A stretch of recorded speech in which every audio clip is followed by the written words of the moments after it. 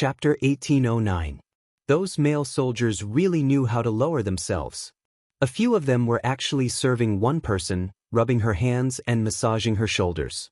Was there a need to care so much for a soldier? What kind of soldier was a soldier if they didn't suffer? On the other hand, Du Jiai's face was dark and gloomy. She caught sight of Instructor Gao trying to get up, but due to his fractured arm, even a simple movement was so stiff that it looked like he was about to fall. The sharp-eyed Du Jiai immediately ran over and reminded Lu Yuan, who was the closest to Instructor Gao. Lu Yuan, help our instructor up. Lu Yuan, who was a prisoner, had been guarding the instructor who had a bandage around his hand. As everyone successfully escaped, she suddenly woke up from her sleep and got up in a hurry. Instructor, do you want to walk around? Let me help you. Let me help you. You were asleep just now, right? If you're tired, go back to sleep. I'll help you walk around. Du Jiai walked over quickly and reached out to support the instructor's uninjured arm.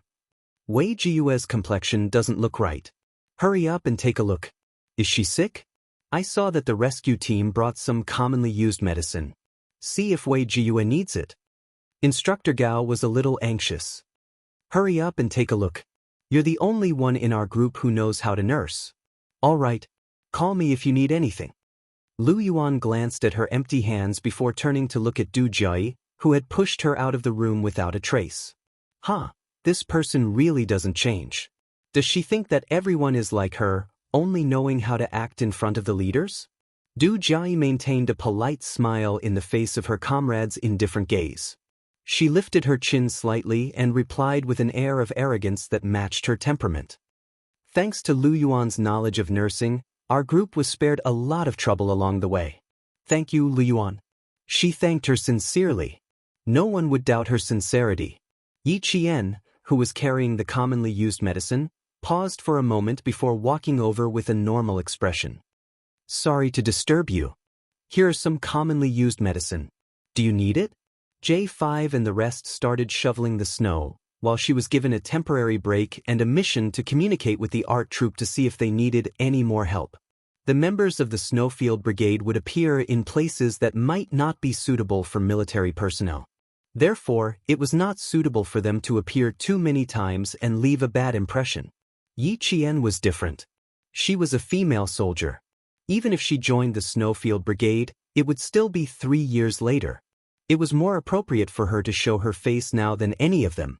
Just like Xia Jinyuan, Yi Qian could only see her eyes, which were as dark as the night.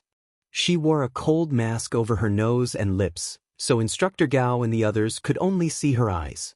You always appear when we need help the most. I really don't know how to express our gratitude. Du Jiai took the bag of medicine. After she finished speaking, she smiled at Instructor Gao, who had just moved his stiff body a little, and said, Instructor, this female soldier in front of you is called Yi Qian. You should remember her name. When you return to the capital, you must mention her to your superiors. Look, she spent 3 hours alone on the carriage to save all of us. She didn't even need the help of the male soldiers. 3 hours of back and forth exhausted her. Fortunately, the male soldiers knew how to care for her. They massaged and rubbed her hands for a long time before her complexion improved slightly. Chapter 1810. Speaking was indeed an art. Depending on the person sitting at the right height, they would hear different things. Their understanding of the situation would definitely be different from people of different heights. The higher one stood, the more he could tell if there was a deeper meaning in a sentence, if there was a hidden meaning, if the speaker wanted to express something secretly, or in other words, what kind of state of mind the speaker was in when he said those words. Instructor Gao was an instructor in the arts regiment and had a high level of political training. He could tell several meanings from Du Jiai's words. Firstly, the female soldier Yi Qian's courage was commendable, but she was too brave and did not handle the situation well. Secondly, as a female soldier, she was naturally weaker than the male soldiers. Knowing this, she still persisted. This showed that she was a female soldier who loved to show off and lost her composure. Thirdly, since she chose to persist, she was so tired that she needed the male soldiers to serve her. This showed that she lacked the spirit of a soldier. Fourthly, the male soldiers were not strict enough and cared too much about the female soldier. This showed that their relationship was messy. This was what Instructor Gao understood from Du Jia's words, but it was undeniable that if not for this female soldier who loved to show off persisting for 3 hours and gritting her teeth to save them, they might still be stuck in the carriage, frightened and frightened. Therefore, Instructor Gao smiled and said, "You're right. We must report this to the higher-ups and reward the soldiers who risked their lives to save us. Yi Qian, you've worked hard tonight. If it weren't for you, we would probably still be in the carriage." As he said this, his words became more sincere. However, you need to think twice before you do something like this. Don't tire yourself out too much. After all, Instructor Gao was not a soldier in the arts regiment. He could only give a few pointers in a very reserved manner. If he said too much, it would make people dislike him. Lu Yuan gently weighed the plastic bag with the medicine. The soft, hua-hua sound seemed to have interrupted Instructor Gao's words. Then she smiled at Yi Qian, full of kindness and gratitude. Hearing this, Yi Qian, who already knew how to deal with this, said politely, "You're right. My comrades were also very worried when I went up like this. They were afraid that I would increase the weight on the carriage and cause the entire carriage to fall off the cliff. Fortunately, my body is light. Although it made my comrades sweat in their hearts, I can be considered to have successfully completed the mission given to me by my comrades." Yi Qian was never a pushover. Facing Du Jia's gratitude on the surface and all kinds of words to trip him up, he humbly accepted Instructor Gao's advice and politely used a different method to explain why she, a female soldier, had to climb up the carriage. "You've considered everything thoroughly. It's because of this that we're all safe. Yi, our unit needs female soldiers like you."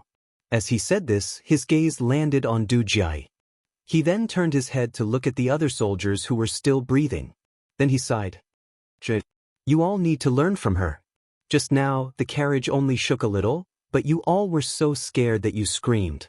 Yi Qian, on the other hand, was able to remain calm and continue to rescue us. You all need to learn from him. Chapter 1811. Du Jia was someone who could keep her composure, especially when it came to dealing with matters in front of her superior. Upon hearing those words, she reined in her emotions and replied humbly, "You're right. We're indeed lacking in courage. Even though we're performing arts troops, we're still soldiers. A soldier's courage and bravery mustn't be lacking." She was really something. She even gave her a soft rebuff. With just a few words, she changed the instructor's impression of her. Du Jia maintained a polite smile as she stared at Yi Qian and sized him up secretly. She had a pair of good eyes. They were dark and clear. Female soldiers like her were used to pretending to be innocent. She was wearing a cold mask so she couldn't see what she looked like.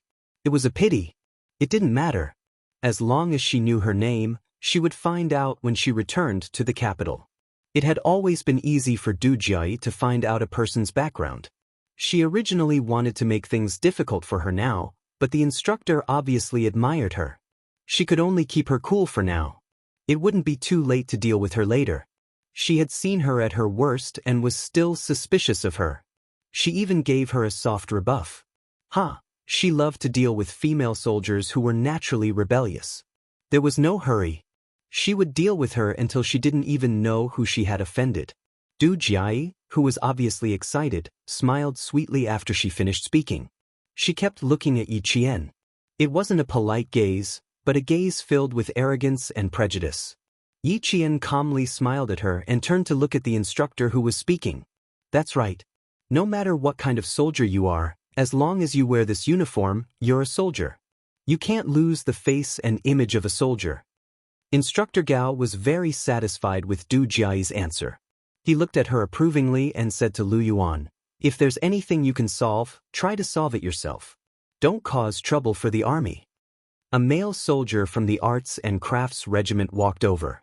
Perhaps he had something to say to Instructor Gao, so he greeted Du Jia and nodded at Yi Qian with a smile.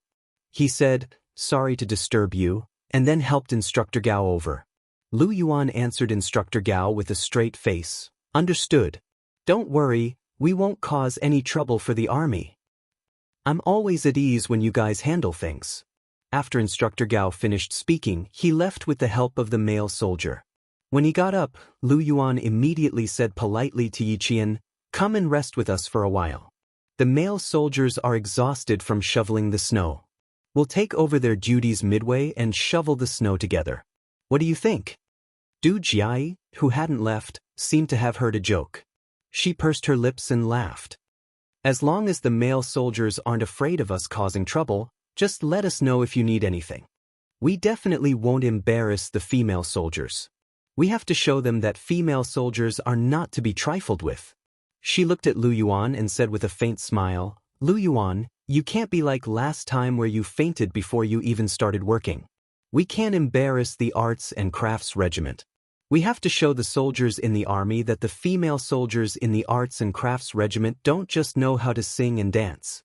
As the female soldiers in the Arts and Crafts Regiment, as long as there's a need for us, we can beautifully complete the tasks given to us by our superiors. Yi Qian, please take care of my comrade. If there's any problem, you can come and find me anytime. If you feel unwell, you have to tell us immediately. Don't force yourself just to save face, understand?" Chapter 18:12. It was fine if she didn't get thanked for saving someone. She didn't save the person because of the gratitude, but because it was her duty as a soldier to save the person. The problem was that the person she saved didn't say thank you, but instead started to create trouble for her. Yi Qian wasn't a soft-hearted person, and he wasn't magnanimous enough to forgive Du Jiai for causing trouble for him.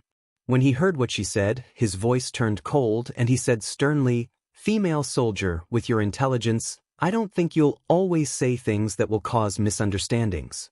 After he said that, Lu Yuan's eyes lit up and Du Jiai's face darkened. Since he had already spoken, Yi Qian wouldn't go back on his words. He stared coldly at Du Jiai, whose eyes had darkened, and said sternly, "Can I understand you? First, you said that I was putting up a strong front to save face, then you said that I saved someone, and in the end, you asked my comrades to help me. You said all these things on purpose to tell everyone that I'm only this capable, and that I'm just putting up a strong front for the sake of showing off." Du Jiai's originally gloomy face abruptly changed. No one had ever dared to give her such a straight face, and no one had ever dared to criticize her so boldly. Moreover, no one had ever criticized her in front of the leaders. She wanted to stop Yi Qian from continuing, but Yi Qian wouldn't give her the chance. "You won't explain anything to me. You're a smart female soldier, so everything you say should be clear and accurate. As a soldier, you should say whatever is on your mind. You shouldn't always say things that are either digging up old scores or have hidden meanings. And don't tell me that I misunderstood you or misunderstood you. Based on what you said to Instructor Gao just now, if I didn't explain, Instructor Gao would have misunderstood me. I'm giving you face now by waiting for Instructor Gao to leave. I hope you can cherish the face that others have given you." Lu Yuan, who was flabbergasted, almost laughed out loud because of what he said. "Amazing, amazing, amazing." Her words made Du Jiai, who had always maintained a good image in front of her superiors, change her expression and put her on the spot. Yi Jian was not the kind of person who was eloquent. She always knew when to advance and when to retreat. She also knew how to treat the right people. It was very tiring to get along with someone like Du Jiai. No matter when, she was the only one who could play the lead role, and the others could only play the supporting roles, and the supporting roles that obediently followed her orders.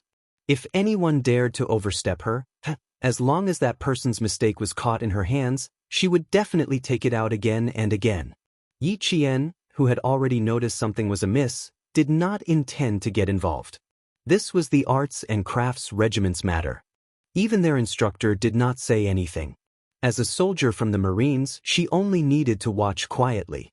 But of all things, she shouldn't have stepped out to step on Yi Qian and deliberately ruined her image. She was a soldier, and soldiers had to maintain their image at all times. They could not allow others to destroy their image and tarnish their reputation. The first time she took a small step back and clearly told her not to push her luck. She probably used her silence to tell her not to push Yi Qian, which made her misunderstand that Yi Qian was easy to bully. Since that was the case, she didn't mind not giving her face and warning her. She wanted her to restrain her evil intentions. Chapter 1813. Although the military had iron-like discipline, not everyone could be impartial. Instructor Gao was biased towards Du Jiai, but that was mostly due to her ability to get things done. Moreover, every word she said was true to the bottom of her heart, and she never violated any discipline, causing the leaders to worry about her. Naturally, they would admire her. Originally, after leaving the borders, there would be no more social interactions, but she insisted on doing some dirty things. How could Yi Qian allow her to do so again and again? Du Jui was so angry that she almost fainted. Hearing this, Lu Yuan trembled in fear, but she also felt relieved when she saw Du Jiai's expression turn darker. She quickly stood up and said softly, "Forget it, it's just a small matter. Jui, don't be angry. Look, I'm not even angry at you." Lu Yuan was shocked and angry at the mention of that old incident that she still couldn't let go of. That was the only time she made a fool of herself, and it became a topic that Du Jui would use to make fun of her. No one liked others to talk about their mistakes, and Lu Yuan didn't like it either. But what could she do? Du Jui wasn't an ordinary soldier. She didn't like Yi Qian from the start. Now that she heard what he said, her uncertain expression made her even more afraid. "I'm sorry, Yi Qian. I really didn't mean anything by it. I'm just a straightforward person, and I'm not good with words. If I've offended you, please forgive me."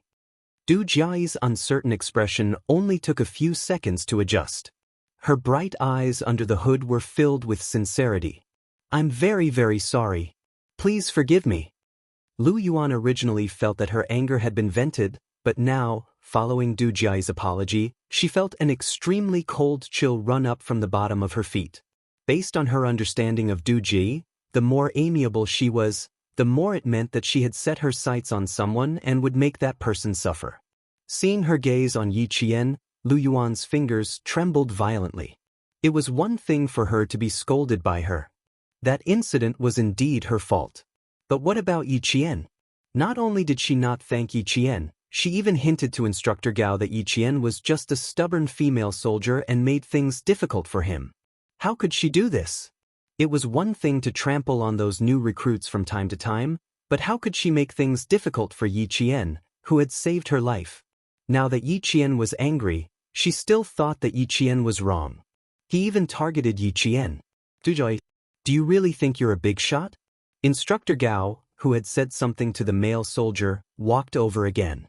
Du Jui was used to destroying peace. She held Lu Yuan's arm and said to Yi Qian, "I'm very, very sorry, and I'm very, very grateful." Instructor Gao wanted to go over to see how much snow needed to be shoveled. He did not give Du Jiai a chance to continue speaking. He came over and said, "Come with us to see how the snow is being shoveled and discuss the situation with the army." He reminded Lu Yuan to take good care of Wei Jiyue and left. Finally, Instructor Gao showed concern for Yi Qian. "You have to be careful too. You've been exposed to the cold wind for a few hours. We brought some winter coats with us. Put on a few more and sit next to Lu Yuan and the rest. You can keep each other warm." Lu Yuan noticed that Du Jiai's eyes narrowed slightly. She gave Yi Qian a faint smile before leaving with Instructor Gao and the male soldiers from the Arts and Crafts Regiment. "Yi Qian, just you wait. I wanted to punish you lightly, but now. Just you wait. I'll deal with you slowly." Chapter 1814. The smile in her eyes did not shock Yi Qian. Instead, it made Lu Yuan clench her fists. She did not know if it was because she was too agitated, but her chest felt stuffy. Even after taking a few deep breaths, she did not feel better. From the moment Du Jiai apologized to the moment she left, Yi Qian remained indifferent.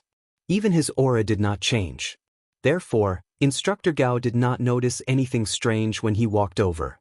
Du Jui was not the only one who knew how to destroy peace. Yi Qian, who had lived 2 lives, knew how to do it too. Du Jiai saw Yi Jianli's familiar shift between smiling and Yi Jianli's mood a second ago, so she apologized again and again. Coincidentally, Du Jiai saw the familiar shift between Yi Jianli's mood and smile.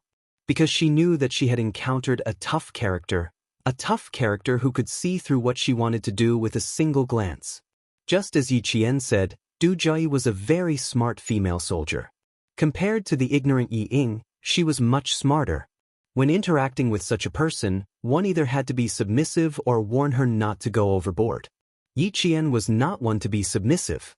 In her previous life, she had lived a cowardly life. In this life, she wanted to control the world and live a carefree life. Of course, as a soldier, she could not act in vain. Acting in vain was destroying one's own future. She would not do something so foolish as to destroy one's own future. With a faint smile in her eyes, she sent Instructor Gao off. Turning her head sideways, she saw Lu Yuan staring at Du Jiayi's back view with an unfathomable gaze. Even she could tell that they had some conflicts in the past, so how could Instructor Gao not be able to tell? I'll go with you to see your comrades. Now that the roads are disrupted, a small cold will cause big problems. The smiling voice pulled Lu Yuan's attention back. Yi Qian looked at the female soldier who was looking at her with a complicated expression. She pretended not to notice anything and glanced at Wei Jiyue. She whispered, "It looks like something is wrong." Lu Yuan originally wanted to say a few more words to Yi Qian, but hearing this she immediately trotted over to Wei Jiyue's side. She saw that Wei Jiyue and Ma Min were leaning against each other with their eyes closed. They were so tired that they had fallen asleep. Wearing an oxygen mask to sleep, Wei Jiyue did not have a fever, but she looked very tired. Fortunately, the Zhang soldiers had already set up the tents that were originally for the sentries and were calling them over to sleep. He woke up the two people who were fast asleep and helped them to the tent. Sleep in the tent. Watch your feet first. Yi Qian reminded Wei Jiyue, who was so sleepy that she was stumbling. He put his arm around her shoulders and put her weight on him to make her feel more comfortable. Du Jiayi is the daughter of a high-ranking official in the capital. She is 24 years old this year and has a brother who is 9 years older than her and has real power in the Nanguang military region. We belong to the Nanguang military region's art troupe, so everyone has to give in to us. Fortunately, you're not from the Nanguang military region's army. Her sister is 7 years older than her, and her brother is 1 year younger than her. He's also quite capable. Last year, he graduated from university and worked in the provincial government. Du Jiayi has a sweet tongue and knows how to coax people, so she's quite popular in her family. You can check which official in the capital has the surname Du and has 2 sons and 2 daughters. Then you'll know her background. Also, her mother, Madame Li, is also a very powerful person. If anyone dares to bully her daughter, she will not let them off easily.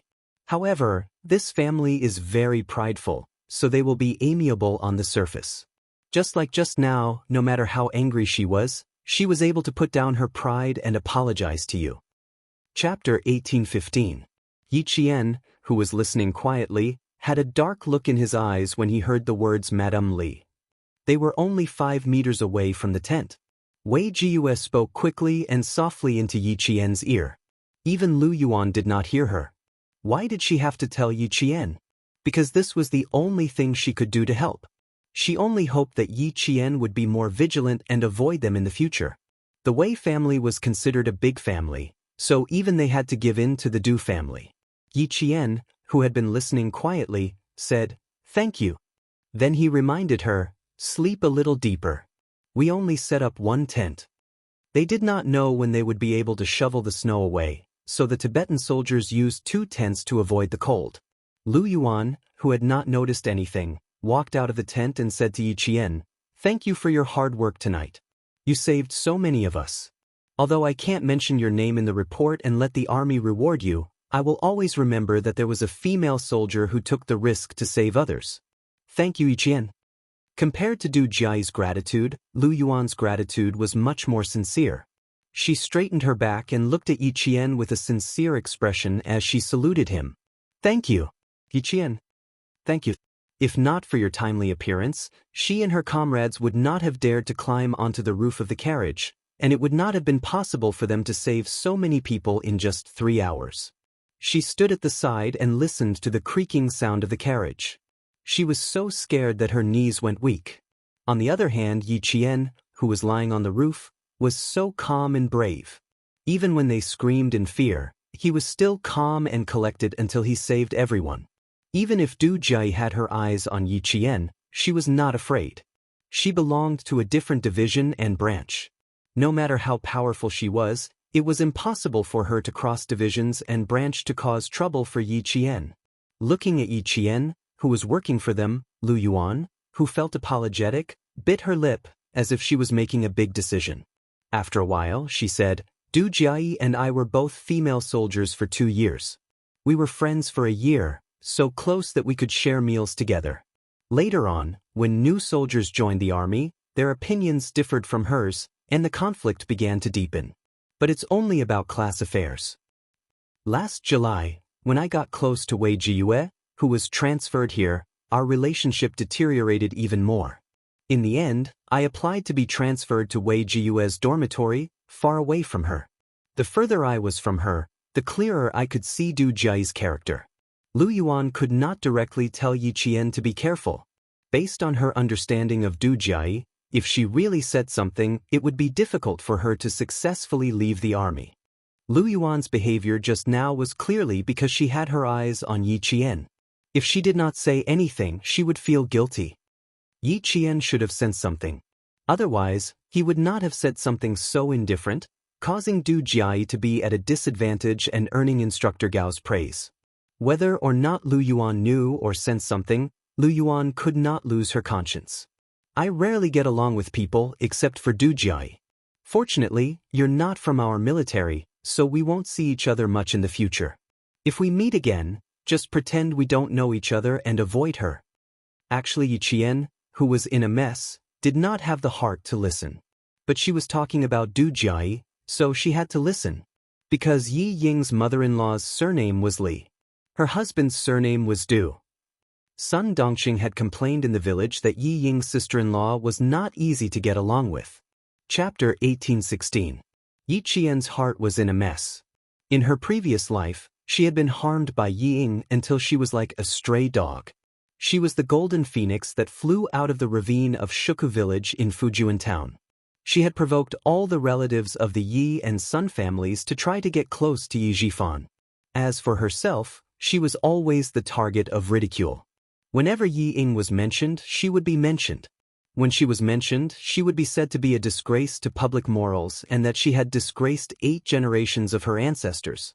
Why did those people support Yi Ying? Simple, because Yi Ying married into a noble family. Yi Yifan also rose through the ranks and became a high-ranking official. At first, Yi Ying didn't dare to make things difficult for her. She only warned her not to go home and embarrass her family. She also said that her father was successful in his career and that if she went back and ruined her father's reputation, the whole family would want to beat her to death. In her previous life, she was a coward. She didn't dare to go back to the village after being threatened by Yi Ying. When she was 18, she went back to get an ID card and was scolded. When Yi Ying returned from studying abroad, she went back happily but was chased away. Later on, she slowly grew up and learned how to resist. Yi Ying got married. The most tragic days came. Yi Ying, who got married, seemed to have found the strongest backing. She started to use all her power to make things difficult for her. She made things difficult for her and wanted to take her life at all times. She knew that it was Yi Ying who had caused her to lose her job, be evicted, blocked her way, and even set her house on fire. Only then did she realize that Yi Ying did not make things difficult for her before she got married. Most of the time, it was just that her words were a little harsh. She got a job but couldn't get paid. She was chased after getting off work in the middle of the night. Her door was broken into when she slept at night. These were the real difficulties. She used to be ruthless. If she had the chance, she would make Yi Ying's life a living hell. She would make her lose everything. She used to beg the heavens to give her a chance. She even went to Buddha and made a wish that Yi Ying would lose everything in the future. And now, thinking of all the things from his previous life, Yi Qian suddenly laughed. It was not a hearty laugh, but a low, deep, and oppressive laugh. It seemed to be a joyous laugh, but it also seemed to be filled with hatred. Lu Yuan, who had not yet left, stared blankly at Yi Qian, unable to react for a moment. If this Du family was Yi Ying's in-laws in her previous life, then could she directly cut off Yi Ying's path to climb up the social ladder? Would he be able to solve all the worries in one go and make Yi Ying in this life truly have nothing? In her previous life, she had so much hope, but in the end, her wish did not come true. In this life, since the heavens had allowed her to return to the starting point, to the source of all tragedies, how could she let them down? How could she let them down? Because of Yijifan, Ying was able to marry into a prestigious family. In this life, how could he fulfill Yi Ying's wishes? Just you wait, Ying. The show is about to begin. Lowering her head, Yi Qian raised her hand to wipe away the tears that were about to overflow from her eyes. She gently closed her eyes and calmed the waves in her heart. Lu Yuan was shocked by the sudden anger that she was emitting. She could not help but take a small step back and carefully asked, "Are you okay? Is it because of Du Jia? Don't be angry. She's just like that. You're not even in the same unit as her. She doesn't have the ability to cross the military to make things difficult for you." Lu Yuan was just an ordinary military soldier. She did not know about Du Jia's family background. Chapter 1817. She didn't know, so she had nothing to worry about, unlike Wei Jiyue, who was worried and fearful because she knew. Yi Qian knew that her emotions had fluctuated just now, and there was even a hint of murderous intent. She had already calmed down and looked up. Even though the windshield mask covered the smile on her face, her clear eyes were still smiling. "Thank you for your concern. I just thought of something, not because of Du Jia." "Oh, that's good, that's good." For some reason, Lu Yuan suddenly felt a little afraid of this female soldier in front of her. She felt inexplicably afraid and said uneasily, Then I'm relieved. You go to your work. I'll go back to my tent to rest." Without waiting for Yi Qian to speak, she turned around and went back to her tent in a panic. Her heart was beating a little fast, and she couldn't continue talking to her. She had a feeling that she would throw a knife at her at any time. It was better to leave quickly. She couldn't afford to offend Yi Qian and Du Jia. Yi Qian didn't take Lu Yuan's strange behavior to heart. He turned around and saw her enter her tent, then stand by the roadside and look up at the male soldiers on the snowy mountain. There were 4 engineering shovels in the car, and together with the 2 that Yi Qian brought over, there were enough shovels for 6 people to shovel the snow together. J5 and the other members of the Snowfield Brigade were the first to shovel the snow, while Qin Xiu, the Tibetan soldiers, and the 2 male soldiers from the Arts and Crafts Regiment were on guard. They stared at the snowy mountain in the dark like a hibernating monster. Once they noticed that the snow was loose, they would immediately inform the male soldiers who were shoveling the snow. Qin Xiu's gaze would always inadvertently fall on Yi Qian. The usually sharp Yi Qian was walking directly towards him. The 2 leaders of the Arts and Crafts Regiment were instructing their soldiers to unconditionally cooperate with the soldiers from the army to clear the road together. As Yi Qian walked closer, he heard a male soldier from the Arts and Crafts Regiment say worriedly, "The Matsa army hasn't arrived yet. I suspect that there might be an avalanche ahead. Maybe they're also trying to save people." The Tibetan route through Mazadaban was a very big S-curve. If the curve ahead was blocked, they would not be able to see anything. There's no need to be suspicious. Since we haven't arrived yet, there's definitely an avalanche ahead of us. Let's clear the path for the 2 vehicles first. The rescue commander frowned as he looked at the huge pile of snow. At this rate, it would be difficult for him to complete the task within 5 hours. Qin Xiu, who had already noticed Yi Qian walking out, lowered his head and said something to Instructor Gao, then strode over. Yi Qian looked at Qin Xiu, who was not affected by the cold at all, just like the J5 and the others. He could not help muttering in his heart, "He looks like a gentleman who is painting by the window, but why does he look like a marching soldier now?" The other 2 male soldiers from the Arts and Crafts Regiment were so cold that they wrapped themselves in thick winter clothing. Fortunately, their backs were straight enough. Otherwise, they would look like brown bears in the mountains. They were very clumsy. "Are you looking for me?" Qin Xiu came over and asked, "Are you worried about when the road will open?" Yi Qian raised his eyebrows. "You kept looking at me just now. I thought you were looking for me." If he was looking for her for no reason, then why was he looking at her? He only looked at her occasionally, and it was not on purpose. He only looked at her from the corner of his eyes. How did she notice him like that? Qin Xiu wanted to laugh. He was indeed a soldier. His sensitivity was indeed shocking. Chapter 1818. It seemed like he could not sneak a few glances at her in the future. He might as well look at her openly. If he was caught, he could still smile. Qin Xiu, who had always had a clear goal, was already thinking about how to get along with Yi Qian. There is indeed something. It's about my identity. Since she was already here, he could not let her come for nothing. Qin Xiu gestured for her to speak further away. I have something to do here. Originally, I came here with another interpreter. When I arrived at 30 Miles Camp, I heard that the Nanguang military's art troupe was here, so I followed them as a reporter. The people in the art troupe have always thought that I'm a reporter. That's why I need your cooperation. Yi Qian's face was serious. I will definitely cooperate. I regret coming here to look for you now. Actually, I could have pretended not to know you. It would have made things easier for you. If she pretended not to know Qin Xiu, she would not be watched by Du Jiai. Speaking of Du Jiai, she thought of her background. Yi Qian could not help but purse her lips. Qin Xiu was also a person of status. She often appeared on television. It was impossible that Du Jiai did not know Qin Xiu. Are you sure that everyone in the art troupe thinks that you're a reporter? Since they had worked together before and knew Principal Chao, Yi Jian, who had always been quiet, could not help but ask. Qin Xiu pointed at his windshield. There was a deep smile in his eyes. Although Qin Xiu couldn't see his handsome face clearly, he could tell from his elegant eyes that he was a handsome and elegant man. He chuckled and said, "With me like this, if I hadn't spoken first, would you have recognized me?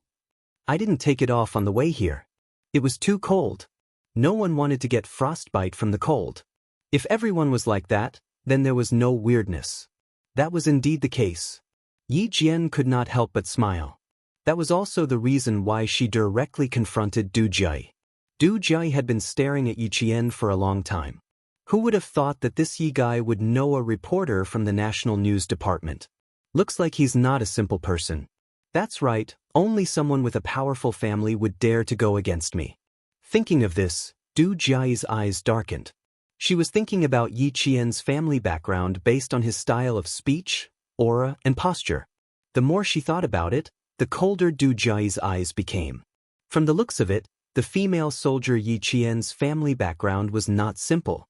No other female soldier had such a strong aura. No wonder he was so daring. It turned out that he had a powerful background. Previously, he had thought that she was trying to show off and was trying to be brave. Now, it seemed like that wasn't the case. Instead, it was because she had confidence, and even more so, she knew that even if something really did happen, nothing would happen. She would naturally deal with it. It was because of this confidence and her family background that she dared to behave like this. For a moment, Du Jiai was a little annoyed at herself for being too careless. Go back to your tent and rest. Bring that female soldier back with you. Instructor Gao instructed her in a low voice. When the road is clear, the soldiers will wake you up. If we can continue moving forward, our plan will remain unchanged. If not, we can only go back the way we came and come back in spring. Choosing to come to the northwest of the border in the middle of winter was not a wise decision. The journey was too dangerous and would cause a lot of trouble for the various military outposts. Du Jiai, who had specially come to look for Yi Qian, would not agree. She pondered for a moment before saying, "Instructor, I think we can continue moving forward. Think about it.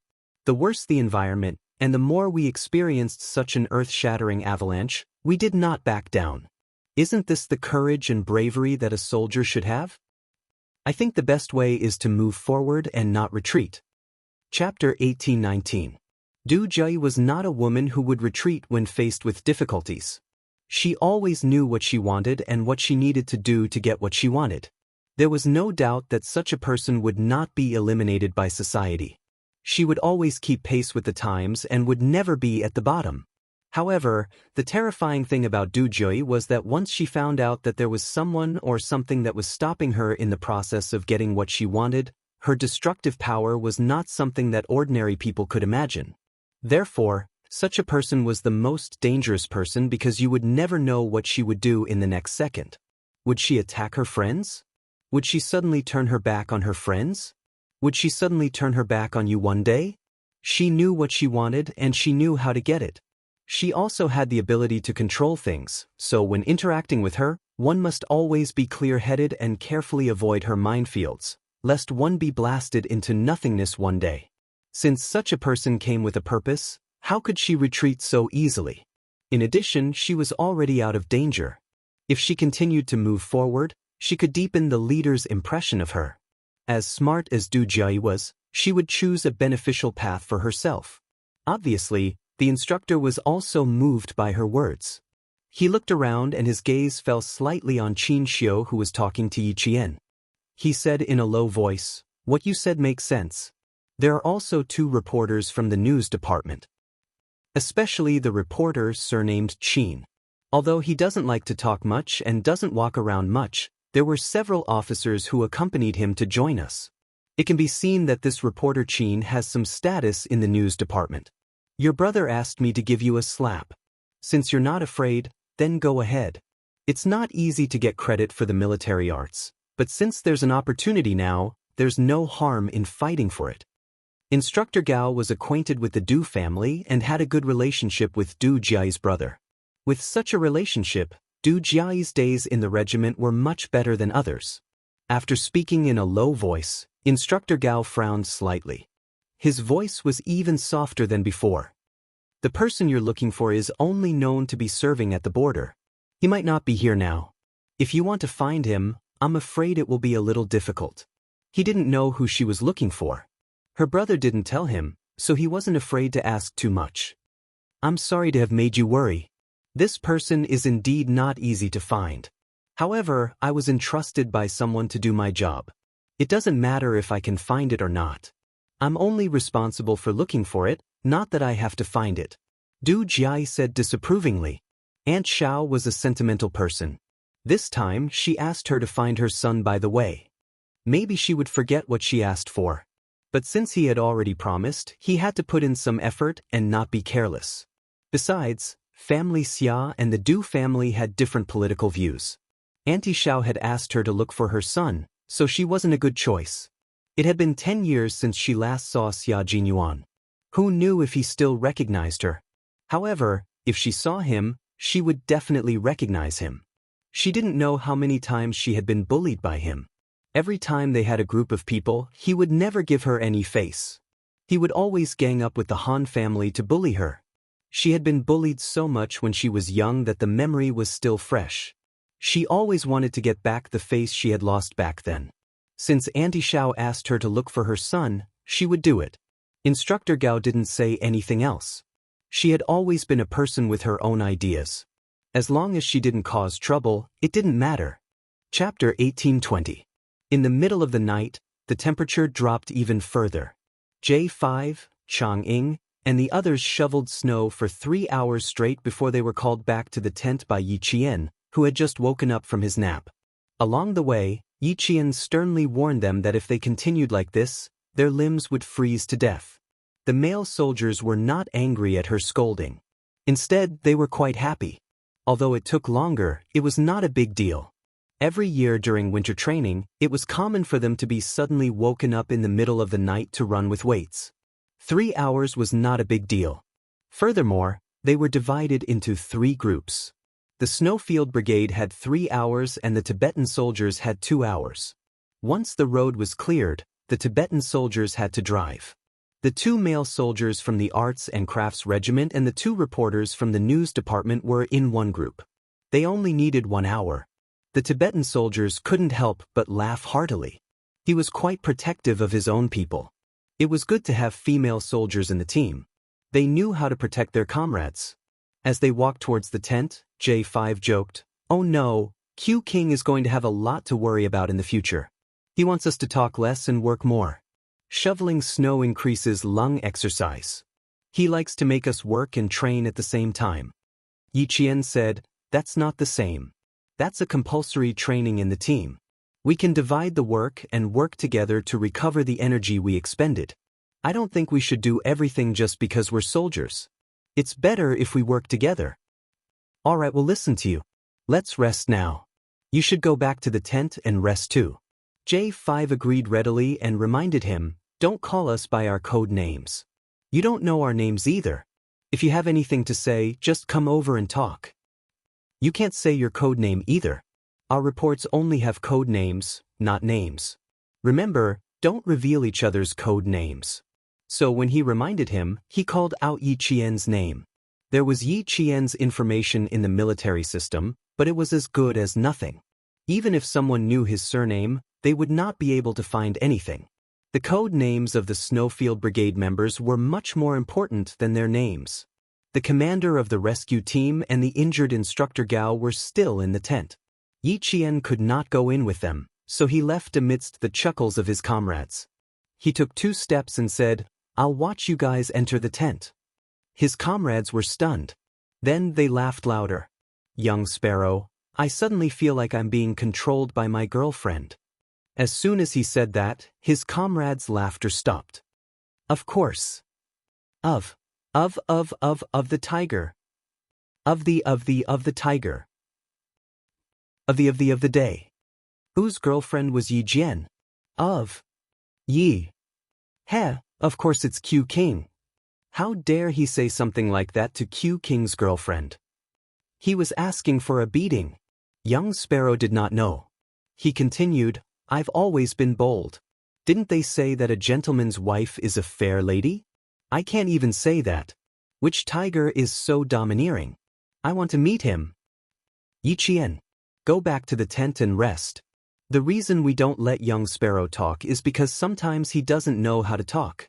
It's easy for him to offend people. He was just talking nonsense. Don't take it to heart. J5 dragged young Sparrow, who was not afraid of death, back into the tent. Damn, he did not want to be taught a lesson by Q King. Chapter 1821. Young Sparrow Hawk was baffled by his actions, but his mouth was covered. He wanted to ask for an explanation, but all he could do was whimper in his throat. "Why are you still struggling? I'm trying to save you, you know? Behave yourself. Don't start a dye shop just because I gave you some color," J5 warned in a low voice. There was an indescribable seriousness in his voice. "Is Yi Qian your girlfriend? Can you woo her?" With his mouth covered, young Sparrow Hawk's eyes widened, and the whimpers in his throat grew louder. He had no intention of doing that at all. J5 slapped his head again. "Shut up. If you have something to say it later." Chang Ying, who was chasing after him, also said, "You never say anything nice when you open your mouth. Although you said what was on our minds, do you think we were as direct as you were? Think about it. Yi Qian is a female soldier and doesn't have much of a reputation. How awkward would it be for you to say such things in front of us? Can't you see that the smile on her face is a little stiff?" Young Sparrow Hawk, who finally realized what was going on, obediently allowed himself to be dragged away by J5. Seeing this, Chang Ying was relieved, but he was still a little nervous. Young Sparrow Hawk wouldn't really have feelings for Yi Qian, would he? He clearly knew that Q King looked at Yi Qian in a strange way, so how could he have feelings for her? J5 was really troubled. He wasn't worried about Yi Qian being embarrassed, he was worried that Q King would teach him a lesson. Among his comrades in the Snowfield Brigade, only J5 knew about Xia Jinyuan's feelings, and he had known about it since a long time ago. He had been worried for a long time, afraid that Major Xia would fall in love with the underage girl Yi Qian and ruin his bright future. Later on, because the Shuiyu Battalion was newly appointed as the Soldier King, their training became more difficult day by day. The two of them only saw each other once or twice a year. Only then did J5 remove the little, sharp knife in his heart and gradually let go of his worries. Now, he couldn't be more relieved. Yi Jian was already an adult and had become a military academy student. They couldn't be in a relationship openly. If the two of them really had any tricks up their sleeves, they would have to do it secretly. However, based on his understanding of Q King, this was a disdainful man. Would he have a secret relationship that couldn't see the light of day? With his arrogance, it was impossible. Therefore, he was reassured that Yi Qian would be able to continue his 4 years at the military academy. Then he would graduate and join the army. According to the regulations, there was an age limit for both male and female soldiers to get married, and the Snowfield Brigade's age limit was even higher. Even after Yi Qian graduates, J5 would laugh every time he thought of this. Even if Yi Qian graduated, the two of them could only date and not get married. This was because Yi Qian had not reached the age required by the Snowfield Brigade. The girl he fancied would have to wait more than 10 years before she could bear fruit. If someone stupid jumped out and said that he wanted to pursue Yi Qian, J5's forehead would break out in cold sweat just thinking about the scene. That scene would definitely be brutal. No, he had to teach the bachelors in the unit a lesson. He had to tell them not to have any ideas about Yi Qian. If anyone dared to have any ideas, the consequences would be unimaginable. When they were only a few steps away from the tent, J5 finally let go of young Sparrowhawk. Although he was dragging the shorter scout in the unit, it was still very tiring. Young Sparrowhawk, who could finally speak, took off his cold mask and pulled J5 to the side. "I'm not thinking about that. You're thinking too much." Pursuing Yi Qian? He knew his own limits. He was a scout. He had a pair of eyes that were good at scouting. He was not blind. Chapter 1822. Yi Qian, who had rested for 3 hours, didn't feel sleepy. Seeing that her comrades had obediently returned to their tents, she walked over to the pile of snow that still looked like a small hill. After shoveling for more than 3 hours, it didn't seem to be working. There's too much snow piled up there, and the snow on the mountain slid down several times during the shoveling, covering up the road that we worked so hard to clear. Qin Xiu shook his sore wrists and looked at Yi Qian with a gentle gaze. "I'm afraid it's going to take 5 hours. Although they're shoveling snow over there, I'm afraid they're in the same situation as us." The snow was connected to the mountain. As they shoveled, the snow on top of the mountain would sink down. As long as the snow on the mountain was separated from the avalanche, the snow wouldn't slide down and affect their progress. Close to her, the white light shone on the side of her face. Qin Xiu could clearly see her delicate and full forehead. Her skin was as delicate as jade, and further down he could see her long and black eyelashes. When she blinked, they were like a small feather that lightly tickled his heart. He wanted to look at her more carefully so that he could engrave her face deeper in his heart, but the girl who had been looking up suddenly changed her expression. "Retreat." Seeing this, the Tibetan soldiers didn't hesitate and quickly retreated. Yi Qian pulled Qin Xiu's sleeve and ran away. On the other side, Xia Jinyuan, who didn't know that the scouts in the team were so good, suddenly put away the snow shovel. He suddenly grabbed his comrades on both sides and shouted, "Retreat!" G3 and Li Jinyan reacted quickly and quickly retreated. They saw that the snow connected to the mountain was stacking up under the layer of snow. After a minute, the large amount of snow connected to the mountain was stacked up like a pile of sand with a boom. Boom. Snow and dust flew everywhere. White fog suddenly appeared in front of them, and thin snowflakes instantly covered their faces. This was the largest area of skiing. When the snow and fog dissipated, the mountain was separated from the snow. Several searchlights shone towards the mountain. Xia Jinyuan signaled his comrades behind him to turn off the searchlights.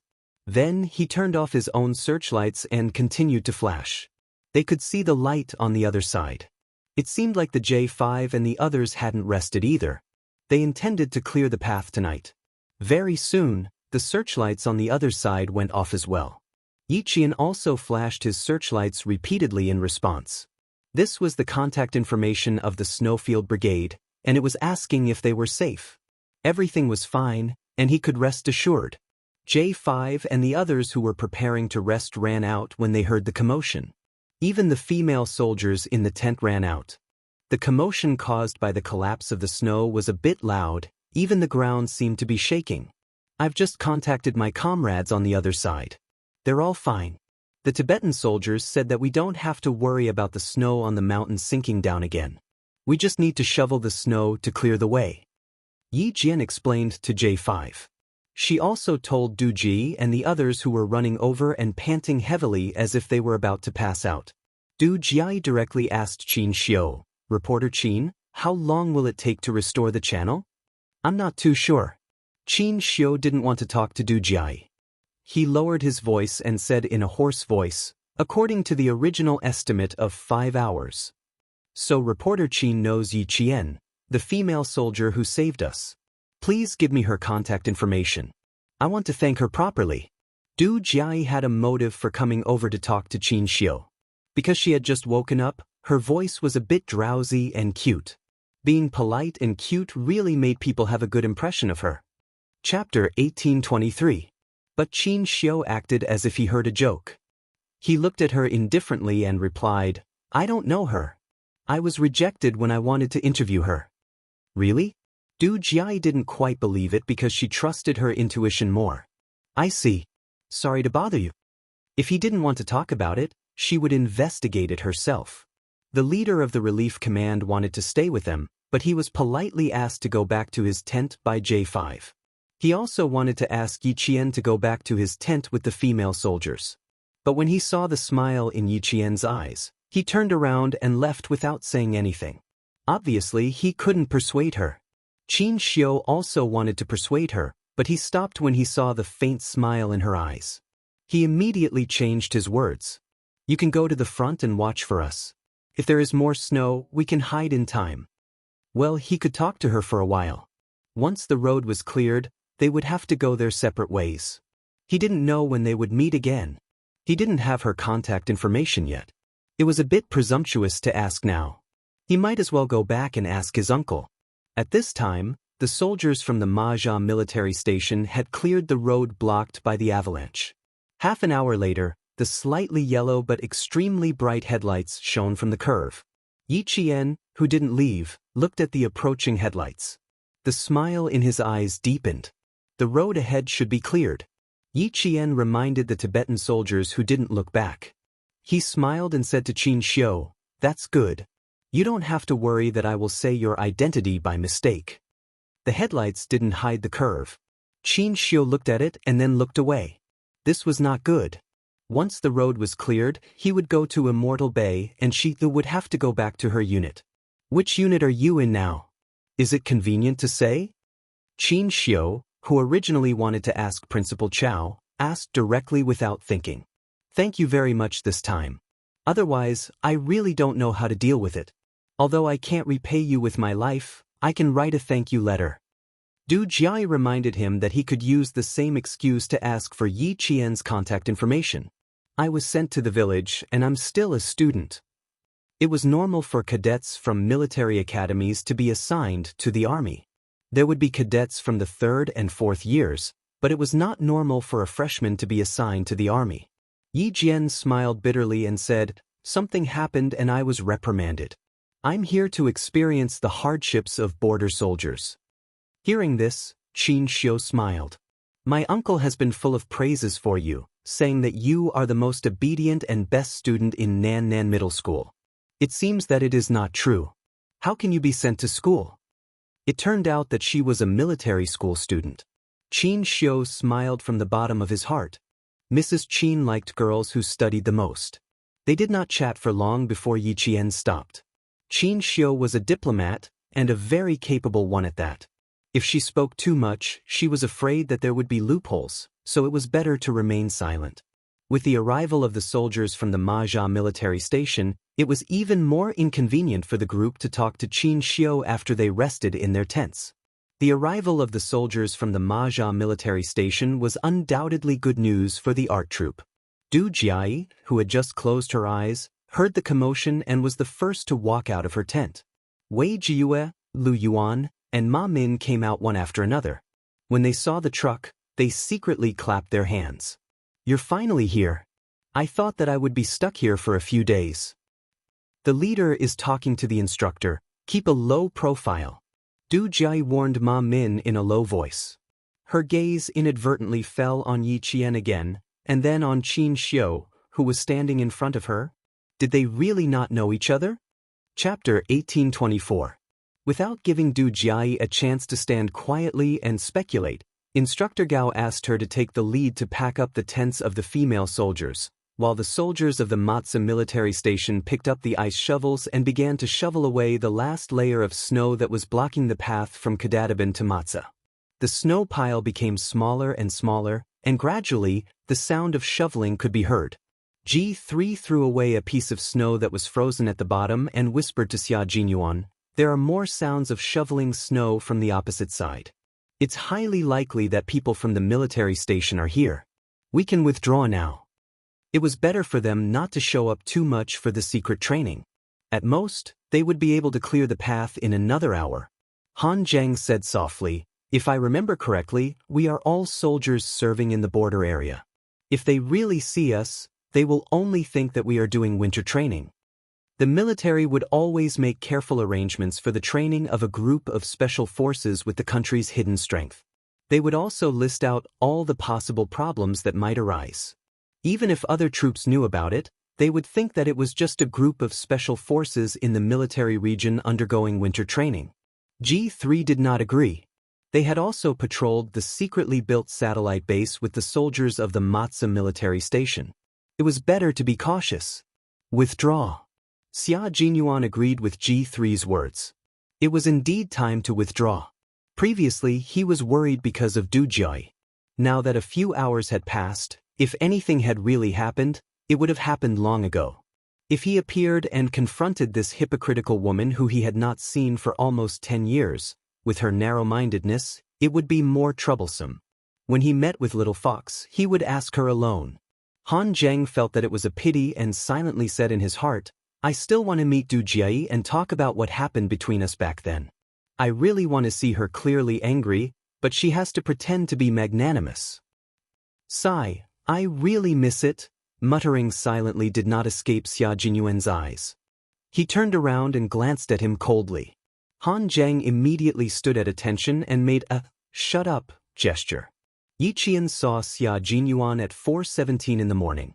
The snow blocking their vision was shoveled away, and their searchlights shone directly at each other. Their eyes met and they saw each other immediately. The soldiers at the Matsa Military Depot, Kudi Military Depot, and Sanli Military Barracks were the first to speak. Then, the commander of the construction team stepped forward. Yi Qian moved to Xia Jinyuan's side and stood quietly by the side as he watched the J5's eloquent speech. Upon receiving Xia Jinyuan's signal, J5 took on the role of leader. Well, it wasn't really a role since he was the instructor of the Snowfield Brigade. Du Jiai is a difficult person to deal with. Did you suffer any losses? That was the first thing Major Xia asked. Yi Qian sensed something and raised his eyebrows slightly. An old acquaintance? There was something wrong with the intonation of these 3 words. It seemed to have some other meaning. Major Xia, who was keenly aware of it, turned his head and glanced at her. Within a few seconds, he reacted. No wonder it sounded a little strange. It turned out to be jealousy. There was a smile in his handsome eyes. "You can say that I'm an old acquaintance. About 10 years ago, when I was still a prince, I caused a ruckus. There was a hypocritical beauty snake. I had a deep grudge with her." "How is it? Are you satisfied with my answer?" "Ahem. I guess I'm satisfied." Yi Qian felt a little uncomfortable. He had been jealous too much. There were many types of old acquaintances. Captain Xia's tone was so cold just now, yet he did not notice it. Chapter 1825. After exchanging a few words with Xia Jinyuan, Yi Jianqian noticed that there was an inquisitive look in her direction. He couldn't help but glance over to see who it was. He said to Xia Jinyuan, "I didn't lose out, but I was targeted. They belong to the category of people who don't get along with each other. I don't even want to say one more word. It's good that you didn't lose out. It doesn't matter if you're targeted." When Xia Jinyuan heard that he did not suffer any losses, the smile in his eyes deepened. He said with relief, "You won't suffer any losses in her hands. I feel relieved in the future." Although he hadn't seen Du Jiai for more than 10 years, this woman already had the ability to distort right and wrong. With the Du family's extreme education, it only made things worse. Xia Jinyuan wasn't worried that he would be recognized. Other than Chang Ying and Yan Zizi, who were the main scouts, the rest of his comrades in the Snowfield Brigade were all at least 185 meters tall. He wore his snow boots, a winter jacket, and a winter mask. It would be strange if Du Jiai could recognize him. He didn't even recognize Du Jiai from the group of female soldiers. But it really made him feel helpless. Why was Du Jiai the one who was trapped? Could it be that she had done too many bad things and started to have bad luck when she reached a place without the protection of the Du family? It was fine if she was unlucky, But she even had to be rescued by Little Fox. Bad people really lived long lives. Du Jiayi's gaze fell on Yi Qian. She saw him standing among a group of tall and straight army soldiers. Her figure looked even more slender, as if she was being protected by the male soldiers while she was being pampered. Fortunately, she had seen reporter Qin, who was calm and composed and had the temperament of a scholar, and knew Yi Jian. Thus, she had guessed that this female soldier had some background. But now, it seemed that her first impression was right. She was just an ordinary female soldier who had some ability and was willing to be cruel to herself to climb up the ranks. If someone like her entered the capital or the military, would she try to stand out? She would be beaten back to her original state at any time. With that thought in mind, Du Jiayi's apprehension toward Qin Xiu dissipated in an instant. As she stared at him, she even lifted her chin a little. When Yi Jian looked over, she happened to see Du Jiayi, who had her chin slightly raised and did not hide her arrogance. She didn't wait for him to notice and calmly retracted her gaze. She stood side by side with Xia Jinyuan, and while waiting for J5 to speak with the station commander, she also spoke with G3 and the others in a low voice. It wasn't a formal occasion, so they could talk on their own. G3 looked at the female soldier who was almost half a head shorter than him, and there was a hint of a smile in his usually hoarse voice. "Your courage is commendable. You have guts." He looked at the carriage that had not been dragged up yet. The entire carriage was supported by the front of the carriage. Although he had made sufficient preparations, the danger inside was too great. Even if he had made sufficient preparations, there was still a possibility that he would fall off the cliff with the carriage. Yi Jian climbed down just like that. She was able to rescue everyone trapped inside by herself. It was not enough to be brave enough. She also had to be calm enough. She was getting closer and closer to the requirements to enter the Snowfield Brigade. She was getting closer and closer to meeting the requirements. Xia Jinyuan listened to his comrade and Yi Qian's conversation. His eyes were dark, but there was a deep smile in them. He was worried for her, and even more so, he was cheering for her growth. As a Special Forces soldier who walked on a knife's edge, she danced with death every time she carried out a mission. Courage, perseverance, calmness, and so on were all indispensable. Only then could she defeat death and return to the team with glory. Chapter 1826. Qin Xiu had also secretly glanced at Yi Qian, but he was very good at hiding himself, so Yi Qian didn't notice. As a diplomat, he had the ability to observe people from head to toe. Now that he had used this ability, Yi Qian really didn't notice. Otherwise, why would Qin Xiu be the youngest and most promising diplomat? Qin Xiu couldn't get Yi Qian's attention even after glancing at him several times. Qin Xiu couldn't help but rub his forehead and smile helplessly. Seeing that the meeting had ended, Yi Qian only focused on the tall and imposing soldiers after returning to his team. He didn't even look at Qin Xiu from the corner of his eyes. It seemed like she thought that he was just a stranger she was familiar with. Qin Xiu didn't notice that Xia Jinyuan's gaze had swept over him the moment he lowered his head. Major Xia had only glanced at him for a moment before looking away. Why did this guy who looked at Yi Qian 6 times look a little like Qin Xiu? Why was he with the arts team? Also, there was something wrong with the way he looked at Qin Xiu. It was as if he was hoping for something. Major Xia, the Soldier King, was not someone to be trifled with. He had only taken a few more glances at Yi Jian, and he immediately caught her. Perhaps because Yi Qian didn't give any response, Qin Xiu didn't look at him anymore. Major Xia didn't think too much about it since he didn't see him clearly. In front of them, the station master thanked J5. Then, Instructor Gao and the leaders of the rescue team thanked them one by one. After about 10 minutes, the meeting finally ended. The female soldiers of the arts team were shivering from the cold. They hugged their winter clothes tightly and had to maintain their image, so they could only stomp their feet occasionally. When they were finally allowed to board the car, Yi Qian saw that they all heaved a sigh of relief. Wei Jiyue, who was standing by the side, looked back at Yi Qian before getting into the car.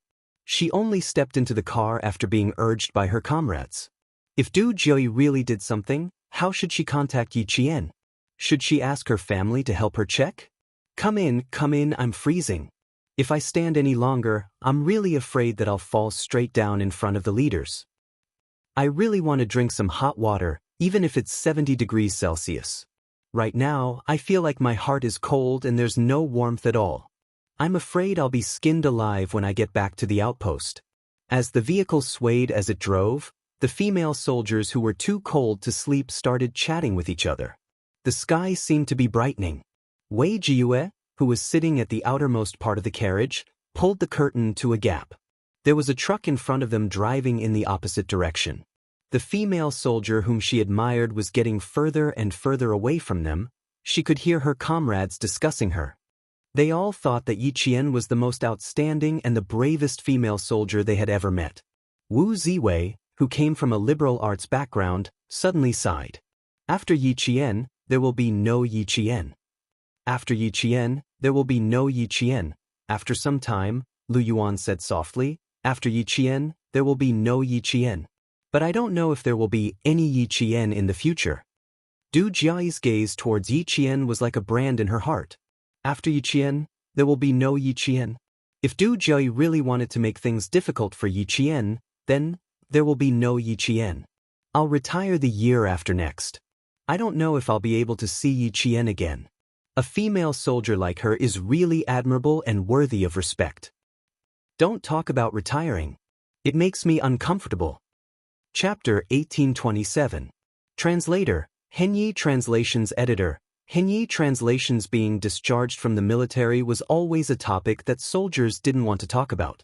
Even Wei Jiyue, who hadn't joined the conversation, couldn't help but frown. When she heard them speculating that Yi Qian was a female soldier from the border troops, Wei Jiyue interrupted them. Her comrades were chatting excitedly and said calmly, "Let bygones be bygones. Let bygones be bygones. You all know why I'm saying this." The atmosphere in the car was originally quite good. Everyone had survived the disaster and met a powerful female soldier, so they were in a good mood to chat. But now, the atmosphere was cold. They looked at each other and no longer had the interest to chat. After a soft sigh, the car returned to silence. Only the heavy sound of the wheels grinding on the snow could be heard.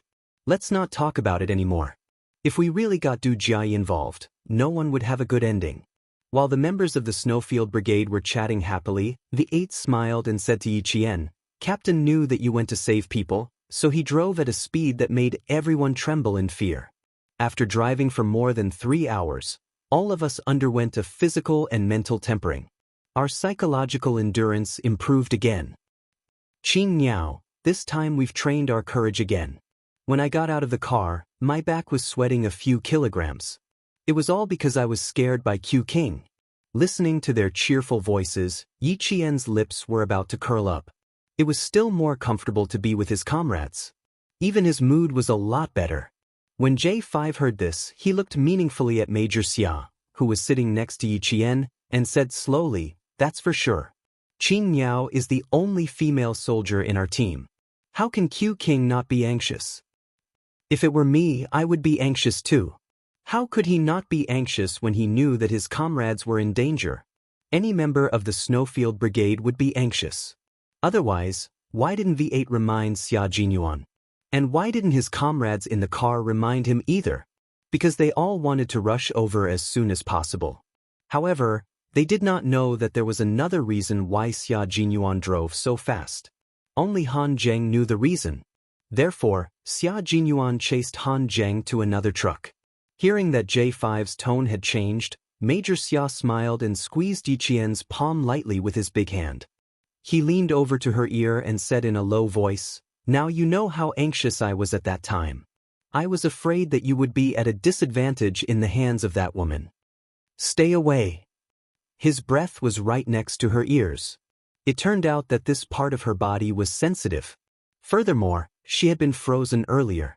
Now that her skin was warm in the car and her sense of self-awareness had recovered, he was talking so close to her, her ears were tingling. They were sitting very close to each other. If she tilted her head and made a noise, J5 and Xia Jinyuan, who were sitting opposite them, would definitely feel that something was wrong. To put it bluntly, she was actually feeling guilty. She was feeling guilty that she was talking to Xia Jinyuan and they were unaware of it. Xia Jinyuan was a man who was both fun and a little evil. Seeing this, he raised his brows slightly. Instead of keeping a distance, he leaned closer and grabbed Yi Qian's right hand with both hands. His voice was as low as the strings of a zither. "You heartless little fox. I was so worried about you. How could you bear to reject me? You should at least give me some benefits. For example, come closer and talk to me like I'm doing right now." If she really leaned over, he would take advantage of the bumpy ride to tilt his head and let her kiss his cheek. He was prepared. Otherwise, why would he take off his windbreaker and windbreaker hat when he got into the car? His intentions were indeed good. Chapter 1828. Today, Yi Qian was no longer the prickly Yi Qian who kept everyone at a distance and was always vigilant.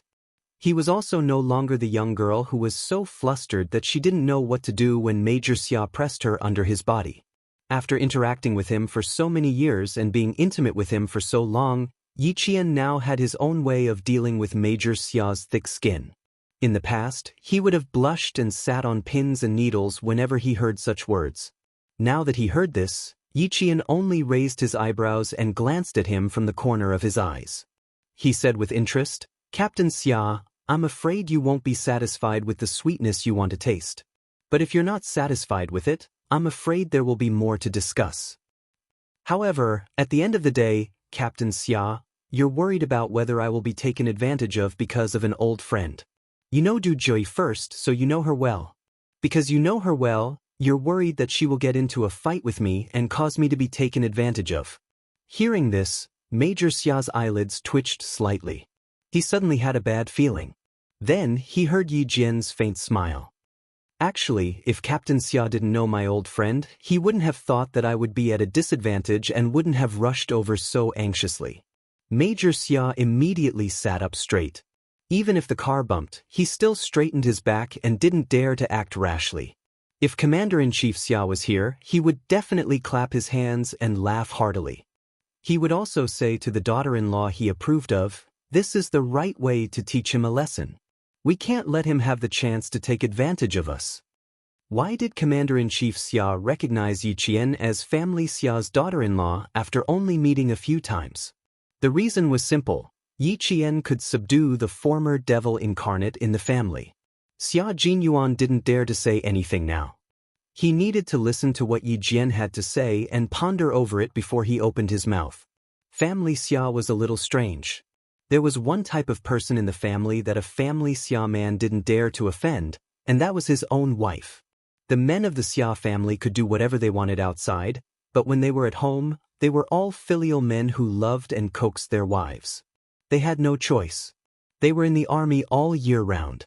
It wasn't easy for them to come home and get together with their wives. If they didn't behave well and dote on their wives, if their wives ran off with someone else, they would suffer a huge loss. Major Xia had inherited the Xia family's excellent family style very well. At this moment, he was also listening to whatever Yi Jian said seriously and did not dare to suddenly open his mouth and interrupt. It was also because he loved and respected Yi Jian from the bottom of his heart that he was willing to put down his pride. In the end, you're worried. Because you're worried. If you're not, of course, you're because I don't teet. If I didn't know him, based on my understanding of the Major, he would have definitely sat high up in the stands. No matter how worried or nervous he was, he would have let me face it alone instead of rushing over in such a hurry. Major, am I right? Xia Jinyuan didn't dare to talk about giving him a taste of the sweetness, and changed the topic.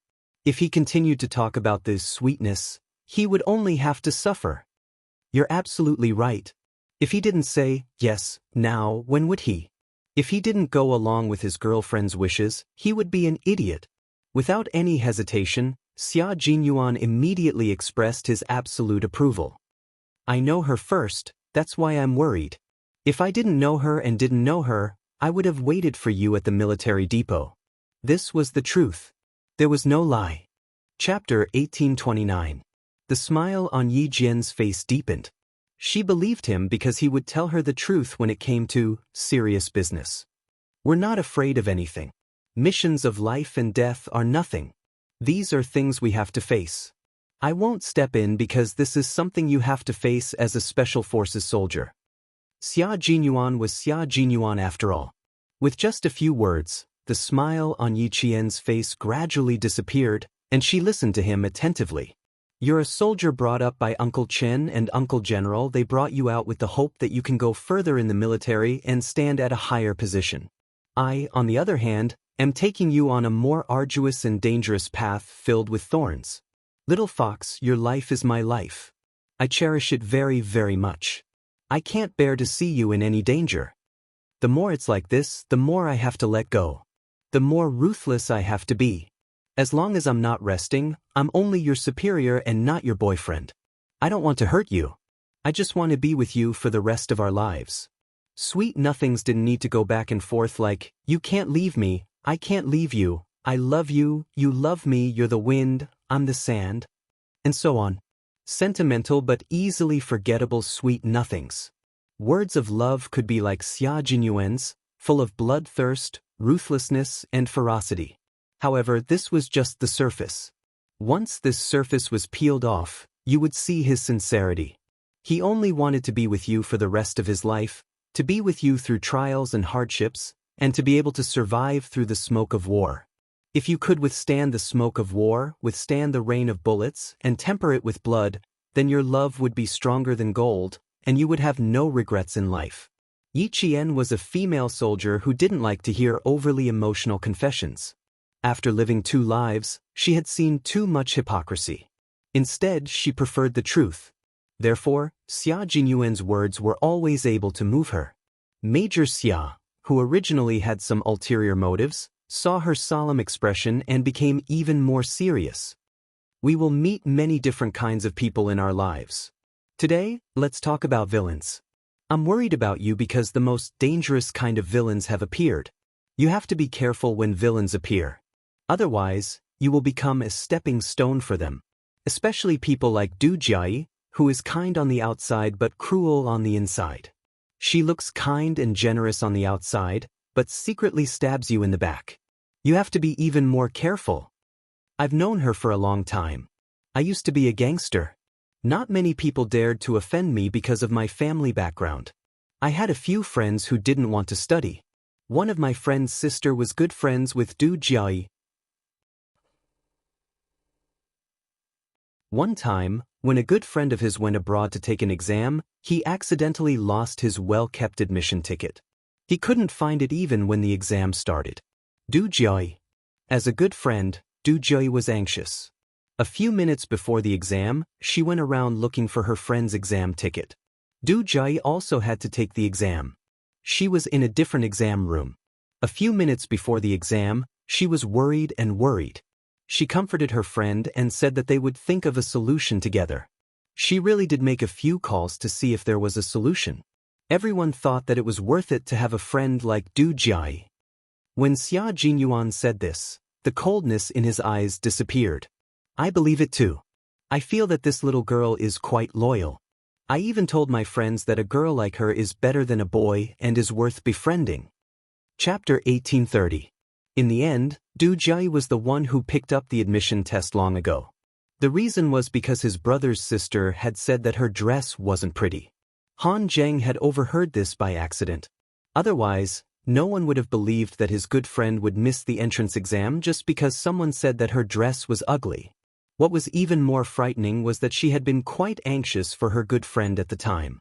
His friend's family had wanted to use their connections, so they didn't care about Du Jiai's presence and told her all the countermeasures. Du Jiai, who was anxious in front of others, took the initiative to cut off her good friend's escape route. She directly went to the examiner and told him that someone had lost their admission ticket and was looking for connections to take the exam without a permit. She pretended to help you time and time again, and cut off your escape route again and again. Only when you no longer have the strength to fight back would she stop and quickly kick you out. This kind of villain is the scariest. She has the ability to keep her composure. She can kill people without batting an eyelid. Du Jiai is already so terrifying when she was in her teens. 10 years later, Du Jiai will be even more difficult to deal with. Yi Qian was really dumbfounded when he heard this. Just because his good friend had said that her dress was ugly in front of others, she had kept it in her heart. She had taken action to cut off his good future.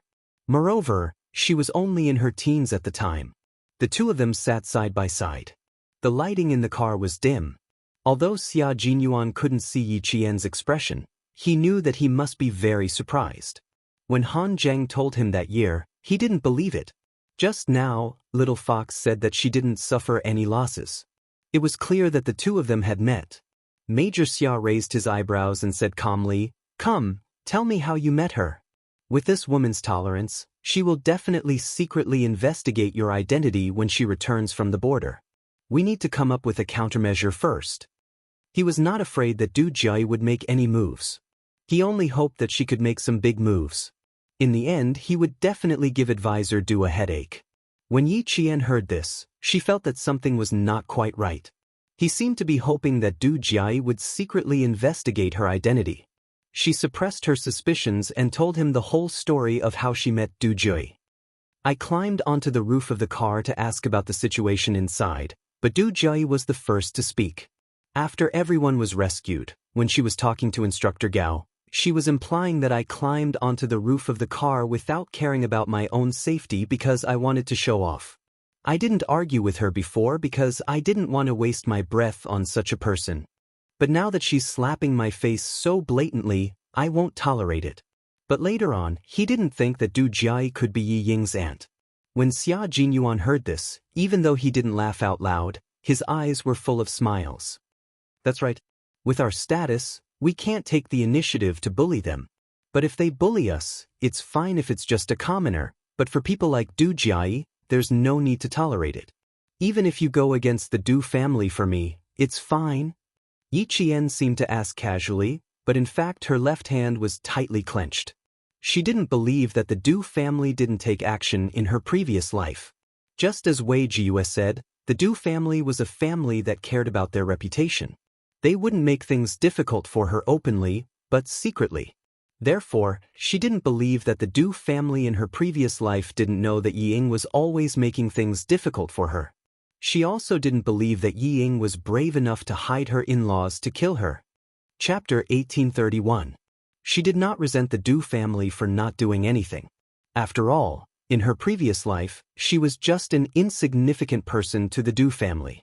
They would not deliberately make things difficult for her. At most, they would turn a blind eye. But now, if Du Jie really wanted to take revenge for something that was her fault in the first place and she was merely retaliating, then she would really go against the Du family. Yi Ying was related to the Du family, but she would directly go against the Du family.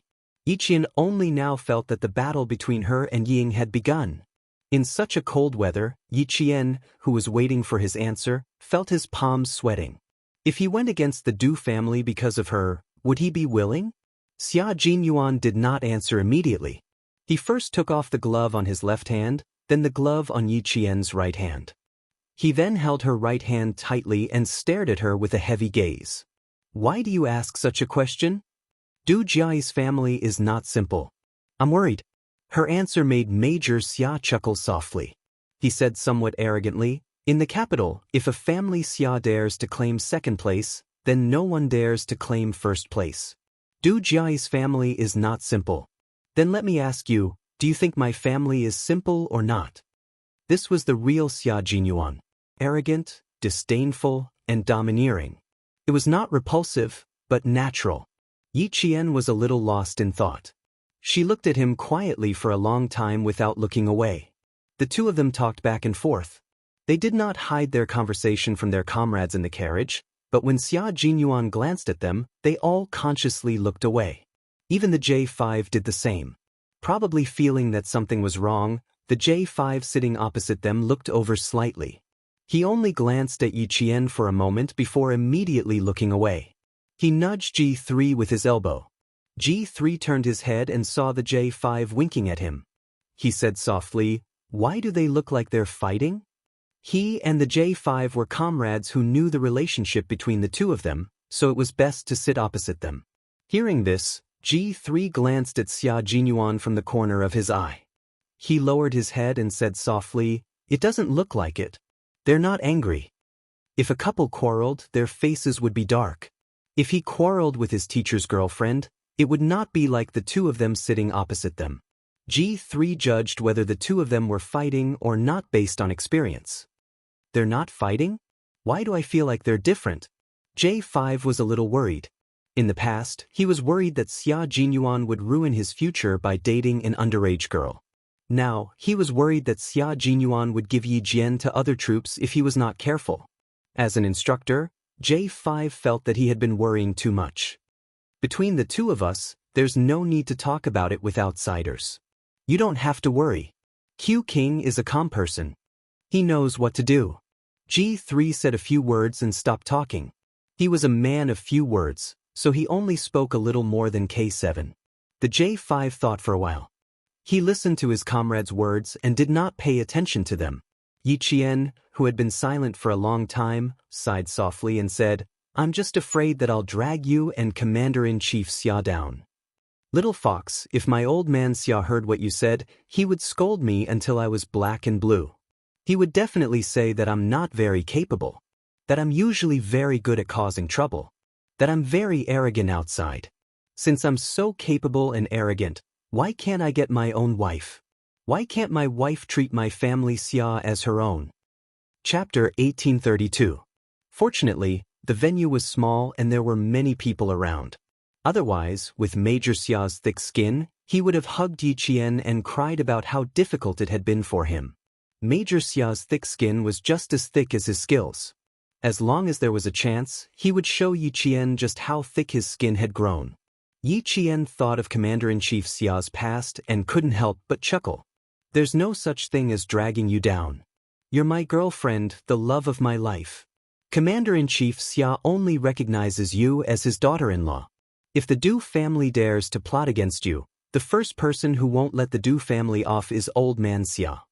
By the way, let me tell you something that Old Man Xia doesn't want to be mentioned. Don't say it. I don't want to hear it. Yi Qian immediately interrupted. She was just short of covering her ears. She was just a military school student. She really didn't have the guts to listen to the Commander-in-Chief's private matters. Xia Jinyuan said disapprovingly, "Old Man Xia has many private matters that he doesn't want to be mentioned." Du Jiai's mother had a lot to do with the divorce between him and his ex-wife. Back then, his ex-wife was hesitating whether to divorce or not. Old Man Xia was still trying to salvage the marriage. Mrs. Du introduced a talented man who could write a good love poem to Old Man Xia's ex-wife. Then, in order to pursue true love, his ex-wife resolutely divorced Old Man Xia and left the country. Can you stop talking? Yi Qian was already scared out of her wits. As a daughter-in-law, this was definitely not something she could listen to. No. It was something she could listen to as a military school student. No, I have to say it. Major Xia decisively refused, and the more he spoke, the brighter the light in his deep dark eyes became. Old Man Xia originally wanted to pursue her again after the divorce, but who knew that once his ex-wife went abroad, as a soldier who couldn't go abroad for personal matters, he was stunned. Mr. Xia acted like a great general and didn't blame Mrs. Du. However, Advisor Du, who was also a regiment commander at that time, reported Mr. Xia's behavior in order to compete with his ex-wife. After his ex-wife found out, she resolutely divorced him. Yi Qian really didn't want to listen, but the man beside him was talking excitedly. He was just short of clapping and talking at the same time. She didn't understand why he was so happy when his mother was gone. In short, Advisor Du Jie and Old Xia have been at odds with each other for decades. So, if Du Jie dares to plot against you, well, don't blame Old Xia for taking action. Major Xia said with a smile. He saw that his little fox was holding her forehead with her left hand, so he added, "And I am really grateful to Madame Du. It was all thanks to her that I have a good life today." Old Man Xia really didn't have a good eye for choosing a wife back then. No wonder my old madam was against it. If that ex-wife of his is still in the family Xia, I doubt if I can walk the right path. After living for 2 lifetimes, Yi Qian really heard a son talk about his own mother like that for the first time. What did Commander-in-Chief Xia's ex-wife do to make her own son treat her so coldly? About me and Commander-in-Chief Xia's ex-wife, I'll tell you next time. I'm afraid you'll be disgusted. As for the Du family, Xia Jinyuan stopped smiling and his eyes suddenly turned cold. He said coldly, "As for the Du family, you don't have to worry about them. I'll protect them. If Du Jiai dares to touch them, well, her military career will come to an end. If I can't even protect you, I don't deserve to be your boyfriend." Chapter 1833. If I can't even protect you, then I don't deserve to be your boyfriend. There was no need for him to be so affectionate. Just from his calm tone, it was clear that Xia Jinyuan valued Yi Qian greatly. Xia Jinyuan would never say who he would protect. His status and family background made him a reserved, and steady man. He wouldn't make promises easily, much less agree to anything easily. He said, before he met Yi Qian, he had never said that he would protect anyone. No one had the honor of receiving a promise from this noble man. But now, he was clearly telling Yi Qian that he would protect her. Not just for a while, but for a lifetime. Because he was her boyfriend, her lover. Yi Qian felt tears welling up in her eyes when she heard this. No one had ever said such words to her in her previous life, not even words that were similar to this. In her previous life, no matter what she did, she ended up with nothing because of Yi Ying's interference. Not only did she end up with nothing, but because of Yi Ying's instructions, those who didn't dare to offend her were full of malice towards her. Thinking back to her previous life, only the security company gave her a sense of security and the medical school gave her a temporary peace. After a long time, she gently shook his strong hand and said softly, "Thank you, Captain Xia. Thank you. Thank you for saving me from being homeless in this life. Thank you. Thank you for letting me know what it's like to be pampered. Thank you. Thank you for letting me not be afraid anymore. Thank you even more. I only know what it means to be complete with you in this life." Yi Qian was a girl who was easily satisfied. Xia Jinyuan had always known that she had never made excessive demands of him. She had never thought of relying on him to solve those troublesome matters. Even when it came to the matter with Yi Zhifan, she had never said that she wanted to use him to explain. She was a girl who had always relied on her own efforts to move forward. Even though she had suffered a lot in her previous life, she still maintained a sincere heart. She was kind and grateful. How could such a girl not move Xia Jinyuan? Xia Jinyuan's meeting with Yi Qian was the beginning of his happiness, and also the beginning of Yi Qian's happiness. Her sadness did not escape Xia Jinyuan's eyes. It could be said that Yi Qian's every move could be instantly detected by Xia Jinyuan as long as there was a slight change in her emotions. Gently holding her hand, he said in a low voice, "The Du family has always disliked our family Xia. Ever since old man Xia became the regiment commander, they have been making things difficult for us. Therefore, Du Jai dared to do something to you. To the family Xia, it was a piece of evidence that they could use against you. Your thank you is in vain." Family Xia and Du family are not on good terms? Yi Qian was still a little worried that she was trying to coax him. He frowned slightly and asked carefully, "Are you saying this because you're afraid that I'll feel guilty? Who would dare to make things difficult for the family Xia of a military aristocratic family? This family was tough enough, right? Who would dare to offend them? Did this person not want to live long enough? If he wanted to make an enemy out of the Xia family, he would have to weigh his own abilities first." Chapter 1834. You're just a silly fox. Do you think I would make up such a big lie out of fear that you would feel guilty? Her cautious expression pierced his heart deeply. His girl had suffered a lot since she was a child. Before she met Uncle Zhen and Uncle Chen, she did not receive the love and protection she deserved. Therefore, she was so afraid of losing her family and everything beautiful. She was even more afraid of implicating the people who cared about her. Clasping her fingers tightly, Xia Jinyuan said word by word in a low voice, "The matter between the two families can't be explained in a few words. If you are interested, I will tell you another day." Only then did Yi Jian believe her. Her frown visibly relaxed as she smiled. "No wonder I didn't like Du Jai the moment she opened her mouth. It's because of you." Seeing her smile, Xia Jinyuan's heart softened. Before the age of 14, no one loved her, no one protected her, and she was bullied by Yi Zhifan's family everywhere. Even in such an environment, she was still able to be physically and mentally healthy. In the words of old man Xia, The daughter of a martyr must be different. She was indeed different. It was Xia Jinyuan's fortune to have met such a different girl. Therefore, he did not want to see her sad because of the past. His girl should be happy. Even if the road to the military was full of thorns, he still wanted his girl to be happy. If she was not happy, he would use his own way to help her walk out of her sadness and regain her happiness. Major Xia, who prioritized Yi Jian, gently squeezed the slender little hand in his big hand. His thin lips curled up slightly, revealing a hint of a mischievous smile. I actually don't want to accept your thank you. If I accept it, I won't be able to make any other requests. But if I don't accept it, I'm worried that you will feel uneasy. Her sadness did not escape Xia Jinyuan's eyes. Therefore, he began to show his mischievous nature again. How about this? I'll accept your thank you, and then you can give me some benefits. For example, a kiss? Speaking of sweetness, Major Xia, who had forgotten the pain after his scar healed, became energetic again. He glanced at all his comrades in the car and saw that all of them had their eyes closed. He leaned over and said, "Just once, not too much." Every time this happened, Yi Qian felt helpless. Why was it that the dignified Major Xia, who was always so proper in front of others, could only be proper in front of her for less than 5 minutes? Other than in battle, there was no one else who could be so serious the entire time. The moment she heard that bad tone, she just couldn't feel any disgust. Fortunately, the comrades who had been running around for a day and a night had already fallen asleep. Even the J5 and G3 sitting opposite had their heads leaning against each other. They hugged their rifles tightly and closed their eyes as if they were sleeping soundly.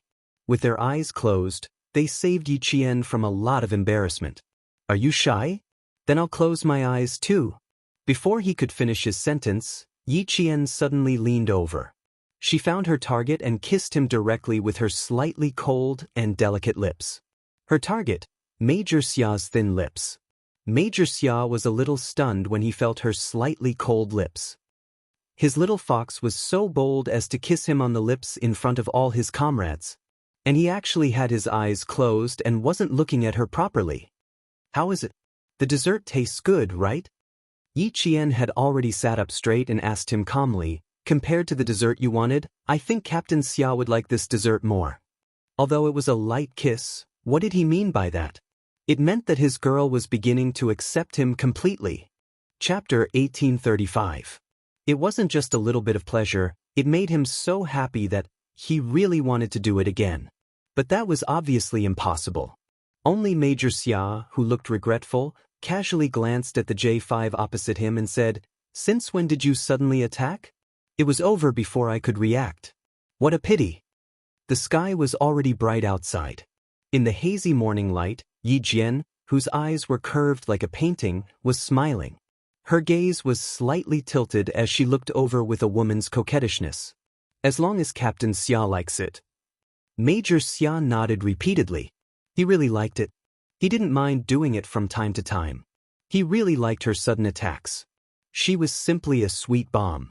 Major Xia, who had kept his back straight from the beginning to the end, looked the most serious on the surface, but his hands never stopped moving. One moment, he would use his fingers to rub the back of Yi Qian's hand. The next moment, his fingers would hook tightly around Yi Qian's fingers. The next moment, he would grab Yi Qian's hand and stuff it into his pocket to warm it up with his body heat. There was no other way. He still had regrets. His heart was itching. If he didn't find something to do, his heart would feel terrible. The Tibetan route to Dabin was full of twists and turns, and there were countless dangerous roads. The 2 trucks carrying dozens of special forces followed this dangerous road that had sacrificed countless engineering soldiers to reach the same destination that everyone had arrived at together. The J5 moved slightly. There was a faint smile at the corner of his mouth. What quarrel? Their feelings were clearly sweet. Yi Qian was bold enough to kiss him directly. Their captain was stunned for at least 3 seconds. Obviously, he didn't expect Yi Qian to suddenly kiss him. This sweetness made his mouth feel like it was full of sweetness. He wanted to look a little longer, but unfortunately, their captain didn't let him. A cold gaze inadvertently swept over, making him quickly close his eyes. He thought he had hidden it well. Who knew that everything was exposed? Haha, this was probably why Yi Qian was stunned when he kissed him. Even when taking a shower in the unit, he had to draw the curtains. Q King, who valued privacy very much, wouldn't let others see his girlfriend kiss him, not even his comrades. It was quiet in the car that was filled with friendliness. Everyone's body was swaying along with the bumpy road. Sometimes they were leaning forward, sometimes they were leaning backward, sometimes they were shaking left and right. In such a dynamic environment, all the special forces soldiers in the car, including Yi Jian, were sleeping soundly. It was amazing. Occasionally, the back of a member's head would suddenly hit the hard surface of the hard car. With one eye half open and the other closed, they didn't even need to rub the back of their head and went back to sleep. At night, they met up with the remaining members of the Storm Commandos and began to complete all the tasks in the altitude training. Qin Xiu and the rest arrived at the outpost at Shunxian Bay around 2 in the afternoon the next day. When they arrived at the outpost that was close to the sky, he and another translator, who rarely spoke or showed up, got out of the car and went into the camp arranged by the outpost. They never came out again. The sky above the outpost was very blue. There were no trees or grass. Under the white snow, there were brown gravel. Because the oxygen content in the air was less than half that of flat ground, but the ultraviolet intensity was half that of flat ground, it was extremely difficult to plant trees in Shunxian Bay. The arrival of the art group made the outpost lively. Red lanterns were hung up even before the spring festival. Although the water was only 70 degrees, it was a temperature they could hold in their hands. Chapter 1836. Singing, dancing, and skits were all performances that the art troupe could perform. There were still 10 minutes before the 2-hour performance ended, but the soldiers in the outpost were still reluctant to leave. Du Jiayi suggested to Instructor Gao and the leader in charge of the construction to see if they could increase the interaction between the soldiers and the art troupe.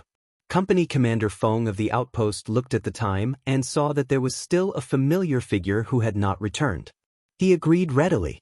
When the soldiers and the art troupe sang together and the atmosphere reached its peak, Company Commander Feng quietly stood up and left. Not back yet? He walked directly to the platoon leader who was standing guard on behalf of the soldiers tonight and whispered, "If he doesn't return in half an hour, quickly send soldiers out to receive him." If something were to happen to a diplomat and a specialist of a certain heavy and powerful weapon right under his nose, he would be a sinner of the country. The place he went to has to avoid being noticed, so it will be a little slow. If he doesn't return in half an hour, I will immediately send someone to receive him. The platoon leader nodded lightly with his windbreaker mask covered in white frost. He looked around the barracks vigilantly and said, "Half an hour ago, a soldier reported to me that the female soldier with the rank of captain in the art troupe asked him which outpost a military officer named Xia Jinyuan was at. He graduated from the National Science and Technology University." Graduates from the National Science and Technology University all had military ranks, so he was definitely not an ordinary soldier. When Company Commander Feng heard this, his eagle-like eyes shone brightly. Although he did not know who Xia Jinyuan was, it was a little abnormal for him to come to the outpost to ask about a military officer who graduated from the National Science and Technology University who might be assigned to the border. What was even more abnormal was that if it was a normal person, he could have asked him directly and not a normal soldier. As a sentry at the border, any military officer's alertness was definitely not ordinary. Only the female soldier with the surname Du is a captain in the art troupe. Ask the soldiers to keep an eye on her and not let her wander around. Company Commander Feng no longer had a smile on his face. He became very serious. "If she asks the soldiers again, ask the soldiers to bring her to see me." As he spoke, a few small black dots moved faintly. The platoon leader immediately looked through his binoculars. "Company Commander, the political commissar is back. Keep an eye on the inside.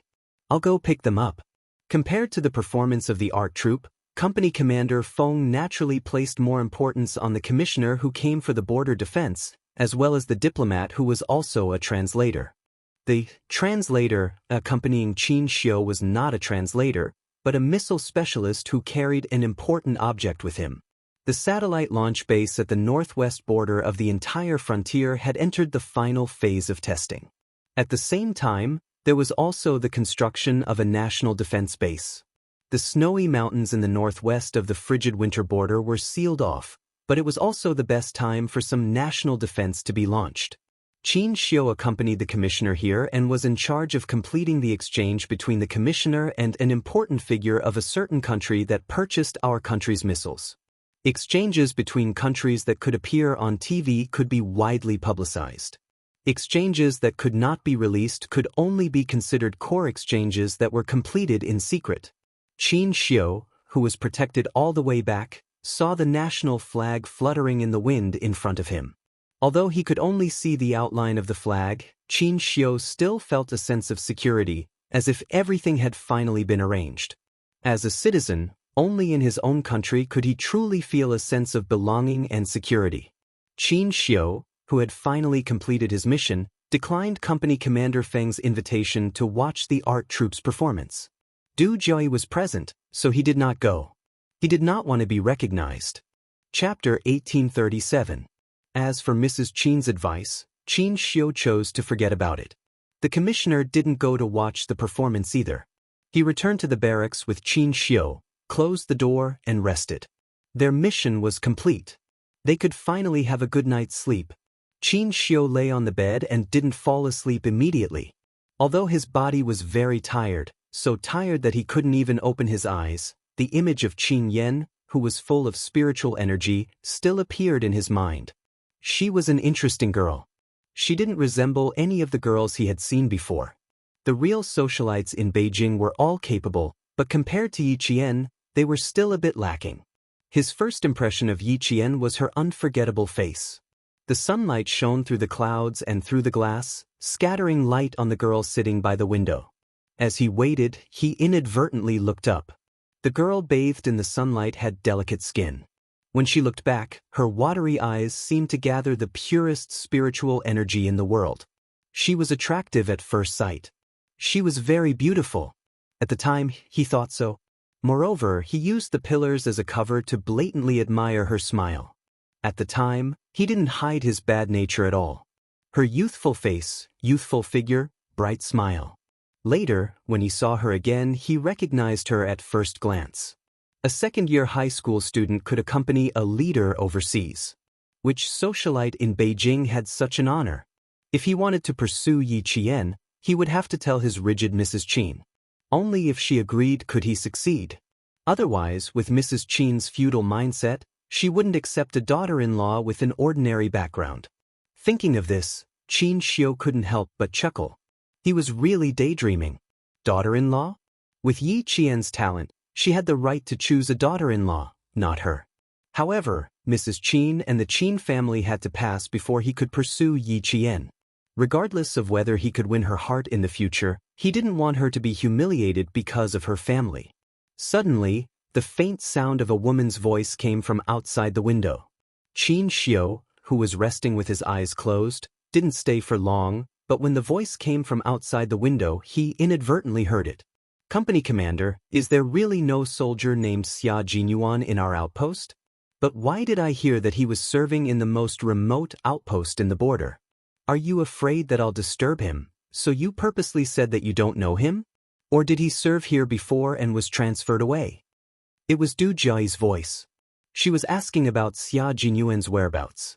You're wrong, there's no doubt that he's in the outpost. The most remote outpost in the border. There are many outposts. There are many outposts. Of course, you have to be sure that he is assigned to the northwest outpost of the border. Company Commander Feng smiled as he looked at the captain of the Arts and Crafts Regiment who had come to look for him after the ceremony ended.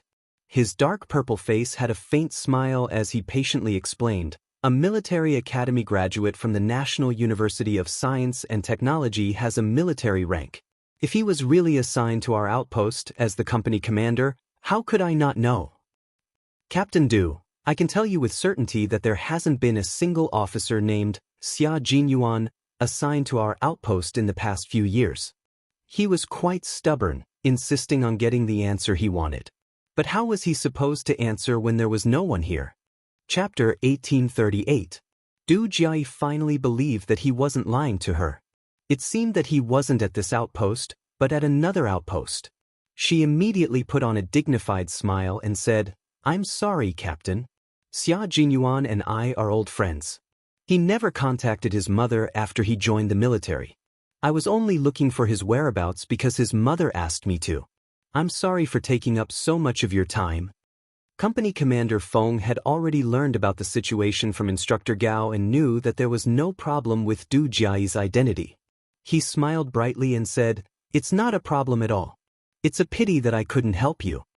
Company Commander Feng had a good impression of the staff officer's daughter, who was polite and didn't put on airs at all. He was very willing to help her. "How about this, Captain Du? You write a letter, and I'll ask around at each outpost. If there's any news, I'll send a letter to Barracks 30 Li. What do you think?" When Qin Xiu heard Du Jia's overjoyed reply, his lips curled into a smile. That's for the best. She was so anxious to find Xia Jinyuan. It seemed that the daughter of the Du family liked Xia Jinyuan. The two families had a dead knot, and Xia Jinyuan was a strong-willed person. Du Jia would probably be frustrated.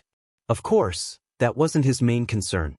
His main concern was that he could explain to Mrs. Qin that the daughter-in-law she liked already had someone in her heart.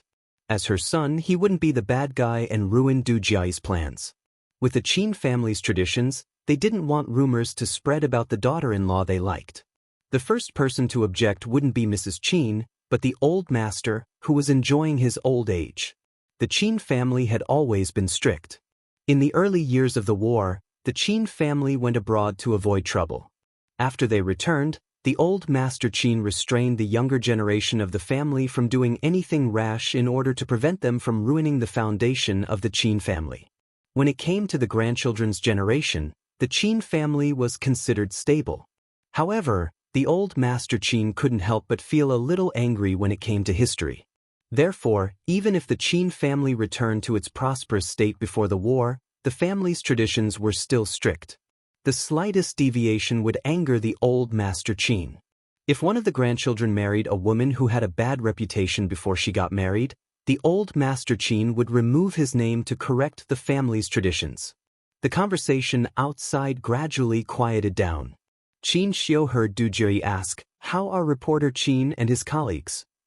Only then did he know that Company Commander Feng and the others' excuse. He didn't know if he would tell Du Jia the truth or not.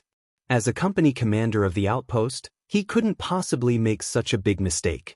The sound of footsteps and conversation gradually faded away until the surroundings were quiet again. Qin Xiu, who was lying flat on the bed, closed his eyes again.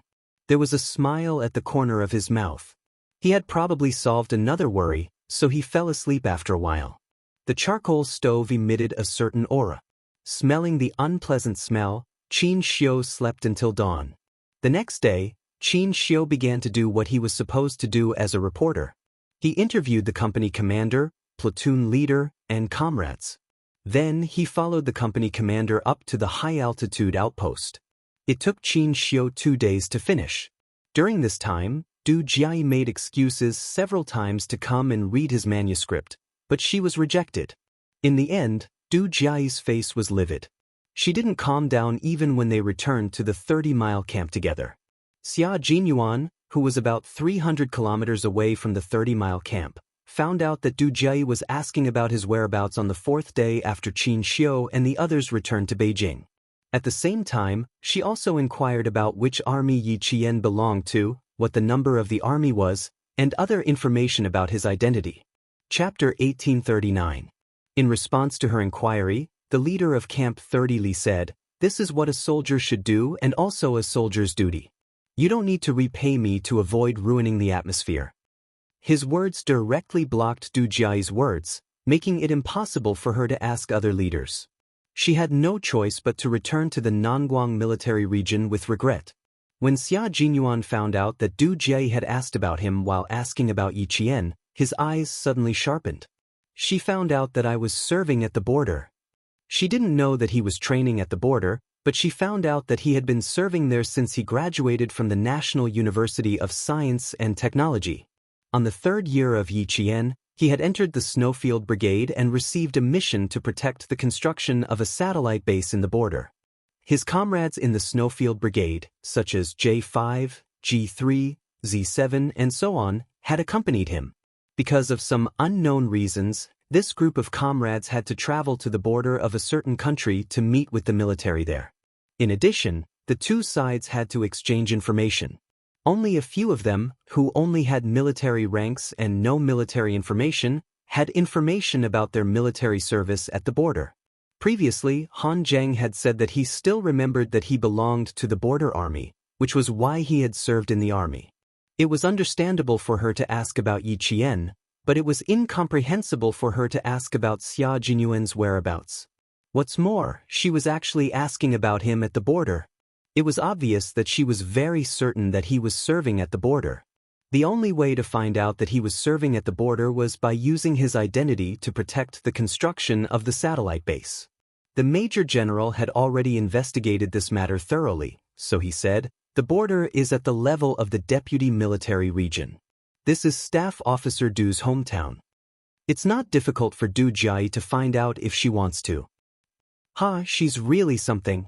Just because it used to be his hometown, she can casually reveal the location of a soldier's military service? Xia Jinyuan's face immediately darkened. There was a strong sense of hostility between his handsome brows. "You've stretched your hand too far. Be careful not to get stomped." The Major General was shocked when he heard this. Du Jiayi had directly investigated Yi Qian and Xia Jinyuan from the system and triggered the warning system. The head of the military's top-secret department immediately reported to him. In less than half a day, he had investigated the entire matter, including how Du Jiayi knew about it. There was obvious hostility in Xia Jinyuan's voice. Major General Lu knew a thing or two about the Xia and Du families. Because he knew about it, he had to settle it properly, in case Xia Jinyuan brought it up without knowing it, which would give Staff Officer Du another chance to go against the family Xia. He then said, "All of your information is now classified as top secret. Your identities are not in the entire system. Therefore, there is no leak of information about the members of the Snowfield Brigade. Furthermore, even the fake identities you used to enter the satellite base were classified as top secret. Even Advisor Du did not have the authority to investigate them." Xia Jinyuan said in a low voice, "I trust the military on the confidentiality aspect. Please tell me how she found out that I was serving at the border." "She found out that you were serving at the border from Staff Officer Du then. She didn't ask Staff Officer Du personally, but..." The Major General paused for a rare moment. When he spoke again, even his tone was much softer. "It was the Commander-in-Chief's ex-wife who asked Staff Officer Du. Staff Officer Du said that he knew you were serving at the border a few years ago, but he didn't know anything else." Chapter 1840. Du Jiayi knew that you might be serving at the border. This was what the Commander-in-Chief's ex-wife told her and asked her to find out. When she left 2 letters. One was in the hands of Company Commander Feng at the outpost, and the other was left at Camp 30 Miles. Wasn't Madame Xiao the Commander-in-Chief's ex-wife? Why would Madame Xiao, who had brought her son along when she was having an affair, suddenly want to find out about him? He didn't tell Mr. Xia about her affair, which was considered repaying her for giving birth to him. When you went to the border to ensure the construction of the base, you went there as an ordinary officer. Staff Officer Du was the one who approved you, so it's normal for him to know. Moreover, he only said that you were serving at the border, but he didn't say anything about the army or other details. You should calm down a little." Major General Lu didn't want him to lose his mind, especially when the Commander-in-Chief's ex-wife, Madame Xiao, was involved. In this family, the person who didn't want to contact Madame Xiao the most was Xia Jinyuan. It was already unbelievable that Du Jiayi wanted to find out where he was serving, but in the end, it was actually Madame Xiao who asked her to do it. Xia Jinyuan couldn't help but look up at the sky. "The sun didn't rise in the west and set in the east today. You don't have to give me the letter. Just destroy it. As for the anger in my heart, to be honest, I'm not angry at all." He originally wanted to find out what Du Jiayi's motive was, but now it was completely unnecessary. Didn't Madame Xiao see her as her biological daughter? Madame Xiao asked her biological daughter to do something, so her biological daughter had no choice but to accept it. Xia Jinyuan, who contacted Major General Liu through the ground navigation system, smiled faintly and said, since she was asked by Madame Xiao, it doesn't matter much. However, you still need to keep an eye on Yi Qian. She can't find out Yi Qian's information just because she wants to. Moreover, her information is classified as top secret along with yours. If anyone searches for Yi Qian's information in the system, the military's confidential department will immediately know and contact me. Yi Qian hasn't joined the army yet, so she can't find anything even if she wanted to.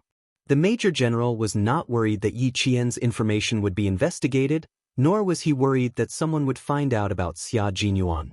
Instead, he was worried that Xia Jinyuan would do something irrational because of Ms. Zhao's interference. The Snowfield Brigade did not belong to any army. In some cases, every member of the Snowfield Brigade was an unregistered citizen without any information about their identity. They had enjoyed all the privileges of our country's soldiers when they were alive, but if they died, they might not be able to enjoy the glory that a soldier should have. Only the Major General of the army had access to the information of everyone in the Snowfield Brigade. Even Commander-in-Chief Xia did not have the authority to do so. However, Xia Jinyuan wanted the Major General to be careful, so he told him about the friction between Yi Qian and Du Jia. It's not that I'm overly worried, but Du Ji is a vicious and merciless person. Major General, you still need to inform the school. With Xia Jinyuan's reminder, the Major General frowned and said coldly, she's so narrow-minded. She repaid kindness with ingratitude. If she dares to do anything to Yi Qian, she won't be able to wear her military uniform for long. Yi Qian was the focus of the military's training. She was not at fault for rescuing Yi Qian, but she used her family's power to harm Yi Qian just because he replied to her. The military was not the Du family's military. It was also not a place where the Du family could cover the sky with one hand. With the Major General's nod, Xia Jinyuan felt a lot more relieved. Then, he listened to the Major General talk about the meeting between the Snowfield Brigade and the Storm Commandos. He picked out the main points of the meeting and told him about it. The military has decided to train 2 special forces teams, sea, land, and air. Chapter 1841. The Snowfield Brigade is already one, and the Storm Commandos will be the 2nd special forces of our country. In the future, no local troops will be involved in the training of these 2 forces. This decision was made because, with the development of the internet, all kinds of eavesdropping and stealing methods were directly related to high technology. In addition, China's self-developed high-tech weapons were unveiled during the Great Celebration, and all the developed countries had already turned their attention to them. Since the Great Celebration until now, the various countries had already caught countless spies who had tried to get close to the troops and bribe military personnel. The Snowfield Brigade was not only the top special forces of our country, but also the most mysterious special forces of our country. In the future, as the country's military strength increased, this mysterious special forces would receive more and more difficult missions. Therefore, the Snowfield Brigade would also usher in a brand new reform. We will discuss the reform proposal you proposed 3 years ago again in the meeting. We agree that the Snowfield Brigade will be divided into 2 teams, and we will use Chinese and English as a substitute for each other.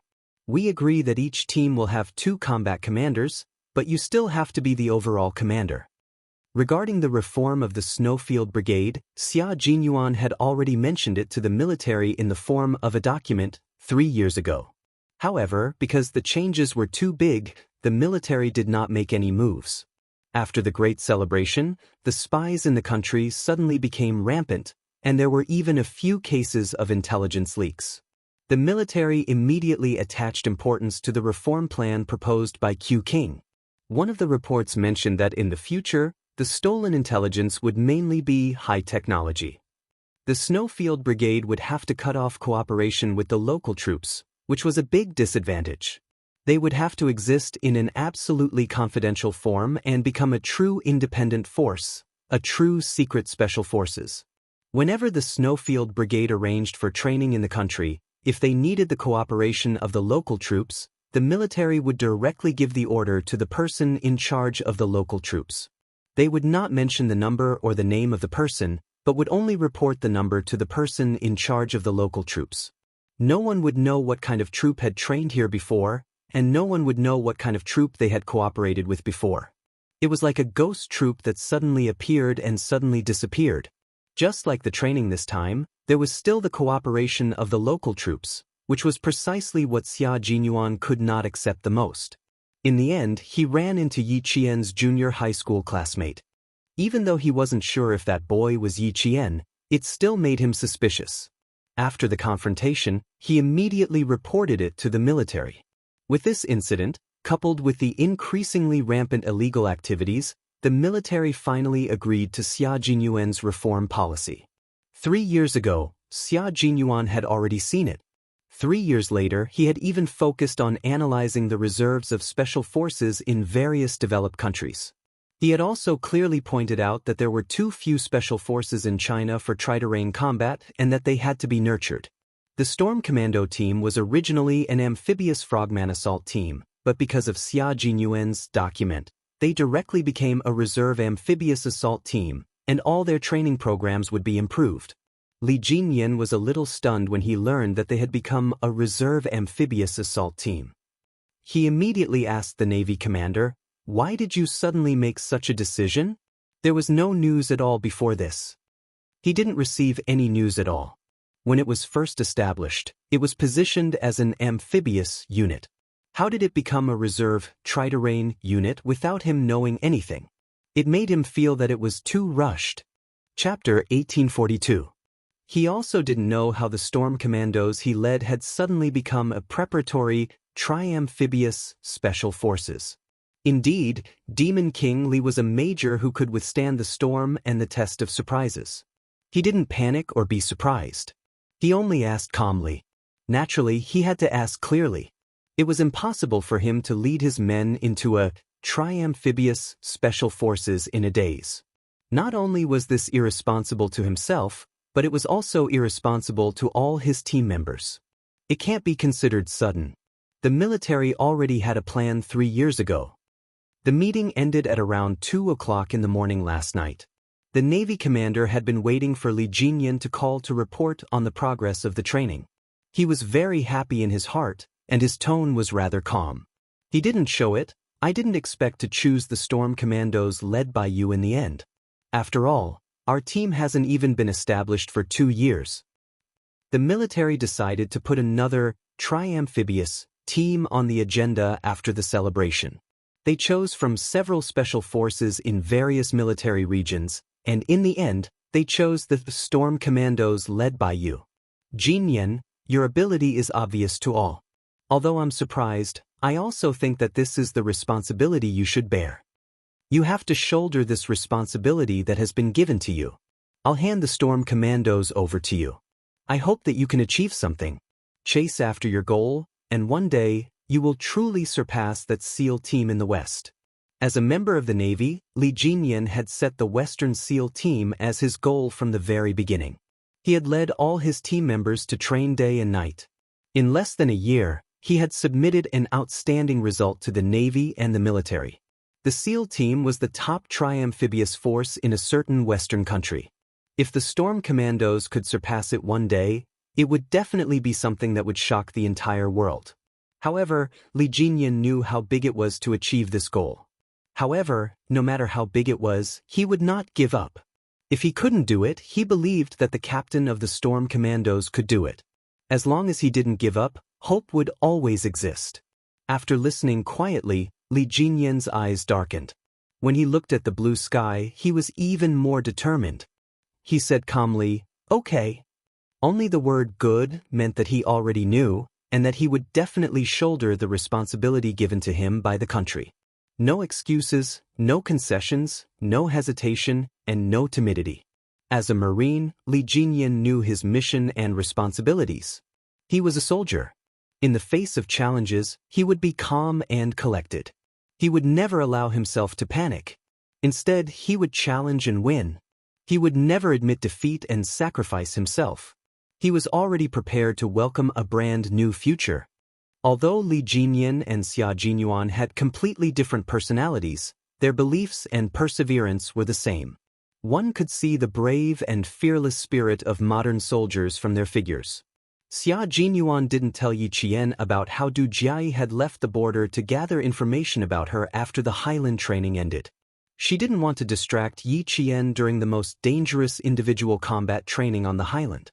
Take the hiding in the snow training as an example. If a person directly hid in the snow without moving for a few hours, they would be like a popsicle. He really couldn't bear to let someone like Du Jiayi distract Yi Qian. She not only gathered information about you in the border, but also about me.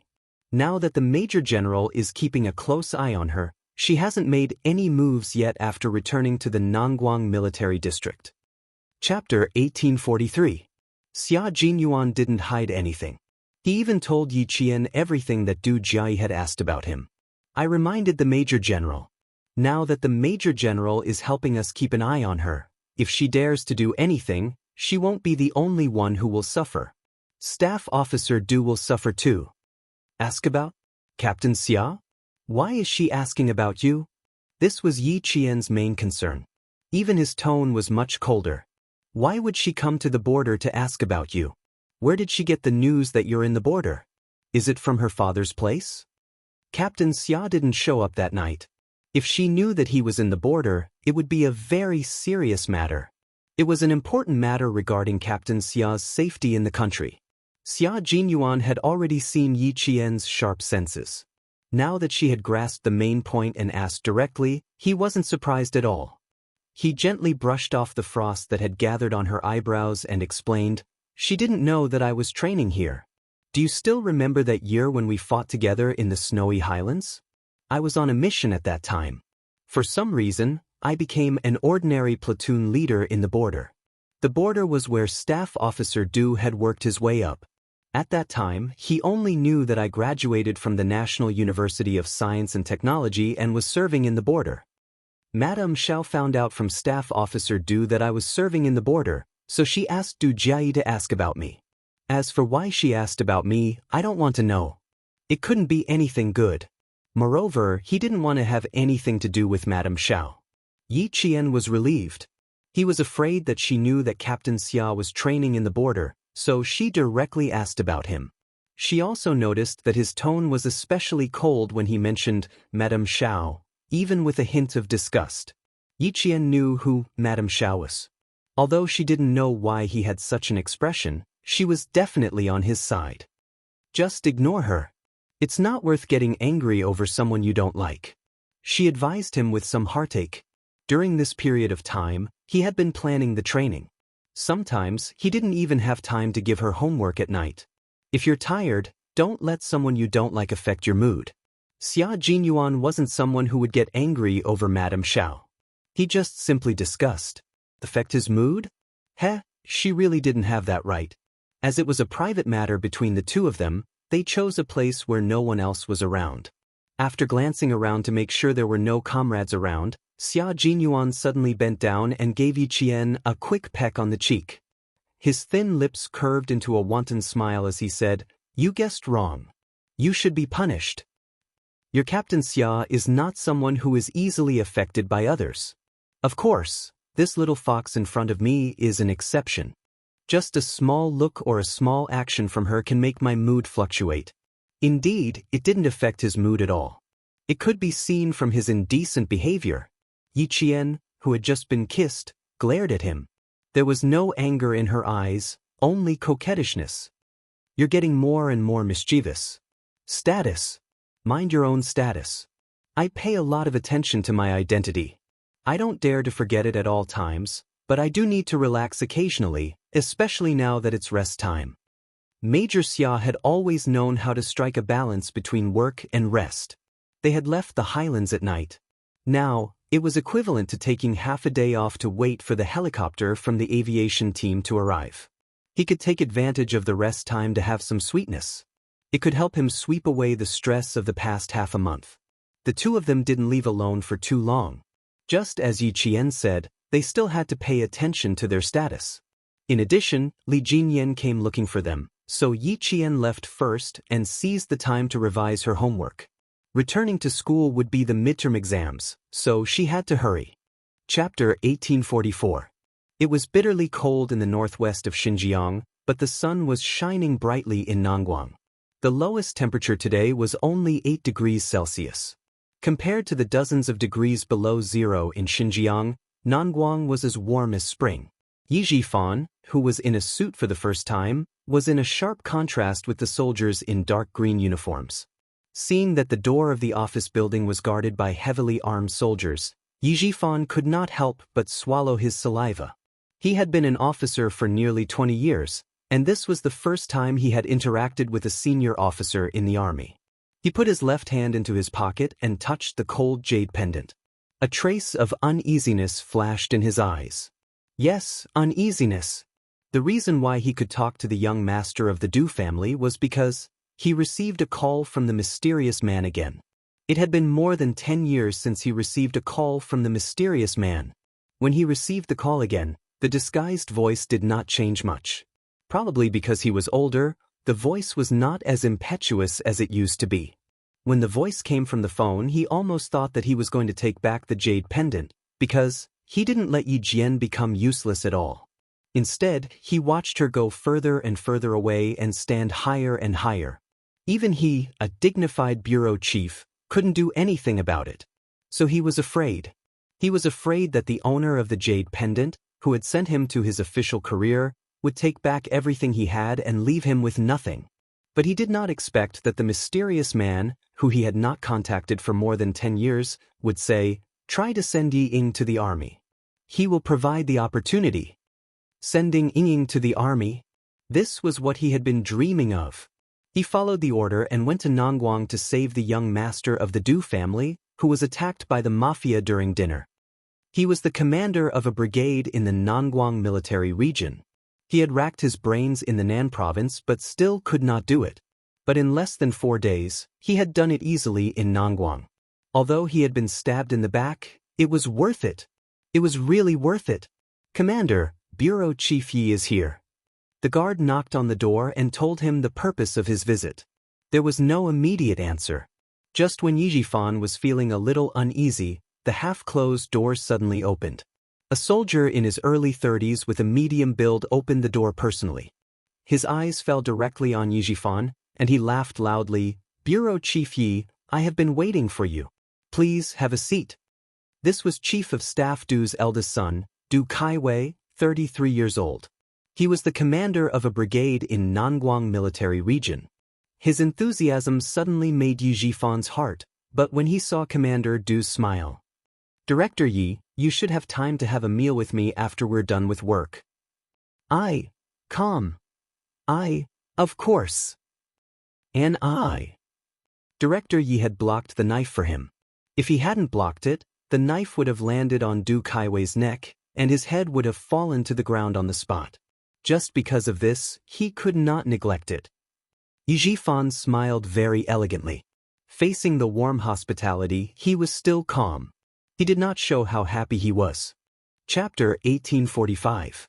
Before Yi Jifan went to Nangguang for the business trip, he had already roughly learned about the Du family's situation. Although it was not a real prominent family, it was still quite rich. Chief of Staff Du's family was relatively simple. There was an elder brother who was the second most powerful person in Nangguang province. His children had already joined the army. Although Chu Yunxing didn't know what they were doing, with an elder brother who was the second most powerful person in Nangguang province, it shouldn't be too bad. Chief of Staff Du was the second son. He had 2 sons and 2 daughters. Commander Du was the eldest son. He was only 33 years old. He also had a younger sister who was a member of the Standing Committee of Jiang Province. This Mrs. Du was in her early 40s, she only had 1 daughter, and she was still studying abroad. But the most noteworthy one was Chief of Staff Du's wife, Mrs. Li. It could be said that the reason why the Du family could become what it was today was largely because of Mrs. Li. She was a very knowledgeable and decisive woman who relied on her family's connections to raise the Du family, which was originally just a peasant family, to its current status. Yi Jifan deliberately learned about Mrs. Li when she was young and what had happened in recent years. He knew that her status in the Du family was quite high, and everyone in the Du family respected her very much. Chief of Staff Du also listened to her every word. Mrs. Li was in charge of everything in the Du family, and she never asked about it. However, it was also understandable that a woman who relied on her family's connections to raise her husband's family to its current status would treat her like an ancestor. This commander in front of Chu Yunsheng also respected his mother very much. It was because of this Madame Li that Yi Jifan had no choice but to be cautious. Facing Du Kaiwei's warm hospitality, Yi Jifan, who purposely learned about it before coming here, took a sip of tea and said calmly, "Commander Du, you are too polite. The thing you told me last time, I have thought about it again and again. My daughter is studying abroad in France. If she suddenly drops out of school and joins the army, once she stops studying, it will be very difficult for her to pick it up again. She just turned 19 years old a few days ago. I'm afraid that she won't be able to handle the hardships if she joins the army at such a young age." It was not that he didn't want to bring Yingying back to Nanguang province, but with Mrs. Li, a powerful woman who didn't like other people forcing her to help him, he needed to know what she wanted. In the Du family, only when Mrs. Li nodded her head would things go smoothly. Moreover, he didn't believe that Mrs. Li didn't know that he saved Du Kaiwei. He even suspected that it was Madame Li who suggested to let Yingying join the army. She wanted to test him. If he had really met Du Kaiwei by chance, it would have been fine. However, he had been arranged step by someone else. The Du family was not an ordinary family, so he felt a little uneasy. He had to be careful at every step. Du Kaiwei's eyes flickered when he heard this.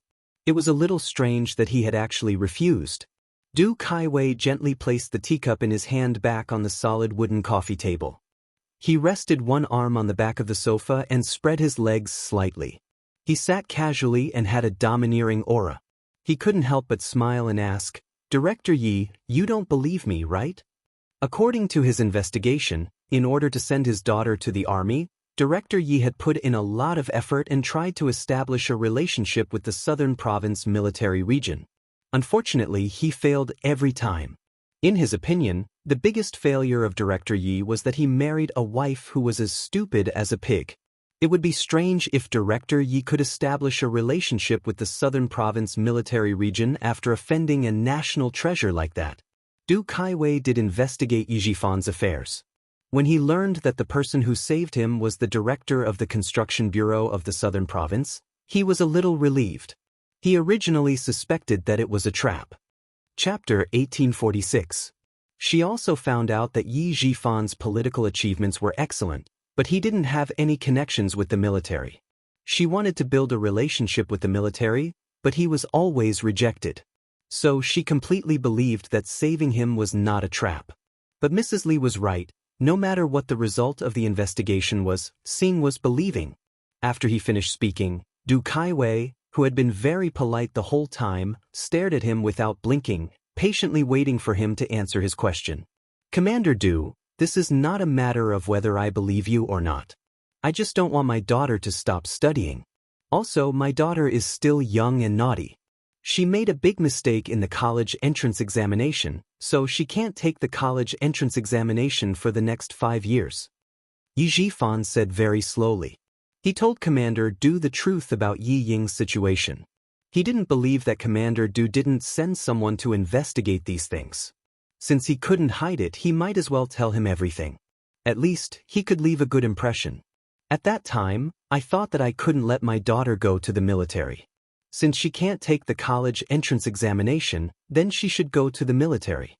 But I didn't know, because of some things in my family, my daughter also fainted in junior high school.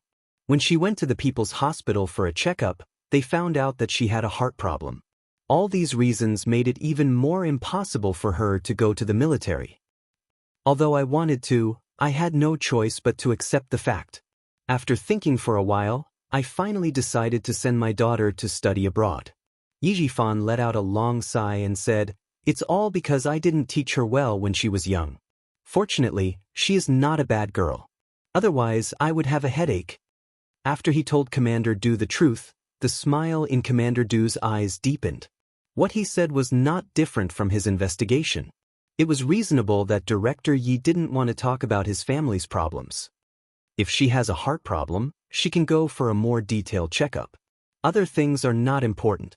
It's just my daughter's little mind.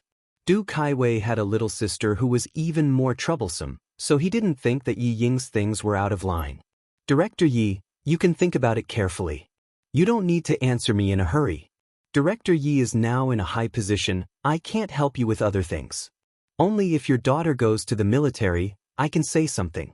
Also, when my family found out that it was Director Yi who saved me, my parents really wanted to come to Southern Province to thank Director Yi in person.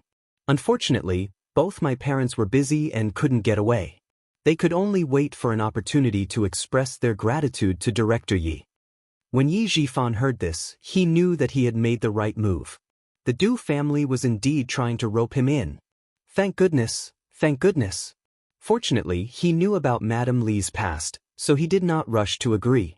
When the Du family was investigating Yi Jifan had already investigated the Du family. However, he had always been cautious. When he found out that Madame Li was actually in charge of the Du family, he hurriedly investigated Madame Li's character. As a result, he found out that Madame Li had done something back then, which made him break out in a cold sweat. The old madam of the Du family had a cousin who had once lent half a liter of rice to the Du family during their most difficult time. About 10 years ago, that cousin saw that the Du family had become rich. He had not visited the Du family for a long time, so he took this opportunity to visit the Du family.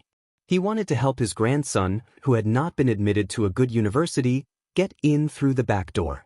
Mrs. Li immediately agreed and sent her grandson to university. As a result, he was directly assigned to the most remote place after graduation. Chapter 1847. The cousin tried to get in through the back door again, but was rejected by Madame Li. She said, I've already repaid the debt of half a liter of rice. Cousin, are you trying to force me to repay your debt? I'm sorry, but I won't fall for that. It wasn't easy to investigate this incident, and it came from Staff Officer Du's hometown. If he didn't know, he would have brought his daughter's information to them. Taking things slowly was Yi Jifan's rule as an officer. He was never aggressive and never took risks. With someone supporting him from behind, he just needed to walk steadily. He knew that as long as he didn't make any mistakes, he would have a meteoric rise. Therefore, Yi Jifan was so cautious that he wouldn't take action immediately. No matter how much he wanted to send Yi Ying to the army, he would stay calm. Because of his cautiousness, he avoided the minefield again and didn't let the Du family notice anything suspicious. With Du Kaiwei's words, Yi Jifan left Nangguang with a smile on his face. So what if Chen Dongfeng was capable? So what if Uncle Zhen was respected by so many soldiers when he was alive? He didn't care about Commander Liu and Political Commissar Yan. With the Du family's position in the army, he wouldn't give up on what he wanted for his daughter. Yi Jifan didn't mention to Sun Dongqing that he had a relationship with the Du family. Before the matter was settled, it was enough for him to keep it to himself. He didn't even want to mention Yi Ying for the time being. Xia Jinyuan only found out that Yi Jifan had a relationship with the Du family at around 3:00 in the afternoon after the training in the mountains ended. Yi Qian said that he didn't want him to get involved, but as Yi Jifan's position increased, he couldn't really let his guard down. Since he wasn't in Nangguang, he naturally had to ask someone to keep an eye on him. If there were any big movements, he would know immediately. The person on the phone with him was none other than Xia Yiwei. The person who asked him to keep an eye on Yi Jifan was naturally her, the secretary of the southern province.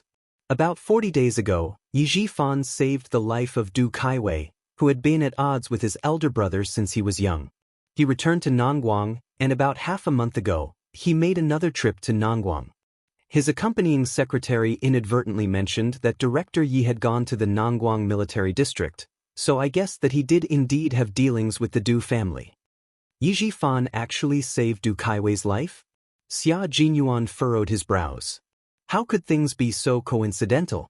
Little Fox had just started a feud with Du Ji when Yi Jifan had already made friends with the Du family.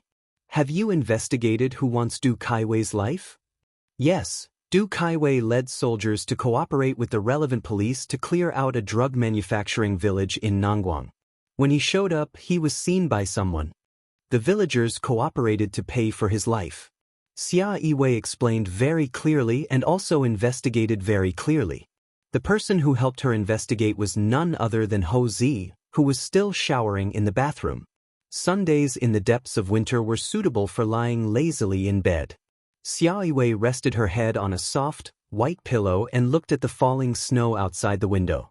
Her voice was charming but sharp as she said, "This time, it's really all connected. Our family Xia and the Du family have always been at odds. Who knew that my sister-in-law would come into conflict with Du Jiayi in advance, and in the end?" Xia Yiwei described the network of relationships one by one. It was really complicated. In one sentence, she concluded, "It's really fate that my sister-in-law and our family Xia are fated. I'm also fated to be with your family Xia." A familiar male voice suddenly came through the phone. Xia Jinyuan did not even frown and said, "Help me ask Brother Z about the progress in France."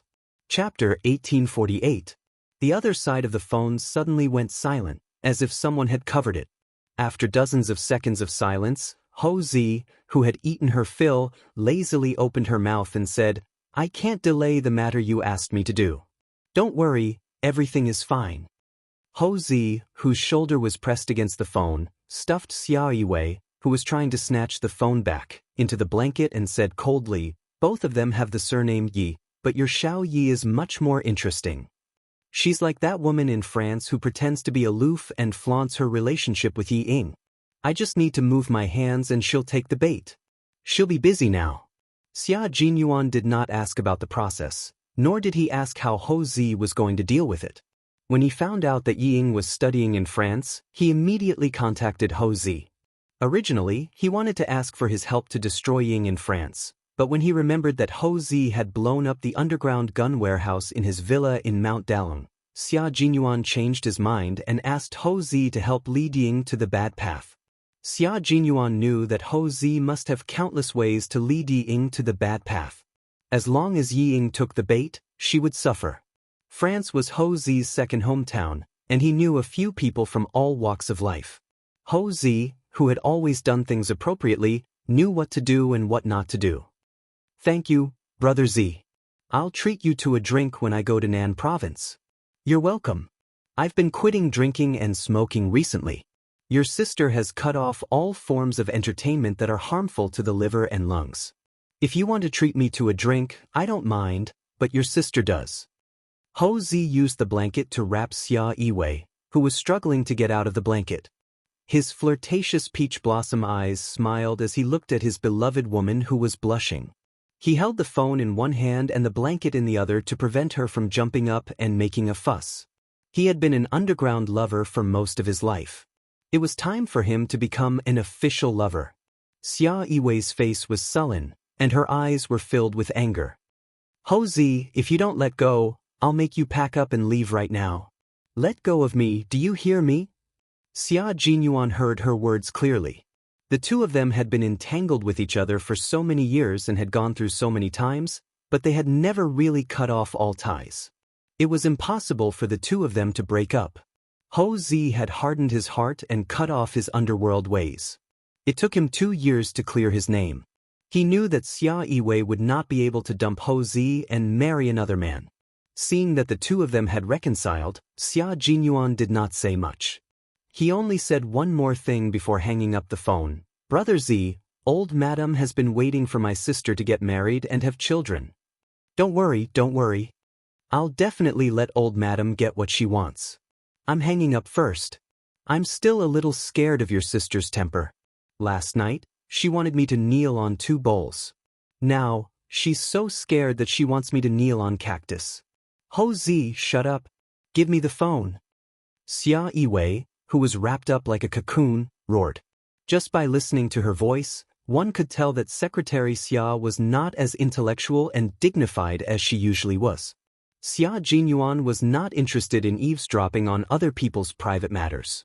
He was about to hang up, but when he heard that Xia Yiwei still had something to say to him, he moved the phone away from his ear.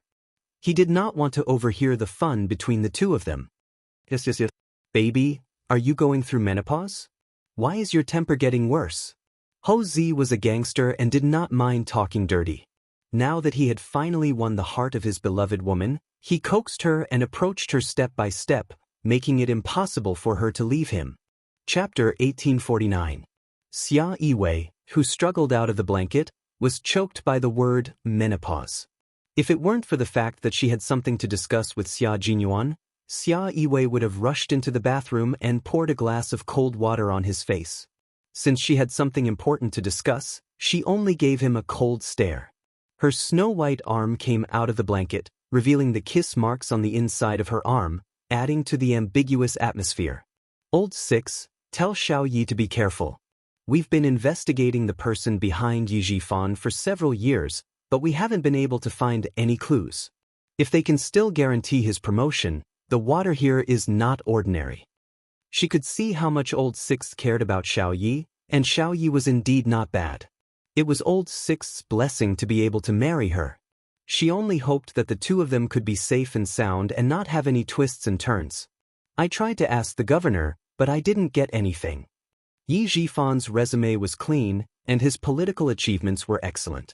It could be said that he could achieve some political achievements no matter what position he was in.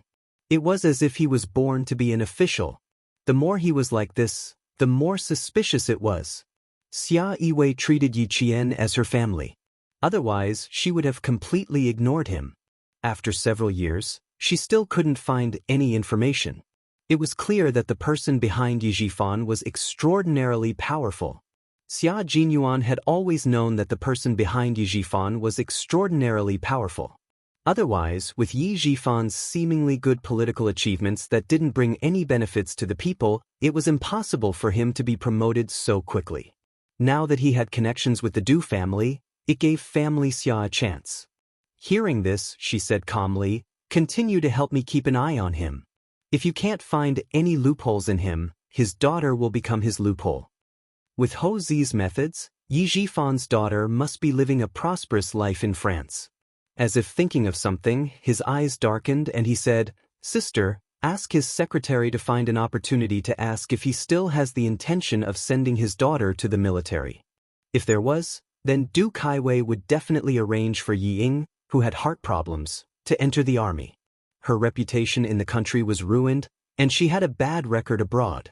Regiment Commander Du, if you really want to repay that stab, then please arrange for Director Ye's daughter to join the army. Xia Yiwei was the secretary of the leader of the southern province. It was much more convenient for her to keep an eye on Yi Jifan. Moreover, Yi Jifan's secretary was friends with Xia Yiwei. It was not suspicious for her to ask some non-work-related questions. Tell Sixth Brother that he doesn't need to worry about France. Just focus on his own things. I'm not capable of handling the matters in the army, but I can still contribute to the matters outside. Ho Zi, who was about to get dressed, leaned over and kissed Xia Yiwei on the cheek, leaving the two siblings alone. He had to go downstairs to prepare lunch for his wife. If he didn't prepare lunch now, dinner would be ready. Xia Jinyuan didn't talk for a long time. He had just finished the training, so he was actually a bit tired. When he took out his phone and saw Xia Yiwei had sent him a few text messages, "Call me back as soon as you see me." In front of him, Yi Qian was still standing quietly in the same place. There was a smile in his dark eyes. He slightly moved his ankle that he sprained last night, and then strode straight towards Yi Qian. Everyone was wearing a jungle combat uniform. The paint on their faces was smeared with sweat, making them look even more unrecognizable. There were still a few comrades who hadn't come back yet. While waiting, they didn't forget to exchange their training experience and tactics with each other. Diving for a long time requires you to finish it in one go. You can't stop at will in case of insufficient oxygen. However, for a long-distance march in the mountains, we must strike a balance between work and rest. When we need to run, we must increase our speed. When we need to rest, we must stop. Only then can we maintain our stamina and keep our body excited. J5 was talking to a few members of the Storm Commandos. Yi Jian stood beside and listened carefully. Chapter 1850. Every member of the Snowfield Brigade was very outstanding. Their tactical experience and training were accumulated over a long period of time. After more than 40 days of joint training, Yi Qian was amazed by the abilities of each of them. The T6 soldiers had delicate baby faces, but once they held a sniper rifle, They could directly complete an accurate sniper shot with a golden hook hanging upside down from a tree. The long hawks and sparrowhawks were the scouts of the team. As long as the prey was targeted by them, it would be impossible for them to escape from their sight. Moreover, they could complete the reconnaissance in the shortest time possible. Yiqian always felt that she was full of energy from head to toe when she trained and fought with them, because they were all role models for her to learn from on her way to the military. Fighting with a group of role models, she would never relax or think about slacking off. She would always be spurred on. The Navy's main mission is anti-reconnaissance, anti-landing, beach raiding, and so on. The military skills and abilities you all have are incomparable to other branches of the military. Previously, you focused on naval combat, so you were limited. In the future, you will move toward a more large-scale tri-service systematic combat. With the ability of the Devil King, I'm guessing that within 3 years, you will be a very terrifying naval special forces. Brothers of the Storm Team, I'm looking forward to the establishment of the 2nd Tri-Service Special Forces. Your predecessor was the military's Emergency Mobile Combat Force in the 1990s. In case of an emergency, you can be directly commanded by the General Staff Department.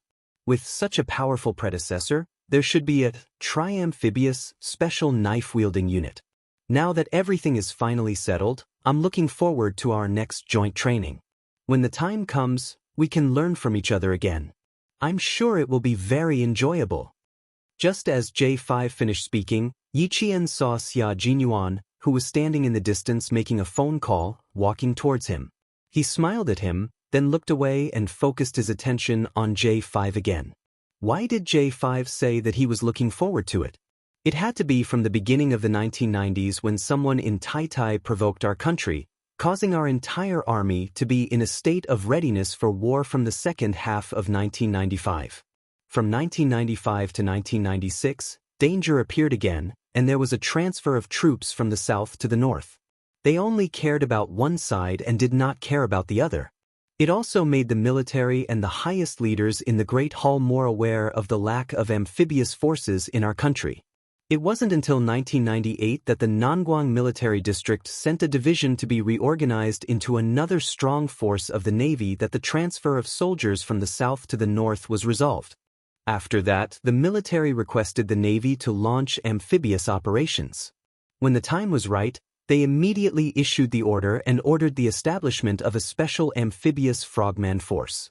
They were now known as the Amphibious Frogman Combat Unit. It had been less than 2 years since it was established the year before last, and now it was changed to amphibious. Such a big reform would make any soldier who knew about it happy. What did this mean?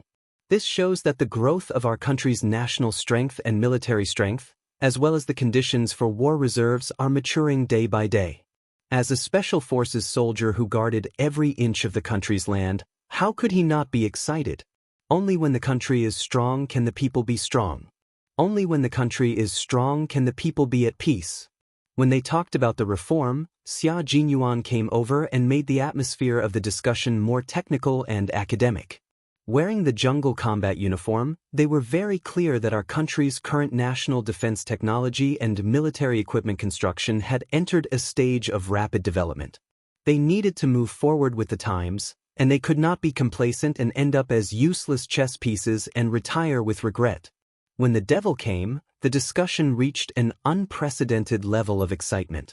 Yiqian, who was still a military school student, had his eyes shining, and his little face was faintly red with excitement. Chapter 1851. There will be big moves next. We are the Navy of South Island. Facing the complicated geographical environment of the sea in South Island, all navies must have amphibious capabilities. So the next move is to have the Navy engage in a full-scale amphibious operation to meet the current needs and future needs. This was Li Jinyan's speech. After hearing it, Yiqian gave him and Xia Jinyuan many thumbs up in her heart. Although she didn't care about military affairs in her previous life, she had seen on TV that our army had held several large-scale exercises at sea in the next 10 years, which was the full-scale amphibious operation that Li Jinyan was talking about now. The future hadn't come yet, but they had already realized and prepared for it. Yiqian could already hear the ups and downs of her excitement. The blood in her body flowed faster, and she was so excited that small beads of sweat appeared on the tip of her nose. How lucky she was to be able to fight side by side with them. When we move from mechanization to digitalization, there will definitely be a full-scale 3-army drill. Those who sail on the sea, fly in the sky, and run on the ground will all gather. Brothers, when we meet again at that time, how delightful it will be. How delightful, how delightful. As a female soldier, Yiqian was even more ambitious when she heard this, and she couldn't calm down for a long time. Life was like a white steed passing through a crack, and in the blink of an eye, she disappeared between heaven and earth. In her previous life, she died an ordinary and cowardly death, so in this life, she must not waste her time. She must live a vigorous life. Those insidious villains were nothing. They spent their lives calculating, but they didn't know that they miscalculated their own lives. Whether it was Yi Ying or Du Jie, their world didn't have magnificent scenery, only darkness like a trench. Yi Qian's world was vast and boundless, and the army was her life stage. She would dance the most beautiful dance and live the most brilliant life. Come on, stack one. Stack one for the many times we will train and exercise together in the future. When the time comes, no one can be left out. In the depths of the dense forest, dozens of big hands were stacked. As there were too many people, some of the brothers stepped on another brother's knee and sat directly on his comrade's shoulder. To the special forces, this kind of stacking was a piece of cake. 22 Army Special Forces soldiers and 22 Navy Special Forces soldiers formed 2 teams. Their outstretched hands were stacked on top of one another. Because they were all wearing camouflage suits for jungle combat, there were also strips of lucky camouflage on the outside. From afar, they looked like 2 big trees with vines growing out of them. It was a spectacular sight. Qin Miao, our bridge is yours. Let's go. The comrade sitting on the top floor shouted. Yi Qian, who was the last to reach the top, jumped and ran. The comrade on the second floor reached out and firmly grabbed her outstretched hand. With a lift, Yi Qian agilely climbed to the second floor, then quickly climbed to the third floor. She stood in the middle like a flagpole between the 2 teams. She stretched out her arms and placed her hands on top of the large hands of her comrades. 1, 2, 3, for our next meeting in the future, all the best. Come on, come on. All her comrades shouted together. Their voices weren't loud, but they were so uniform that it was as if one person was saying it. Although their voices were low, their momentum was great, like the low chime of a morning bell that reverberated in the depths of the valley. This was the friendship of a comrade, a friendship that went through life and death and entrusted their backs to each other. Although they didn't make a sound, it was as deep as the sea and as vast as the sky. Chapter 1852. The promise of not one less was their promise to each other as well as to themselves. However, they were special forces soldiers who walked on a knife's edge. Perhaps one day, they would fall off the knife and the cold gleam of the knife would pierce through their hearts. That would be an eternity. K7 chewed on this promise and committed it to memory. Looking at his comrades hugging each other and saying goodbye, he felt a slight warmth in his cold heart. Some people said that he was too cold and inhumane, and that it would be best for him to be reformed in the army. Perhaps he would be able to cover his face with his heart by going through life and death situations with the soldiers. He didn't say no, and a week later, someone sent him to the army. How many years had it been? It had been 8 years since he graduated from medical school when he was 19 years old, and now he was 27 years old.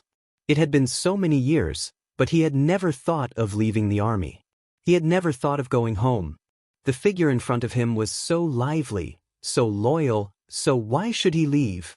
This was his comrade who had gone through life and death with him.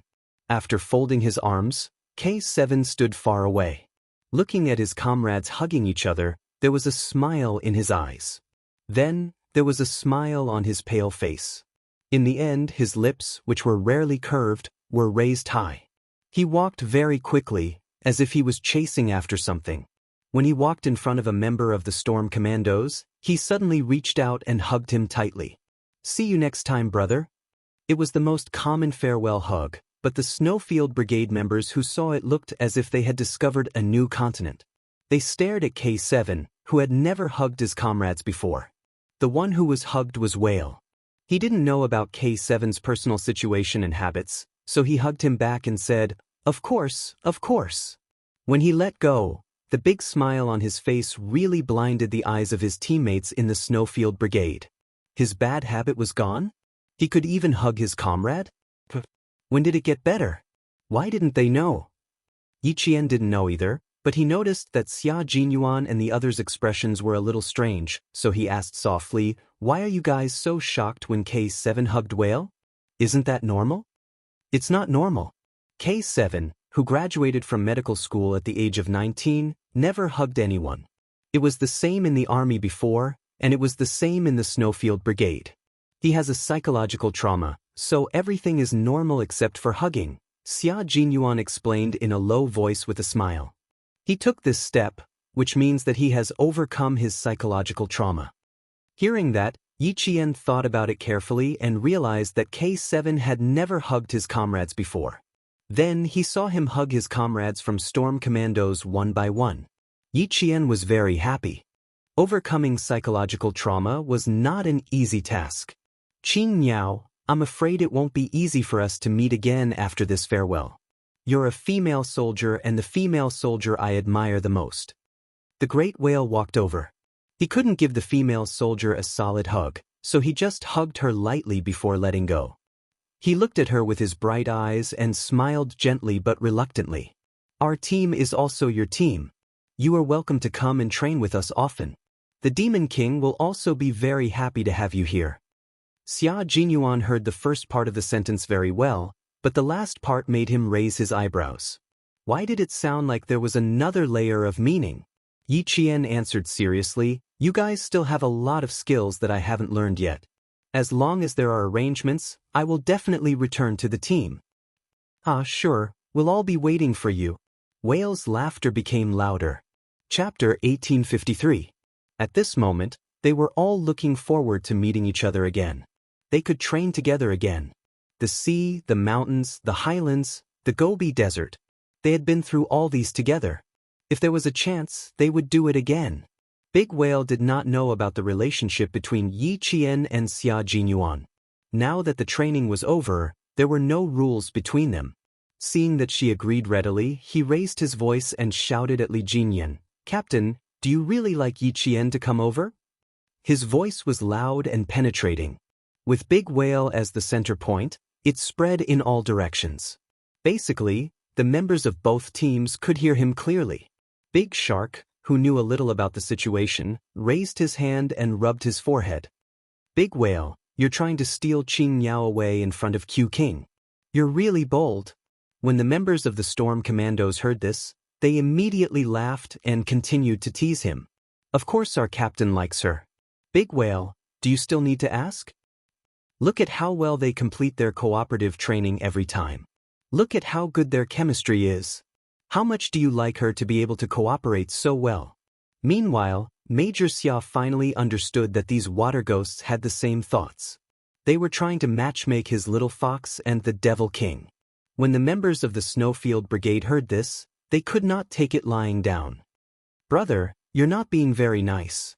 This is a female soldier in our team. One moment you were reluctant to let her go, and now you want to steal the beauty of our team. Brother, let's have a good chat. Who was the loudest just now? I can't tell that you guys have such thoughts. Let's go, let's find a quieter place to have a good chat." The people who said this were the members of the Snowfield Brigade who were unaware of the situation. The few who knew, such as G3, J5, Z7 and the scout, young Sparrow Hawk, were already looking at their Q King sympathetically. How pitiful! His girlfriend was stolen from him, but Q King could not do anything about it. Z7 was different from the others. He loved to watch the drama unfold. At this moment, he was enjoying the change in Q King's expression. That's right, he was enjoying it because he was jealous that Q King could see his girlfriend every day. How could Xia Jinyuan not know what his bad friend was like? He glanced at him, raised his eyebrows, and looked at Yiqian. After a few seconds, he looked at Han Zheng again. This time, his gaze was somewhat provocative. His thin lips curled up slightly. Even his smile was so provocative. That smile really made one's heart itch. It was as if she was directly telling Han Zheng, "Don't think that you can see a good show from me just because of this. Give up." He must have suffered a huge blow. It's a little abnormal. After being provoked, Z7 muttered to himself. Then his gaze landed on Yi Qian. Q King was so calm and could even reply to them with a provocative look. Could it be that he was not angry because of Yi Qian? Because Yi Qian would do something to make him happy, so he did not mind? Not angry at all? Z7 knew Xia Jinyuan well. After sorting out his thoughts, he immediately put on a straight face and pretended that he had not seen anything. J5 immediately walked over and said in a low voice, "Calm down. They don't know about your relationship with Qing Niao. It's okay if they don't know. Don't get angry. Maintain your composure. Don't make things unpleasant." As a man, watching his girlfriend being paired with another outstanding man, as a man, he felt very embarrassed and aggrieved. Chapter 1854. It was indeed embarrassing to encounter such a situation, but Major Xia Jinyuan was not an ordinary person. Nothing that could make him feel awkward had ever happened before. If his girlfriend was to be mixed up with another man, it would depend on whether that man was interested or not. Li Jinyan did not have feelings for Yi Qian. Since he knew that, why should he jump out? Of course, the most important point was that his girlfriend did not have feelings for another man. All in all, there was no need for him to jump out. He would only feel awkward if he jumped out. He would make everyone feel awkward and Little Fox would not be able to get out of this embarrassing situation. It did not matter if he was embarrassed. He was a thick-skinned man after all. However, this matter had to be resolved properly. He did not want to make things difficult for Little Fox. As for himself, he was not angry. Other than feeling a little stifled, he was also a little worried. He was worried about when his identity would become open and aboveboard. However, he still had to put on an act. He had to let Little Fox know how aggrieved he was as a boyfriend who could not be exposed to the public. When he heard this, he said, "Don't worry. I still have some manners. The ignorant are innocent. When they find out one day, I will find a way to talk to them about the past. We'll talk about it in the future. Bear with it for now," J5 said and felt like laughing. You have to understand that the rarer something is, the more valuable it is. What's more, Qing Niao is extraordinary. Her talent and appearance are top-notch. The hormones in a man's body will cause trouble, and he will more or less have some fantasies about her. You cough. Do you want to take a breather now? Major Xia felt that his comrade was too good at backstabbing him. He had not thought of anything else, but his comrade had thought of everything. What did he mean by, more or less fantasize about being with her? You're not here to comfort me so you can stab me a few times, right? Major Xia stared expressionlessly at his comrade who was trying hard to hold back his laughter. Fantasize about being with her? If you said, fantasize about being with a girlfriend like Qing Niao, I might be able to accept it. When J5 heard this, he laughed and patted Xia Jinyuan on the shoulder. He laughed so hard that his shoulders shook. I'm honest. I'm not lying. Please forgive me. An honest man can't go against his conscience and lie. It was good that she was not angry. He was really worried that a dispute would arise because of this. After laughing, J5 said seriously, but this also shows that as long as the two of you don't let the public know about your relationship, something like this will happen again. Q King, in my opinion, if you want to solve this problem, you should just ban the jokes between comrades. It doesn't matter to us guys. We're thick-skinned and flirty. She's a female soldier. If such jokes are made frequently, not only will it affect her mood, but it will also ruin her reputation. Yes, I'll make a statement after they leave. Xia Jinyuan, who had the same intention, nodded lightly. His gaze had already landed on Yi Qian. She still had to solve this problem herself. Due to his status, he had to wait for Demon King Li to make a statement first before he could stand up. Although the two teams trained together, they were two different teams after all. They had their own captains, so Li Jinyan had to be the one to stand up for the Storm Commandos. Xia Jinyuan, who was born in a military family, knew how to get along with his colleagues. He would not let himself make the mistake of overstepping his authority. Major Xia was also someone who would not let himself be taken advantage of. Since he wanted to let Yi Qian know that he was upset, his expression in the blink of an eye was so pretentious that even J5 silently distanced himself. As expected of a soldier king, he really knew how to act. Chapter 1855. Yi Qian, on the other hand, did not realize what Big Whale meant at first. It was only when she heard their banter that she realized what Big Whale was implying. She was not embarrassed. They were just joking and no one took it seriously. She did not take it to heart, but what about her boyfriend? Yi Qian, who understood what was going on, immediately went to look at her boyfriend. When she turned her head, she saw her boyfriend, Major Xia, looking at her with an extremely resentful gaze. When he saw her looking at him, he even sighed heavily, looking like a resentful husband in his boudoir. Yi Qian felt her scalp go numb. Captain Xia, you are really not suitable to be a resentful husband. She still needed to comfort him. If she put herself in his shoes and someone else used him to make fun of other women, she would also feel uncomfortable. Although she did not have any experience in love, she knew that love was about mutual respect, putting each other in the heart, and always being considerate of each other. Moreover, although the members of the Storm Commandos were joking, this kind of joke should be prohibited. She did not like this. You guys are really bold. You even dare to make fun of your own captain. Your captain is not just anyone, he is the Demon King. I can already foresee that when you guys return, you won't be able to escape from dozens of nautical miles of armed swimming. As soon as Yi Qian finished speaking, all the members of the Storm Commandos immediately looked over. It can't be, right? It was just a joke. With one look, the bolder members were so scared that their hearts trembled. Their Demon King captain already had a cold face, but now he was so cold that his face was expressionless. Everyone knew that the expressionless Demon King was the scariest. Xia Jinyuan was already laughing. Dozens of nautical miles of armed swimming was not an easy task. They only knew about Little Fox's abilities and character, but they did not know that Little Fox did not like to make such jokes, especially when it came to relationships. Li Jinyan's expression had already become extremely cold.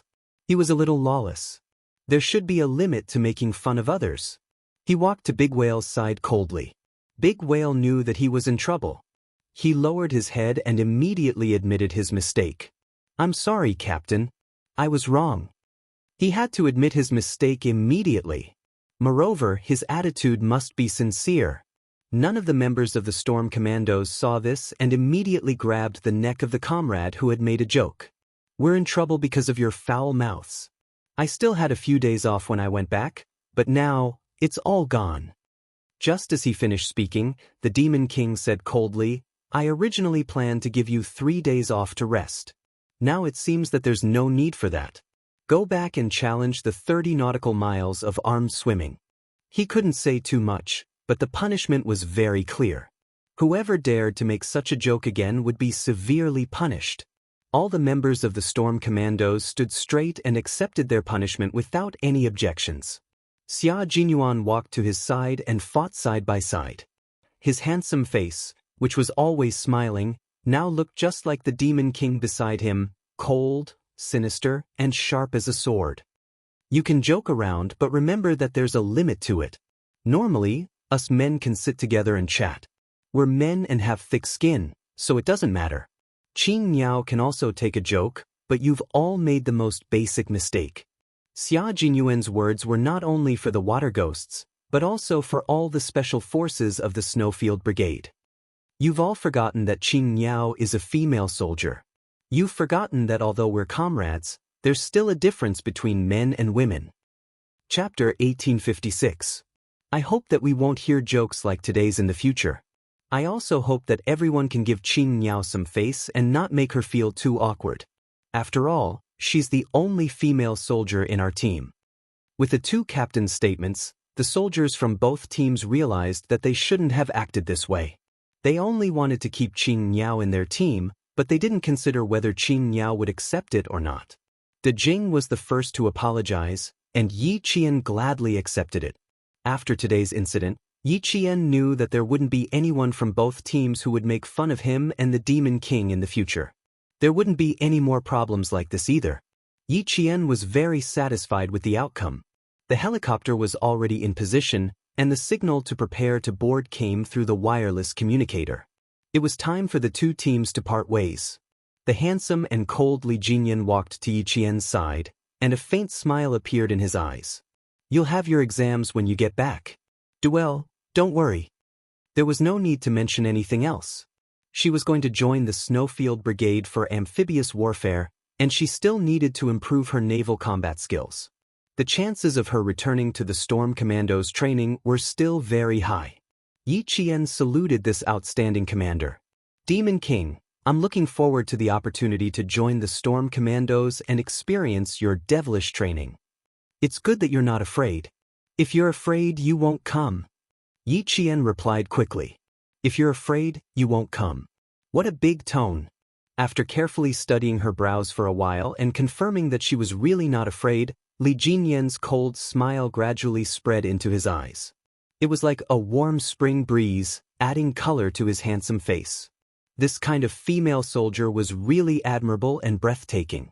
It was as if they were influenced by her and sighed, so such female soldiers still exist. Li Jinyan nodded slightly, and finally said a word of praise. You're very good. You've never disappointed anyone. Never letting anyone down. It didn't mean that you only did a good job, but if you did it better than expected, then you would never let anyone down. In the end, Li Jinyan also gently hugged the female soldier who used to be in his team. He hugged her slender but unbending body into his arms. The softness that belonged to a girl softened his calm heart. Work hard. Don't bury your talent. I'm looking forward to your participation in the overseas tournament. With such a female soldier, the male soldiers would feel proud. The helicopter that would pick up the Storm Commandos would arrive in half an hour. Li Jinyan looked at the time and pointed at the rifle on Yi Qian's back. Before we leave, we need to confirm one last thing. We want to see how you shoot with our own eyes. This matter started when they entered the mountainous area and entered the search shooting competition as well as the accurate shooting with 100 bullets within a time limit of 300 meters competition. When Yi Jian's shooting data came out, she was 0.003 seconds faster than Devil King Li. This meant that when Li Jinyan finished his first shot, Yi Qian had already finished his second shot. For the 300-meter limited shooting, I realized that you don't need to aim at the target in advance to be able to shoot accurately. When Commander Dong got your data, he couldn't wait to come over personally to watch you finish. We're even more curious and want you to teach us. When it came to training, Li Jinyan spoke more than usual. After Yi Qian heard this, he took the rifle from his back. Sure, no problem at all. There are still 14 blanks here. After I finish firing 14 rounds, you should be able to find out the reason. Chapter 1857. The members of the Snowfield Brigade who had been on missions with Yi Qian knew that she had skills that normal people couldn't learn. Even though they knew, they were all very interested when they heard Yi Qian say that she was going to shoot 14 blanks. She wasn't going to choose a target and then complete it. Instead, she was going to choose a target that needed to be hit. For example, 4 meters away, 7 o'clock, second tree, bird's nest. Or 5 meters from the ground, a tree branch. Next, as long as the Snowfield Brigade announced the target, once Yi Qian's line of sight locked onto them, just like what Li Jinyan had seen before, she didn't need to aim. She just loaded the gun and pulled the trigger to complete the shot. Bang bang bang. Continuous gunshots rang out. The water ghosts of the Storm Commandos saw Yi Qian shoot as if she was aiming at a huge monster. She didn't need to aim at all and just completed the shot. After the 14 blanks were fired, the water ghosts were shocked into silence. What kind of shooting technique was this? Were they a bunch of unqualified Special Forces soldiers? With 14 bullets, it would take some time for each bullet to aim and fire. Qin Yao was just shooting blindly. Bang bang bang. After a series of shots, she was done. The target was done, and so were the bullets. You really didn't have any aiming movements. How did you do it? Li Jinyan had a vague feeling that Yi Qian's shooting technique wasn't something that they could easily learn. Without any aiming movements, a 100% hit rate. Qin Yao, how did you do it? I have this gun in my heart. My eyes see the target, and the gun in my heart is already aiming. From the moment I raised the gun and pulled the trigger, the gun in my heart was alive. I could already feel the bullet eject from the magazine, the cartridge case jump out, and the bullet hit the target through the barrel. It was the same explanation as before. Yi Qian answered truthfully. As for whether they believed it or not, it was up to them. An inconceivable explanation, a visible fact. Even Li Jinyan, who had always been calm about everything, found it hard to accept in an instant. She had this gun in her heart? But it wasn't this gun that completed the shooting in the mountains. Raising the question again for the first time, the calm Lieutenant Commander Guanlai was a little anxious. Yi Qian smiled. Yes, as long as it's a gun that I'm familiar with, I'll always have that gun in my heart. Li Jinyan got another inconceivable answer, but he knew that this was the correct answer. After a long while, he slowly said, I think we won't be able to learn it. In the past, we all wanted to learn and tried, but in the end, we gave up. Xia Jinyuan smiled and said, because no one can have this gun in their heart when they get it. Only she can do that. Thinking about it, Yi Qian was groomed as a Special Forces member of the Snowfield Brigade, so the soldiers of the Snowfield Brigade would definitely be the first to know about it. Since they were familiar with the battlefield, they would naturally want to learn as well. Unfortunately, no one could do it. Indeed, we can't do it. I know that without even trying. Li Jinyan got an unbelievable answer. He smiled helplessly and said, Commander Dong told me that since Qin Miao can't become a Marine, then we should learn her shooting skills. After a slight pause, he added, when I go back and report this, Commander Dong will be secretly upset for a while. After listening to her explanation, the shock on the faces of the water ghosts didn't disappear for a long time. They tried to think about it in their hearts and even raised the rifles in their hands. In the end, their first action was still to aim. Chapter 1858. Have a gun in their hearts? Yes, they all had a gun in their hearts, but this gun was dead, not alive. Unlike what Qing Miao said, the gun, in her heart, could still be aimed and fired. They couldn't learn this ability. Li Jinyan, who originally wanted to ask about how to quickly change the magazine, felt that it was unnecessary. He was afraid that he would get another unbelievable answer. However, Yi Qian said, because I have this gun in my heart, I know how many bullets have been fired and how many bullets are left in the magazine. When there are 3 to 4 bullets left in the magazine, I can change the magazine with one hand. During the process of changing the magazine, all 3 to 4 bullets have been fired, and I can just remove the old magazine and reload it with a new one. I don't need to wait for the tracer to appear or pay attention to the warning of the magazine. She explained the last question in his heart. Li Jinyan nodded lightly. I understand. It's all based on the fact that you have a living gun in your heart. As he spoke, he looked at Xia Jinyuan and lowered his voice slightly. Fortunately, you joined the army and didn't get buried. Fortunately, she was a Chinese soldier and one of them. If such an enemy appeared on the battlefield, they would tremble without thinking about it. Yi Qian nodded and said, you can say that.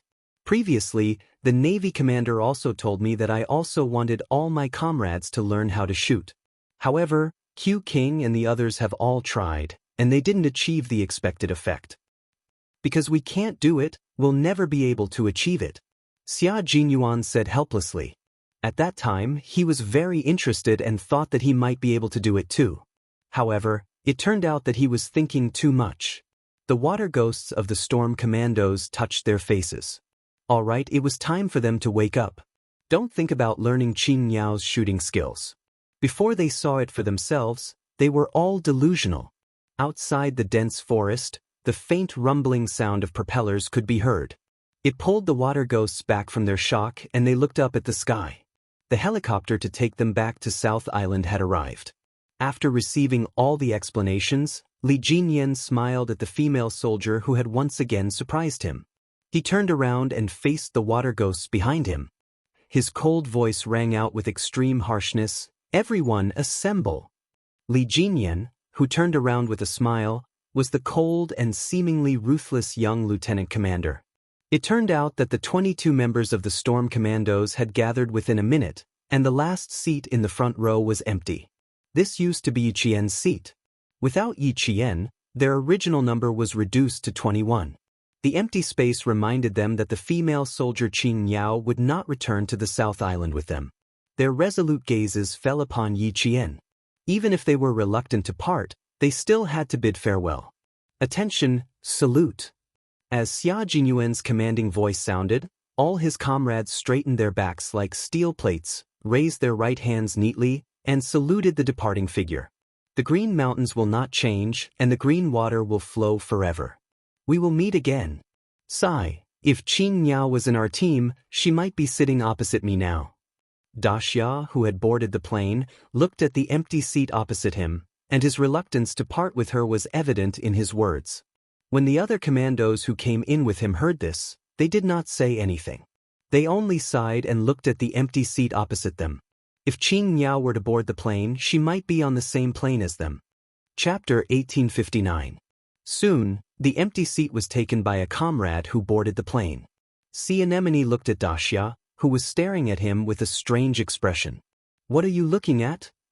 You're sitting in Qing Yao's seat. Sea Anemone turned to look at the cabin door. He remained silent until the door closed. She didn't board the plane, and she won't board the plane. Qing Yao isn't a soldier in our team. She can't board the plane with us. Also, we did something stupid just now. Q King scared me when he said that. We didn't consider Qing Yao's position. She's a female soldier who deserves our respect. We won't say anything like that again. You can't learn her shooting skills even if you want to. She can shoot accurately without aiming. I was a little shocked when I first heard her say that. It's not that she didn't aim, but she already did it in her heart. She also said that as long as it's a gun she's familiar with, that gun will live in her heart. Daxia, whose eyes were full of admiration, still found it unbelievable. From this point alone, it shows that she's more familiar with guns and ammunition than we are. I suspect that she's very familiar with all the known types of guns from all over the world. His words made the water ghosts who boarded the plane gasp. If that's the case, how terrifying is that? It's already terrifying. If it gets scarier, I'm just glad that she's a soldier from our side and not an enemy. Daxia sighed. His words were full of admiration for Yi Qian. Female soldier Yi Qian is rare. That's true. Fortunately, she's a soldier from our side. We can rest assured. We'll have to worry about the enemies she faces in her missions in the future.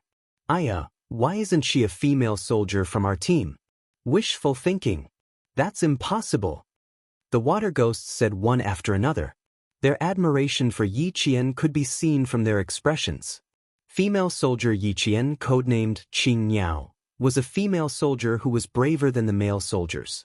She had incredible shooting skills. The more he interacted with her, the more he was attracted to her unyielding spirit. The more he was attracted to her, the more he could discover each of her strengths. In the end, he would be convinced by her and admire her. This was probably the so-called charisma. Li Jinyan was the last to board the plane.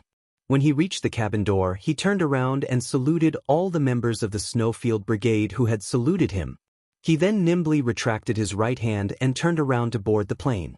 When there was a reunion, there would be a separation, and when there was a separation, there would be a reunion. There would be a day when the brothers of the two teams would meet again. The members of the Snowfield Brigade raised their heads and watched the two helicopters pick up the storm commandos until they could no longer see the fuselages of the helicopters. Xia Jinyuan, who was standing at the front, turned around and faced all his comrades. He reorganized the team and gave them instructions on what to do next. First, everyone should submit a training report and a combat report. We can discuss in groups and submit one report. Second, we need to write down the suggestions for the exoskeleton power equipment we're going to wear in the Gobi Desert, as well as the problems we found when using it. The equipment experts are still waiting for our feedback. Marching and fighting were not a problem, but the report was a pain in the ass for this group of Special Forces soldiers who were trained in science and engineering. Everyone, including Xia Jinyuan, did not want to write it. Yi Qian looked at them and wanted to laugh. You're the one who said you wanted to write a report, but now you look like you don't want to.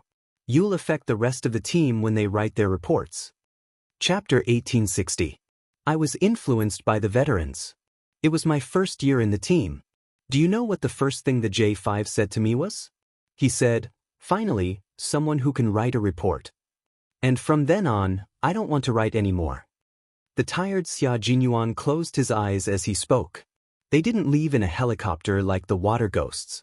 Instead, they left in a truck, arrived at the military airport, and flew back to the base.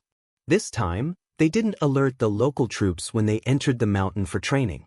They only used 4 trucks from the local troops and prepared enough fuel to drive the trucks into the mountain. Now, they naturally had to drive the trucks to leave. Yiqian, who was driving, saw this and said softly, "Stop talking. Go to sleep." Xia Jinyuan, who was both physically and mentally exhausted, was already silent. His head was tilted to the side of the window. His thin lips were slightly pursed, and he had already fallen asleep. Yi Qian quickly sized him up. When he saw the obvious fatigue between his brows, his heart ached. The car was driven very steadily. Xia Jinyuan didn't wake up even when K7 came to take over. "Drive in a flat area." "He's quite tired," Yi Qian whispered as he handed over the car keys. "Let him have a good sleep." K7 smiled and made an "okay" gesture. After Yi Qian got into the car, he glanced at Q King, who was sleeping soundly, and chuckled. "If you and Yi Qian can really develop a relationship, it's not bad." He didn't care that the sleeping person couldn't hear him. After he finished speaking, he started the car. After Yi Qian arrived at the airport, she flew to the city where the university was located. She followed Xia Jinyuan and took a direct flight to Beijing. Principal Chen was still in the hospital. She wanted to visit this person who still cared about her at the brink of death. She didn't allow Commander Liu and Political Commissar Yen to inform him. When the plane arrived at Beijing's airport, it was already past 2 in the morning. When they arrived at the military hospital, it was already 3:30 in the morning. Yi Qian, who did not even have time to wash up, got out of the car in his jungle combat uniform. He did not walk but instead ran towards the lobby. After taking a look at the hospital's map, he ran through the lobby and headed towards the sanatorium. Xia Jinyuan ran with her while contacting the sanatorium. Visiting Principal Chen was not something that could be done at will. The guards had to be ordered to let them in. Even though the Southern Province People's Hospital found out that it was indeed the nurse's mistake, the military did not let down their guard because of this. A world-class sniper had almost died due to a medical accident, so the Southern Province People's Hospital should be punished. Yi Jian ran all the way. It took her less than 5 minutes to get out of the car and reach Headmaster Chen's ward. The old squad leader is already resting. After recuperation, he slept quite well this week. His meals are also up to standard. All his bodily functions are up to standard for discharge.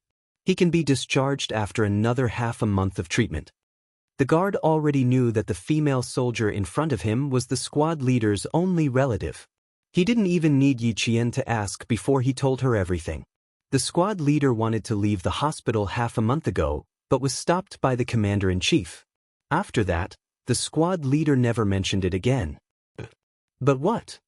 Through the glass in the ward, Yi Qian looked at Principal Chen, whose arm was still hooked up to an 4 drip. His face was much thinner than before.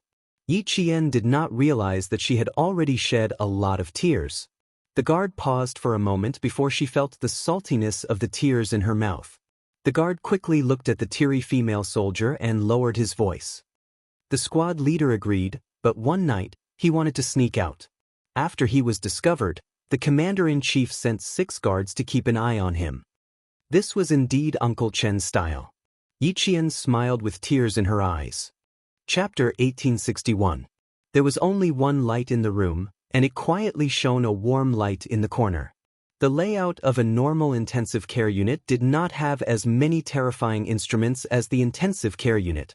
A few green potted plants on the windowsill added a touch of gentleness to the snowy white room. Yi Qian did not go directly into the room. Instead, she chose to stand outside and watch quietly. Uncle Chen's sleep had not been very good. If she went in, she would wake him up. Yi Qian looked away and lowered her head to wipe away her tears. She thanked the responsible guards. "Thank you very much for your hard work during this period." You and your comrades can go back to your room to rest. I'll keep watch here. It's our duty to take care of the old squad leader. You don't have to be so polite. The guard was also very young. He was about 23 or 24 years old. He was a little embarrassed by Yi Qian's politeness. He said shyly, "We have 3 shifts. Our comrades in the morning shift will arrive on time at 7 o'clock. The 2 of us can go back to rest then." "There's no need to rest. The 3 of us can keep watch. If there's anything you want to ask, you can ask me. My comrades and I have always been here when the old squad leader was admitted to the hospital.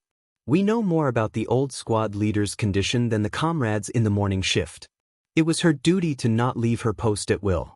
It was her fault. The normal intensive care unit arranged was very humane. It was similar to a bedroom and a living room. The only difference was that the living room was smaller, but family members could rest while keeping watch. There used to be a foldable bed, but it had been moved out and replaced with 2 round stools made of steel without backs. Although there were high stools, it was obvious that they were just for decoration. The guards had never sat on them before. The plastic packaging on the stools was in good condition. There were no traces of friction at all. Yi Qian moved the plastic stools out and began to ask Principal Chen about his condition during his stay. Another guard stood outside the corridor. The first day he was transferred from Nan province was indeed dangerous. All of his organs showed signs of failure. The first thing we did when we received the old squad leader was to send him to the emergency room. Yi Qian's heart clenched as soon as he heard the beginning of the story. His hands on his knees clenched into fists. His life could be in danger at any time due to organ failure. While she was gone, her family was experiencing life and death. The old squad leader's will to live is very tenacious. He survived 2 big risks. The experts later said that it was a miracle that he survived. After surviving the most dangerous week, the old squad leader will be able to speak a few words to us. Previously, when the old squad leader woke up during the day, he would only open his eyes slightly and would not be able to say a single word. Yi Qian's eyes reddened again, but he did not cry. This was because Uncle Chen had once said, "As a soldier, I would rather bleed than cry." She didn't want Uncle Chen to see her crying when he woke up. In this life, she could not disappoint those who wished her well. Although it was said that people lived for themselves, she understood that living for yourself meant being responsible for yourself. However, you still needed to take care of your family and live for those who wished you well. The old squad leader survived the most dangerous week. His organs were damaged. There was still a possibility of complications, but the risk was low. To be on the safe side, he stayed in the intensive care unit for another week before the experts confirmed that he could be transferred to normal intensive care. Chapter 1862. The guard was a male soldier with a sharp tongue. During the 1 month that Principal Chen had been in the military hospital, he finished speaking in less than 10 sentences. Even so, Yi Qian's nails dug into his palms as he listened. How was it just 1 week of resuscitation? It was clearly 2 weeks of resuscitation. If the wrong medicine was used during the foredrip, the serious cases would go into shock and die on the spot. Uncle Chen discovered the wrong medicine within 3 minutes of the foredrip and fell into a coma. What if the foredrip lasted for another 3 minutes? Even though Principal Chen had made it through safely, Yi Qian's body trembled uncontrollably whenever he thought about it. Yi Qian clenched his fists even tighter to control his trembling body. He didn't show it on his face as he gently closed his eyes. Thank goodness, thank goodness. Thank goodness nothing happened to Uncle Chen. Otherwise, she didn't know what kind of destructive things she would have done. Grandpa Zhen had already left her and Uncle Chen was the only family she had left. She only hoped that Uncle Chen would be healthy and live a long life. Outside, Xia Jinyuan had already obtained the detailed medical records of Principal Chen's hospitalization. He also received the results of the investigation by the Southern Province Police and the punishment by the Southern Province People's Hospital. The nurse was chatting and accidentally injected the intravenous medicine from a heart patient into Uncle Chen's foredrip. The side effects of this medicine were vasodilatory headache, arterial spasm, respiratory paralysis, and death by asphyxia. Because Uncle Chen's medicine was not mixed with this medicine, Even though it was discovered in time, there were still serious side effects. If the guards from the military hadn't discovered it in time, at this very moment his little fox would have lost her last family member. Xia Jinyuan didn't go in immediately. Instead, he called Commander-in-Chief Xia's personal cell phone. He needed to clarify the situation. Commander-in-Chief Xia was awakened by the ringing of his cell phone at 3:40 a.m. When he saw who was calling, he answered the call and asked, "Are you at the airport or the hospital?" "Hospital. I'm sorry to disturb your rest, Dad." Xia Jinyuan, who was standing by the window in the corridor, glanced around and said in a low voice, "Dad, I just received 2 investigation reports. The military suspects that Uncle Chen may have been murdered. Did the military find something?" When he received the investigation report from the Southern Province Police and the military, he found out that the first thing the military thought of when something happened to Uncle Chen was murder. Only then did he realize that although Uncle Chen had been sacrificed for more than 10 years, he was still in danger. Otherwise, the army would not have immediately thought of murder and not medical malpractice.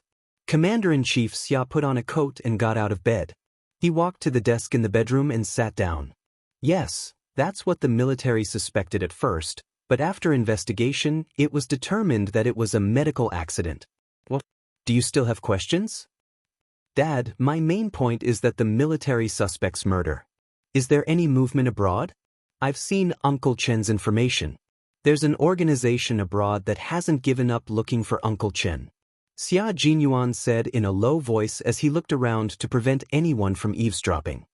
His gaze was as cold as a sword as he slowly and naturally glanced around. Has Uncle Chen's whereabouts been exposed? No, you're thinking too much. Chen Dongfeng's whereabouts have not been exposed yet. While the Southern Province Police are investigating, the military is also investigating. There's no movement abroad. Commander-in-Chief Xia's tone was a little serious. He was sitting by the desk in his pajamas. The light from the desk lamp illuminated a corner. He warned his son, "It's fine as long as you know about this organization. I don't want to hear it from you again before the military mentions it. You need to keep Xiao Ye's side a secret. This is the military's idea and Chen Dongfeng's personal idea." Chapter 1863. Xia Jinyuan was relieved. But no matter what kind of accident it was, Little Fox would not let it go so easily. She could not let it go. As her boyfriend, he naturally supported her in her investigation. "Okay, I got it. Dad, get some rest. I'll come back to see you tomorrow." Come back tomorrow? Commander-in-Chief Xia did not think he needed him to take the time to come back to see him, but he said seriously, "You don't have to come back. If you bring little Yi back, I'll welcome you. Then you should go to the military. Sorry to disturb you." Major Xia smiled and said goodbye, then took the initiative to hang up the phone. He couldn't meet Old Man Xia alone. Whenever they met, Old Man Xia would always mock him. It was the type of person who would feel uncomfortable if he didn't mock him. Fortunately, he was mature now and did not argue with him. Otherwise, the father and son would have a fight. Xia Jinyuan stared at the phone for a few seconds and said softly, "Old man, I'll keep a close eye on your daughter-in-law." Commander-in-Chief Xia listened to the rapid beeping sound and could not help but smile and shake his head. "Little brat, you should spend more time with your girlfriend. Don't follow in my footsteps." All parents in the world were pitiful. The dignified commander-in-chief was also like an ordinary parent, deeply caring for the devil-incarnate son that he spoke of. Knowing that it had nothing to do with a foreign organization, Xia Jinyuan's footsteps became lighter. However, it did not mean that he did not have any other questions. On the contrary, he had a lot of questions. Xia Jinyuan, who was chatting with the guard outside the door, began to ask a few questions. The content of his questions was different from Yi Qian's. He mainly asked if anyone had come to visit and if anyone from the southern province had come to inquire. Other than Commander Lu and Political Commissar Yen, no one else from the southern province had the opportunity to visit. He only asked if anyone had come to inquire about the situation.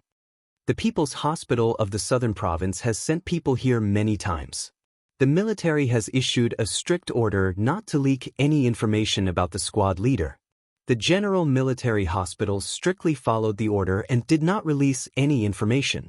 The people from the People's Hospital of the Southern Province still do not know about the squad leader's situation. Other than the People's Hospital of the Southern Province, only Commander Liu and Political Commissar Yen from the Southern Province visited him once half a month ago. In other words, there were no other suspicious people in Southern Province. Xia Jinyuan narrowed his eyes as he read the report. His eyes were dark and unfathomable. This was what Uncle Chen had said to cooperate with the military's investigation.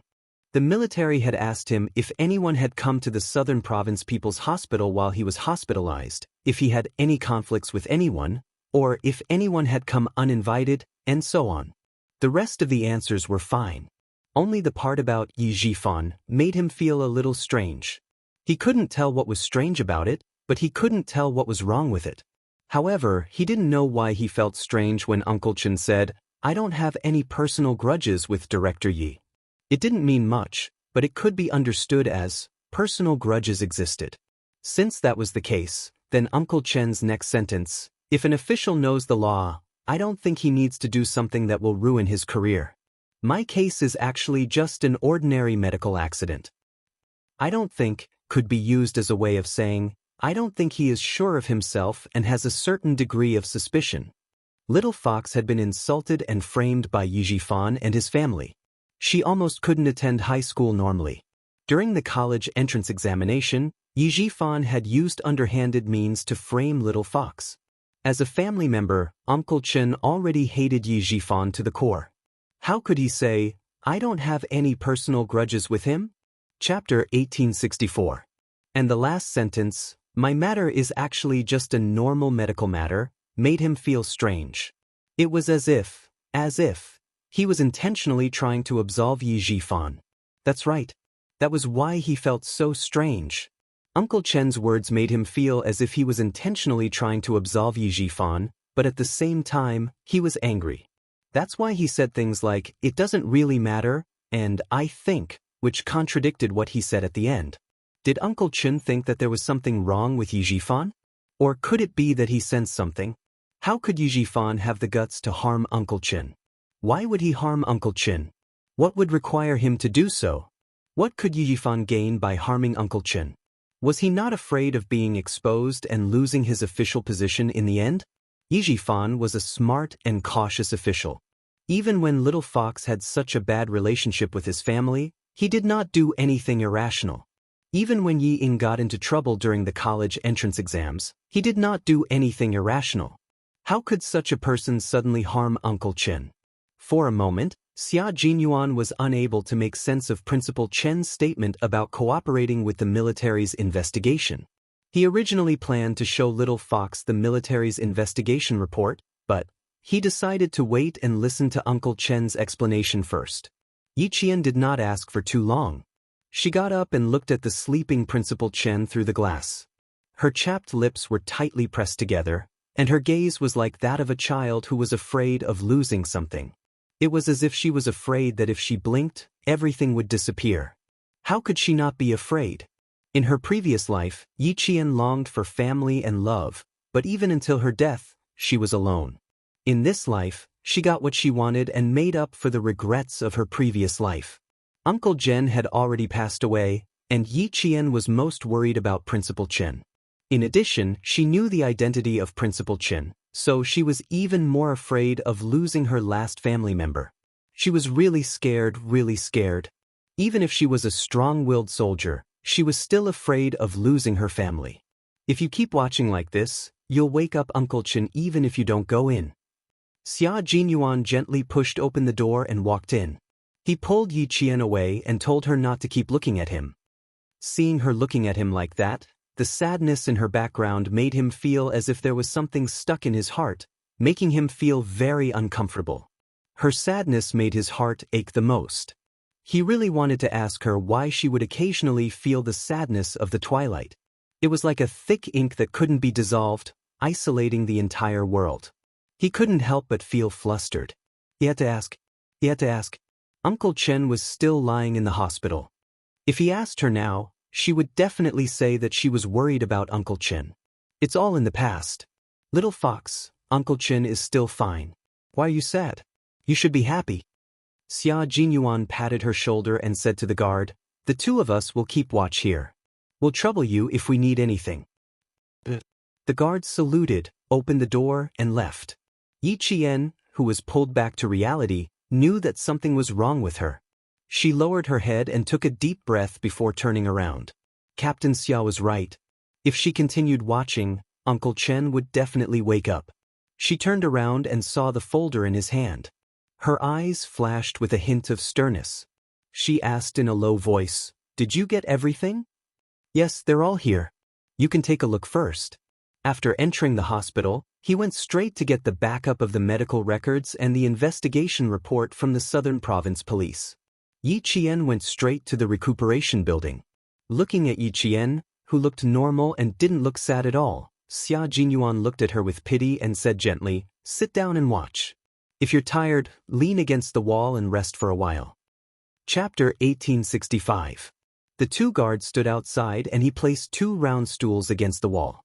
When Yi Qian sat down, he lifted her legs and placed them on his thighs. His slender fingers massaged her with moderate strength. "I took a look at him just now. Uncle Chen's condition is recovering well. He can be discharged in a week." The medical record was written in great detail, including the daily changes in Principal Chen's condition. The previous week, when he was in critical condition, the doctor kept watch over him. There was a detailed record every half an hour. After hearing from the guards, Yi Qian felt much calmer after reading the medical record. When she saw the suggestion written on the last page, Yi Qian smiled. "Yes, he can be discharged. I calculated the time. I'll be able to pick up Uncle Chen after my exams. 2 days earlier than you. The exams in military academies are slightly longer than those in normal high schools." She smiled. Xia Jinyuan also felt very happy. After he's discharged, Uncle Chen can't return to Nan Province for the time being. Why don't I arrange for Uncle Chen to live in the government's family compound? Then I'll transfer 2 guards to take care of Uncle Chen's daily life. Since it concerned Principal Chen's daily life, Yi Qian nodded without hesitation. As long as Uncle Chen is willing, I have no objections. However, although she didn't hesitate, Yi Qian frowned when she thought about Principal Chen's status. She thought for a while before continuing, "With Uncle Chen's status, it doesn't seem appropriate for him to live in a crowded place, especially in a government agency's family compound. Do you think they'll recognize Uncle Chen?" What she said made sense. Xia Jinyuan fell silent for a moment. "When Uncle Chen wakes up, we'll ask him for his opinion. Also, let's take a look at the military's arrangements." Yi Qian flipped to the Nan Province Police investigation report. As soon as her gaze landed on it, the smile on her beautiful face disappeared. Her indifferent expression suddenly became sharp. The results of the investigation were, the nurse made mistakes in her work, and murder was ruled out. The word murder was like 2 bullets hitting her heart with a bang. Her brain and nerves immediately caused a thick fog of blood to appear before her eyes. She looked up and stared at Xia Jinyuan with her red eyes. She asked angrily, "Murder? Why did the military suspect murder at first?" At that time, Captain Xia had told him that Uncle Chen's accident was due to a problem with his foredrip. He did not mention that it was suspected of being a murder. "Like you, I only found out after receiving the 2 reports. The military first suspected murder, then asked the Southern Province Police to investigate thoroughly. After 20 days of investigation, the Southern Province Police concluded that it was indeed a medical accident and ruled out murder. The military also concluded the investigation and confirmed that it was a medical accident and not a murder." Yi Qian looked at him as she spoke in a low voice. She flipped to the military investigation report. Her side profile was thin and sharp, and her chin was tense the whole time. When she saw the military's question about Yi Jifan, Xia Jinyuan clearly felt that her entire body's hostility had suddenly multiplied. He could see a strong murderous intent on her face. "Calm down and read slowly," Xia Jinyuan calmly reminded her. His hands kept massaging her tense thighs and calves. After finishing the mountain training, everyone's legs were so sore that every step they took hurt their muscles. When Yi Qian rushed to the hospital and jumped out of the car, the muscles in her legs went out of control. She staggered a few steps before stabilizing herself and not falling. She was a girl who could endure. No matter how tough or tiring it was, she could grit her teeth and endure it. Chapter 1866. She was so good at controlling herself that it made him a little worried. He was afraid that if he held back too much, he would end up hurting her. Therefore, whenever he had the chance, he would help her loosen her muscles and bones and check if there were any bone injuries. There was an old saying in the army, recruits are more trustworthy, veterans are more sick, and there are more problems that are neither old nor new. The phrase, veterans are more sick, meant that after being in the army for a long time, they would have problems all over their bodies, especially their knees. If they didn't take good care of them, they would be plagued with illnesses and it would affect their future battles. He increased the strength of his massage, and Yi Jianjian felt the pain. The red in her eyes that were staring at him gradually faded, and she slowly regained her calm. Yi Jifan's mother has been recuperating at the People's Hospital of Nan Province. Uncle Chen had gastric bleeding and was sent to the hospital for emergency treatment.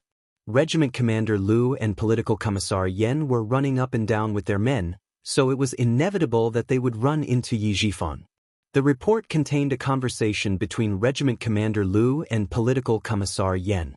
Yi Jifan did run into them by accident. The military also questioned Uncle Chen privately. Uncle Chen said that it had nothing to do with Yi Jifan. Yi Qin, even if you're angry now, it's useless. Sometimes, things are just so coincidental that it seems like a case of murder. Xia Jinyuan looked at Yi Qian coldly. Even his voice was cold. The things in the report have already been investigated. What's there to be angry about? Yi Jifan only came to visit Uncle Chen once. How could you lose control of your emotions so easily? If he really had bad intentions, he would be happier if you lost control of your emotions. You can only handle things calmly. Anger will only make things worse. Yi Qian, you need to calm down right now. With that said, Xia Jinyuan took the file without hesitation. You need to calm down right now. Get some sleep and wait for Uncle Chen to wake up. Yi Qian knew that he was in a bad mood, so he didn't refute Xia Jinyuan's words. He took a few deep breaths to suppress the anger in his heart. Okay, I'll rest for a while. I'll look at it after I calm down. I'll ask the guards to bring a folding bed over. You can rest here. In her current situation, it was better not to look at it anymore. If she also noticed the strangeness of Uncle Chen's words, her emotions would only fluctuate even more. It seemed that Yi Jifan's influence on Yi Qian was still quite big, even bigger than Yi Ying's appearance. The guard brought the foldable bed over, not forgetting to bring 2 quilts that reeked of disinfectant. Let's each take half a side. There was only one folding bed. Yi Qian, who was hugging the quilt, suggested, I'll sleep on this side, and you can sleep on the other side. Let's rest together. It was tiring enough to accompany her. She couldn't let him suffer. Upon hearing this, Xia Jinyuan gestured to the small foldable bed. I'm afraid that if I lie down, the foot of the bed will break. I don't choose a place to sleep. You should rest. Last week, her period had just ended. She had to train twice in a row and didn't rest in bed for a single day. It was said that girls must pay attention to keeping warm once a month, otherwise there would be endless trouble. She had run in the rain and rolled in the snow for 2 months in a row. Now that she was back and had a place to sleep, how could he let her suffer? She was afraid that he would suffer, and he was afraid that she would suffer. In the end, the major's domineering personality kicked in. He carried Yi Qian and placed him directly on the long table. You're so dishonest. You have to insist on arguing with me. Don't you know that I'm actually more stubborn than anyone else? Who can argue with me? Don't move, don't talk. Uncle Chen is still sleeping inside. The domineering major was in high spirits. He bent down and personally took off Yi Qian's military boots and jacket. Chapter 1867. Yi Qian really couldn't move. If she moved, the long table she was sitting on would creak. Not only was she afraid of waking Uncle Chen up, she was also afraid of alerting the 2 guards standing outside. After taking off his jacket, Yi Qian hurriedly covered his belt with her hands. You can't take off your pants. It'll make it easier for me to get up in the morning. She felt a little unnatural, afraid that he would really take off her pants. No, no, I'm not thinking of taking them off. Seeing her unnatural expression, Xia Jinyuan lowered his head to hold back his laughter and carried her to the foldable bed. Go to sleep. Have a good night's sleep. We can still sleep for 3 hours after the shift changes at 7. We've overworked our brains during this period of time, so we need to rest well. It won't be too late to think about things when we wake up. Faced with the determined Major, Yijin lay down in bed and got up on her elbows. She still asked worriedly, "How are you going to sleep?" "Get the guards to bring another layer of blankets and sleep on the floor." Xia Jinyuan hugged the blankets and put his feet on the long table. He leaned against the corner of the wall that was warmed by the heater and raised his eyebrows. "This is good. The heater is facing us, so we don't have to worry about catching a cold." It was still winter in the capital, so the hospital was still using central heating. Yi Jian watched him close his eyes, as if he was too tired to say another word. Only then did she lay back down gently on the bed. She was a person who could calm down quickly. She was no longer as angry as she was before. She snuggled a little deeper into the bed, only her short black hair was visible, so he couldn't tell if she had closed her eyes or fallen asleep. Xia Jinyuan quietly opened his eyes and saw that she was lying motionless under the blankets. Only then did he relax and close his eyes again. There was a faint smile on his handsome face, and he soon fell asleep. The shift change at 7 o'clock. Xia Jinyuan only slept for 2 hours before opening his eyes. Sleeping in this position was not comfortable at all. 2 hours was his limit. His legs were long and slender to begin with, so when he put them down, they were like a bridge. When he put them down, his legs were numb and didn't feel like his own legs at all. He only gently put on his military boots when his blood flow returned to normal. 2 hours of deep sleep had swept away most of the fatigue in his body. He stood up and looked into the room. He met the eyes of Principal Chen, who had just woken up less than 10 minutes ago. "The two of you are too good at tormenting people. Why didn't you go to the hotel next door to rest? Can you sleep well if you sleep outside?" Principal Chen lectured a little unhappily. "After more than 40 days of high-intensity training, you should have a good rest when you come back. How can you mess around?" During the emergency treatment, the military was afraid that something would happen to him, so they told him that Yi Qian was training with Xia Jinyuan and asked him to persevere and wait for Yi Qian to return. Although he didn't know where the training was, if it could make Yi Qian neglect his studies, it must be a very important and high-intensity special training. He did not feel sorry for Yi Qian during training. Soldiers did not have the right to think that training was tiring. He would only feel sorry when training was over. He would feel sorry for not having a good rest. "How can I be at ease if I don't see you? Also, don't you know Yi Qian? If she doesn't come to see you, even if I tie her up and take her to the hotel, she will still find a way to escape." Xia Jinyuan poured a glass of warm water and handed it to him. "Have a glass of water first." The guard said that Uncle Chen didn't like to be served by others. It was as if he was a good-for-nothing who could only be taken care of. Xia Jinyuan kept that in mind and did not dare to feed him water. "Uncle Chen, she hasn't woken up yet. I'd like to take this opportunity to ask you a few questions. I need you to answer them for me." Since this was a serious matter, Xia Jinyuan asked directly, "I want to know if you have any scruples about Yi Zhifan." Chapter 1868. Xia Jinyuan's words really gave Principal Chen a fright. He thought that Xia Jinyuan had found something. No, it was impossible to find anything. If the military couldn't find anything, how could he have the time to investigate in the middle of training? Therefore, he didn't find anything. He just had his suspicions. Principal Chen's body was injured, and his brain wasn't as fast as it used to be. He lowered his head and took a sip of warm water. He asked calmly, "Why do you ask?" "Uncle Chen, take a look at this." Xia Jinyuan's gaze slid past Principal Chen's face. He took out a page of the report that he hadn't shown to Yi Qian. This is one of the military's investigation reports.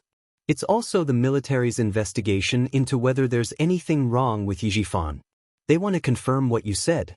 If he had only had his suspicions before, then Uncle Chen's act of drinking water just now confirmed his suspicions.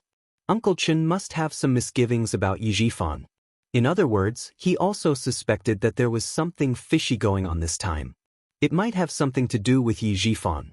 Principal Chen glanced at the single piece of A4 paper on top of the quilt. He put the glass of water aside and picked up the report. He unhurriedly opened it. What's wrong? Did I say something wrong? Principal Chen opened the A4 paper that Xia Jinyuan had folded for convenience. Although he looked calm on the surface, he wasn't calm on the inside. He casually glanced at it and sneered. There's nothing wrong with what you said. There's nothing false about cooperating with the military's investigation. Xia Jinyuan did not expect to get anything out of Principal Chen immediately. He was not in a hurry, but the color in his eyes darkened a little. He said slowly and elegantly, "You told the military that you and Director Yi Jifan did not have much of a personal grudge. This can be understood as a personal grudge. No matter how big or small it is, you and Yi Jifan have a personal grudge. In the end, you said, I don't think there's a need for him to do something that would ruin his career. Uncle Chen, I don't think, is a term of uncertainty and suspicion. It means that you've already suspected Yi Jifan." Principal Chen, who was listening quietly, couldn't help but narrow his eyes.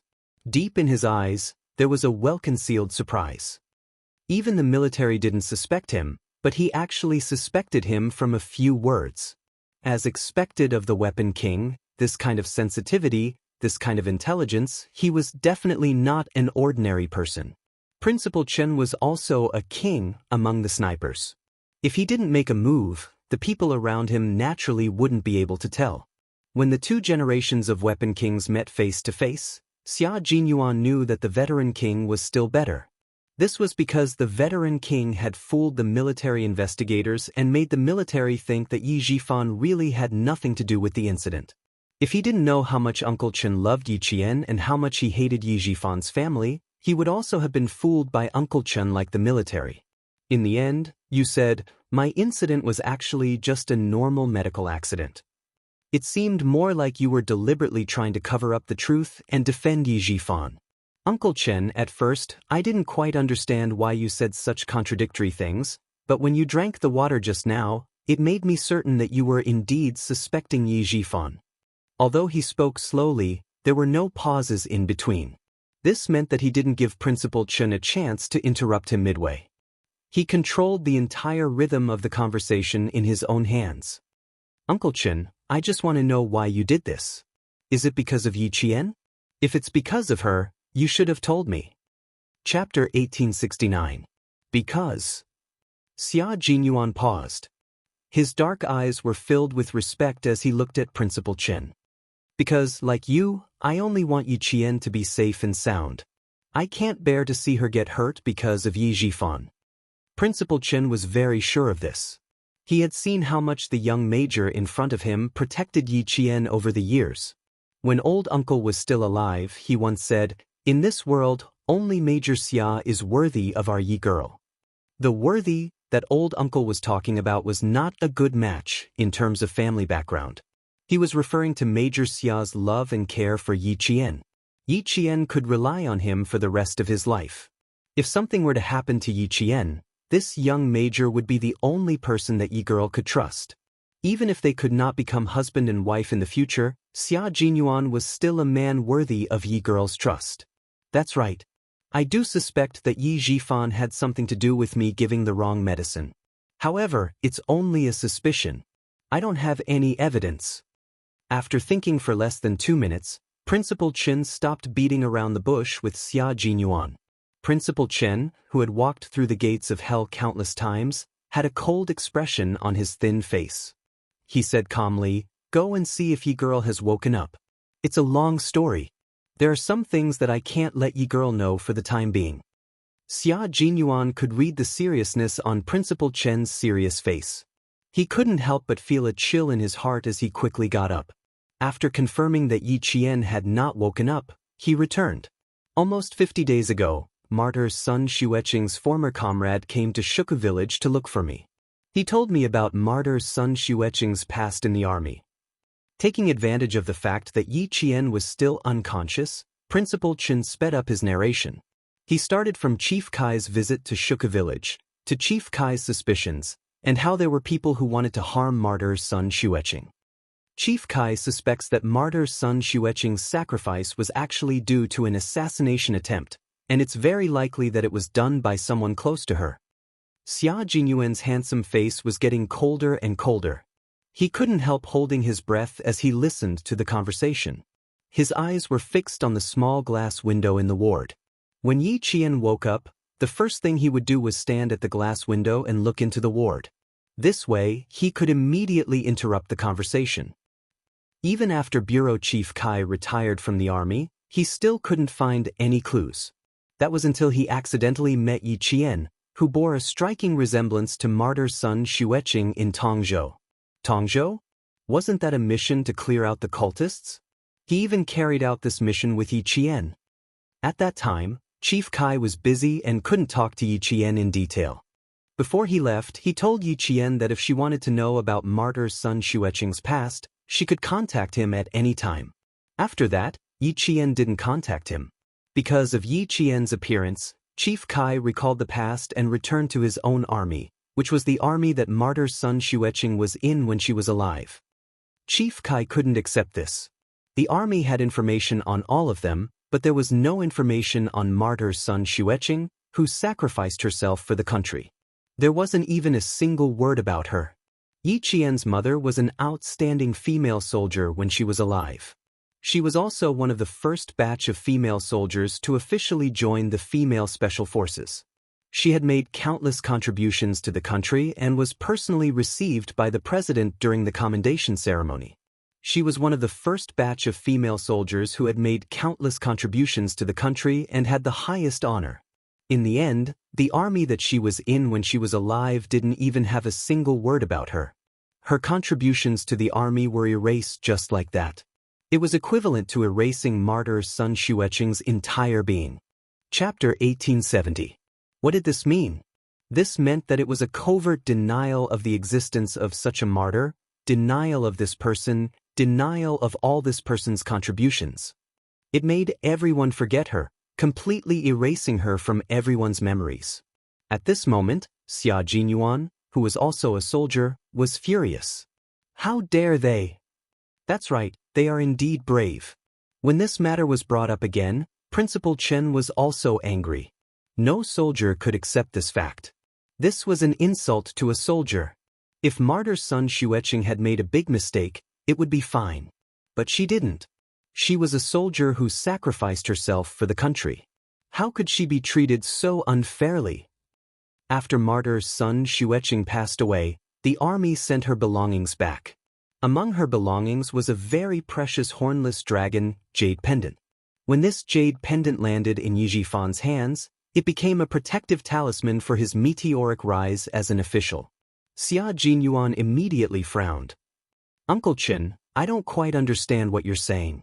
How could a piece of jade become a protective talisman for his meteoric rise? First of all, Yi Jifan was able to become an official because he was protected by martyr Sun Xueqing. The government made him a village official so that he could take good care of Sun Xueqing. Later, the village official became an official in the town and gradually became an official in the city. Uncle Jen said that with the protection of the jade pendant, Yi Jifan would rise higher and higher in the ranks, but he would also fall even more miserably. The young major's brows were already furrowed. It was obvious that he didn't believe it. Principal Chen sighed and said seriously, I didn't quite believe it at the time, but I knew that Uncle Jen wouldn't say such things for no reason. Also, he said that the jade pendant wasn't something good and told Yi Jifan not to take it back. Although I didn't believe it, I still took it to heart. It wasn't until I was hospitalized with gastric bleeding that Yi Jifan approached me in the name of returning martyr Sun Xueqing's relic to the little girl. I suddenly thought of the jade pendant, what Chief Kai said, and what Uncle Jen said. Thinking of this, Principal Chen said, martyr Sun Xueqing used her own life to get an official position for Director Yi so that her daughter could be taken care of. In the end, Director Yi got the benefits but forgot the kindness. As he said these words, he had been paying attention to Yi Jifan's expression. He saw that his face had suddenly turned cold, and a deep viciousness had flitted across it. He knew that Yi Jifan had become suspicious. He suspected that he knew something. His expression told me that the benefit of the jade pendant was to protect his promotion. Uncle was right. I was still waiting for him to come again and deliver martyr Sun Xueqing's relic, but something happened to me at around 11 that night. After saying so much, Principal Chen drank all the water in the cup. I warned Yu Jifan, and something happened. I was lying when I said that I didn't suspect him. But everything needs evidence. The military and the Southern Province Police did their best to investigate. Even the doctors and nurses in the hospital who knew that I was hospitalized were investigated. There was no evidence that pointed to Yu Jifan wanting to murder me. Major Xia, if you were me, you wouldn't insist that Yi Jifan has a problem. I know that there is a high possibility that he has a problem, but I have no evidence. Moreover, if he really did do it, his actions made me happy. What does this mean? It means that the jade pendant is important. Chapter 1871. Headmaster Chen, who was originally angry because of Yi Jian's mother's incident, sneered coldly. His actions are a sign of guilt. It also shows that there is someone behind the jade pendant who is secretly supporting him. Just now, I said that Chief Kai of the Tongzhou police station suspected that martyr Sun Xueqing was sacrificed. He also said that he erased all of her deeds in the army. Major Xia, with your intelligence, you should know why I didn't directly say that I was actually suspecting Yi Jifan. Xia Jinyuan, whose face was already cold, answered in a deep voice. Because you wanted to help Yi Qian lure out the murderer who killed his mother. Because at this point, you know that the murderer's identity is definitely not simple. Because he has the ability to protect Yi Jifan from a village official to a provincial official. At the mention of Yi Jifan, the young major's dark eyes rippled. I investigated Yi Jifan a long time ago and found that there was someone behind him, but I didn't find anything. This also shows that this person's identity is not simple and is very well hidden. There's one more thing I need to tell you. Yi Jifan has already connected with my family Xia's enemy, the Du family. The Du family's chief of staff Du has been at odds with my father since he was young. Chief of staff. Principal Chen's expression changed drastically. He asked in shock, the General Staff Department? Yes, the General Staff Department, but he's a deputy. Xia Jinyuan nodded. His thin lips pressed together and the coldness in his eyes deepened. It's quite surprising that he has connections with the Du family. The eldest son of Chief of Staff Du Kaiwei, is the commander of a brigade in the Nanguang military region. After participating in a drug production cleanup operation in the village, he was targeted. One time, he went out for dinner and was suddenly attacked with a knife. He was coincidentally saved by Yi Jifan, who was eating with him. It said that if Yi Jifan hadn't blocked the knife, it would have directly cut Du Kaiwei's neck and killed him on the spot. Now that you've heard about this jade pendant, even I have my suspicions. Such a big coincidence. Is it a coincidence? Or was it arranged by someone? It's such a coincidence that I saved the eldest son of Chief of Staff Du, who doesn't get along with my family Xia. Even the experienced Principal Chen couldn't help but gasp. You mean, the person behind the jade pendant knows that the Du family and family Xia don't get along, so they deliberately let Yi Jifan get close to the Du family. Well, it turns out that I didn't think about it. It was you who mentioned the jade pendant that made me suspicious. When Yi Qian was adopted by Yi Jifan's family, they didn't beat her or scold her. They raised a smart girl into a good-for-nothing. Uncle Chen, what does this mean? This means that someone instigated Yi Jifan to raise Yi Qian into a cripple.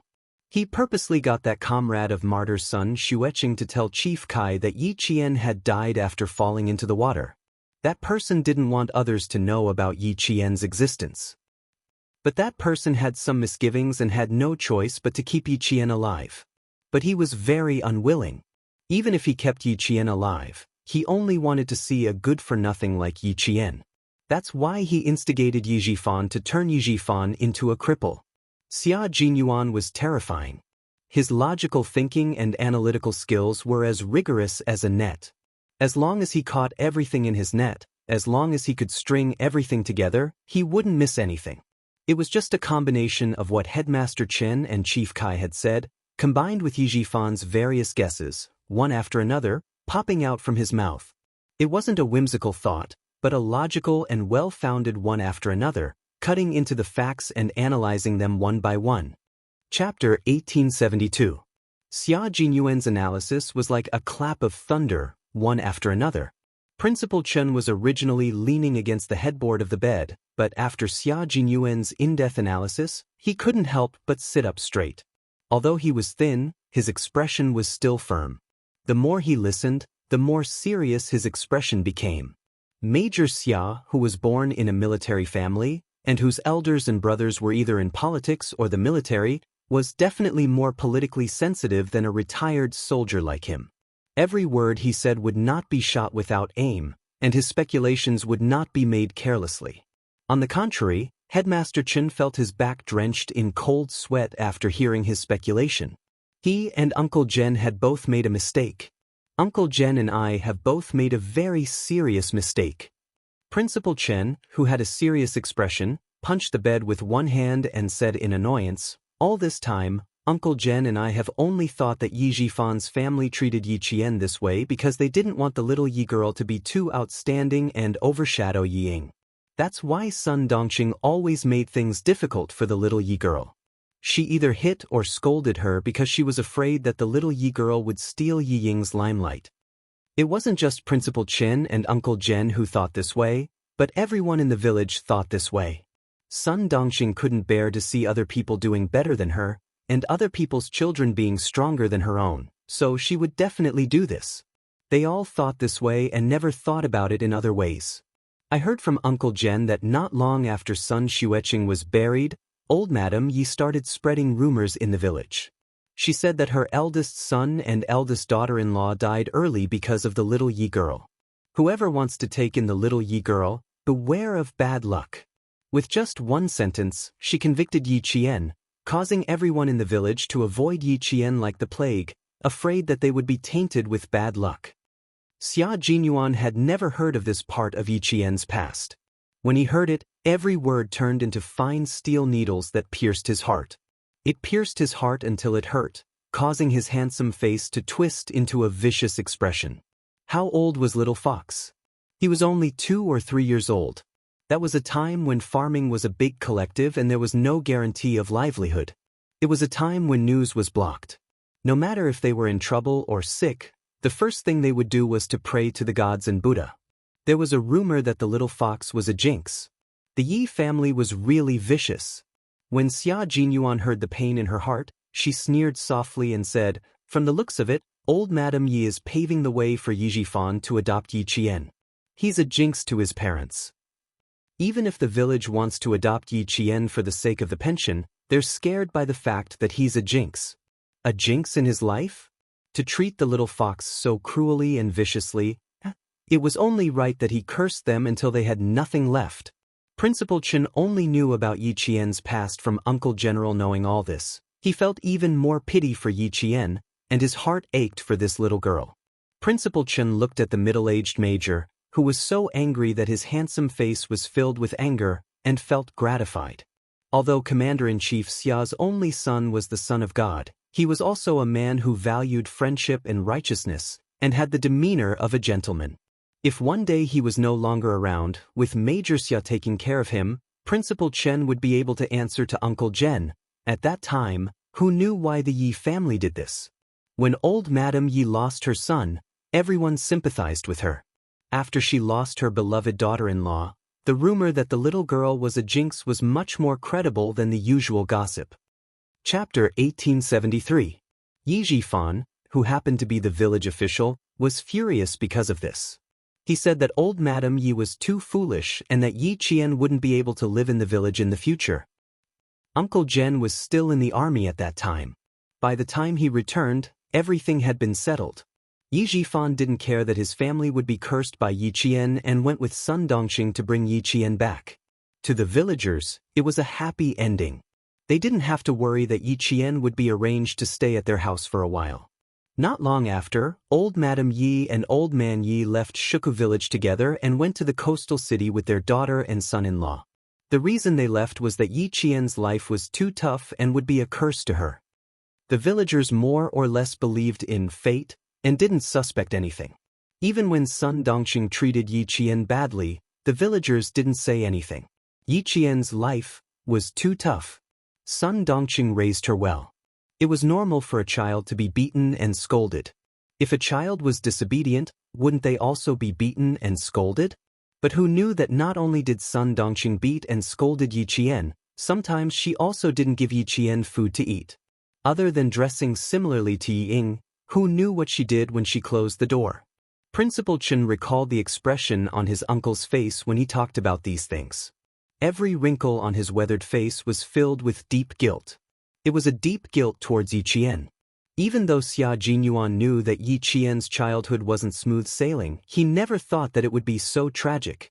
Suppressing his anger, he closed his eyes gently and suppressed the surging anger in his heart. He said to Principal Chen, "Uncle Chen, tell me more about Yi Qian's childhood. I'll see if there are any other suspicious points." He wanted to know everything about her. He didn't participate in her past, but he wanted to know everything. He wanted to know how painful it was for her back then so that he could dote on her more in the future. He wanted to make up for all the pain she had suffered.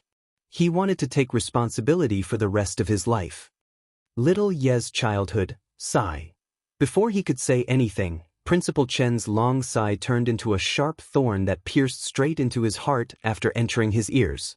It hurt so much that he had to clench his fists tightly to suppress his anger. At least in the eyes of the villagers, Yi Zhifan is living a good life. Every time he comes back, the first thing he says is, "Yi Qin, come out and see what delicious food I brought for you." After a long time, the neighbors started to feel that Yi Zhifan had not let big brother and sister-in-law down. He wasn't afraid of being jinxed by bringing his niece, Yi Qian, into his home. "Every time I come back from the army, I'll ask about little Yi. Naturally, what I hear is that little Yi is doing well. She has food, clothes, and even goes to school." Later on, little Yi grew up a little. Everyone in the village knows that little Yi is naughty. She likes to get into trouble and likes to lie. Sometimes, Ying has to apologize on her behalf. When she was in 4th or 5th grade, she almost froze to death in the snow. Luckily, Uncle Jen found her and brought her home. Unfortunately, little Yi at that time wasn't the little Yi now. She didn't accept any help from me at all. Every time I went to look for her, I would be scolded by Sun Dongqing. After looking for her a few times, I gave up. Just like that, little Yi lived in Yi Zhifan's house. On the surface, everyone thought that she was living a good life. Scolding, beating, and framing became a common occurrence in the family. If she didn't say anything, no one would know. Chapter 1874. Under such circumstances, none of the villagers would stand up for Yi Qian. Even though the villagers were down-to-earth and narrow-minded and did not stir up trouble, in the face of Sun Dongqing's scolding and beating of Yi Qian, they believed that as long as Yi Qian had food to eat, a place to stay, and a place to go to school, that would be enough. It was normal for them to be scolded and beaten for being naughty. Faced with Yi Qian's tragic past, Xia Jinyuan clenched his fists several times before he asked in a low and hoarse voice, "Did Yi Zhifan ever scold or beat Yi Qian?" No, it was always Sun Dongqing who stepped in, so it was not convenient for Uncle Jen to stand up for Yi Qian sometimes. When he saw that she was unwilling to come back, he just assumed that Yi Qian was doing well, so he gave up on bringing her back. Principal Chen sighed as he talked about Yi Qian's childhood. It wasn't until the second day of Chinese New Year that Yi Qian came to her senses and resolutely left the Yi family to look for Uncle General. You know what happened after that. That was when Yi Qian's bitter days finally came to an end. As for her past, if Uncle Jen hadn't asked about it, I wouldn't have known that she was living such a bitter life. Uncle Jen blamed himself and kept telling me that he blamed himself for not persevering and leaving the child in a wolf's den. After hearing about Yi Qian's childhood, Xia Jinyuan, whose eyes were slightly red, was silent for a long time before he said in a hoarse voice, "Yi Qian almost froze to death outside in the 4th or 5th year of Chinese New Year. What was the cause?" On the eve of Chinese New Year, Yi Qian did something wrong and angered old Madame Ye's one-eyed son-in-law, Sun Yaozu, who kicked him. Old Madame Yi also thought that Yi Qian was a jinx to her and was an unlucky person, so she ordered Sun Yaozu to throw Yi Qian, who was pretending to be unconscious, to the edge of the field. Just like that, Sun Yaozu's name was engraved in Xia Jinyuan's heart. He would settle the score with him and old Madame Yi. Life had given his little fox so many trials and tribulations, but she had never bowed her head and admitted defeat. Once she woke up, it was as if she had been reborn from the ashes. No matter how difficult the road ahead was, she had persevered and walked on with gratitude. Principal Chen told Xia Jinyuan everything he knew. Xia Jinyuan not only felt distressed, but also found all kinds of suspicious points while digesting all the past events. Yi Zhifan never hit or scolded Yi Qian. He never asked Yi Qian what trouble he got into or what lies he told. He also never cared about Yi Qian's studies. Even when Sun Dongqing hit or scolded Yi Qian, he didn't ask. It wasn't until the incident on the second day of Chinese New Year when Yi Qian was forced to drop out of school that Yi Zhifan stood up for the first time. He said that Yi Qian got into trouble because of him as her uncle. In order to prevent her from continuing to affect the school, he asked Yi Qian to drop out of school and go home. This was the only time Yi Zhifan came to school for Yi Qian.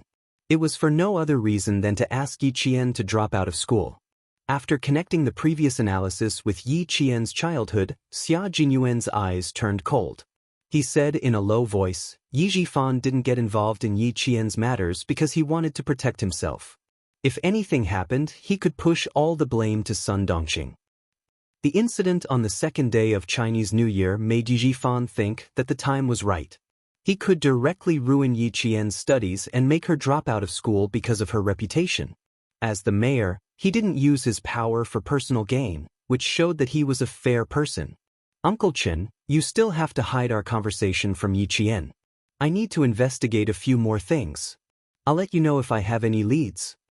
Chapter 1875.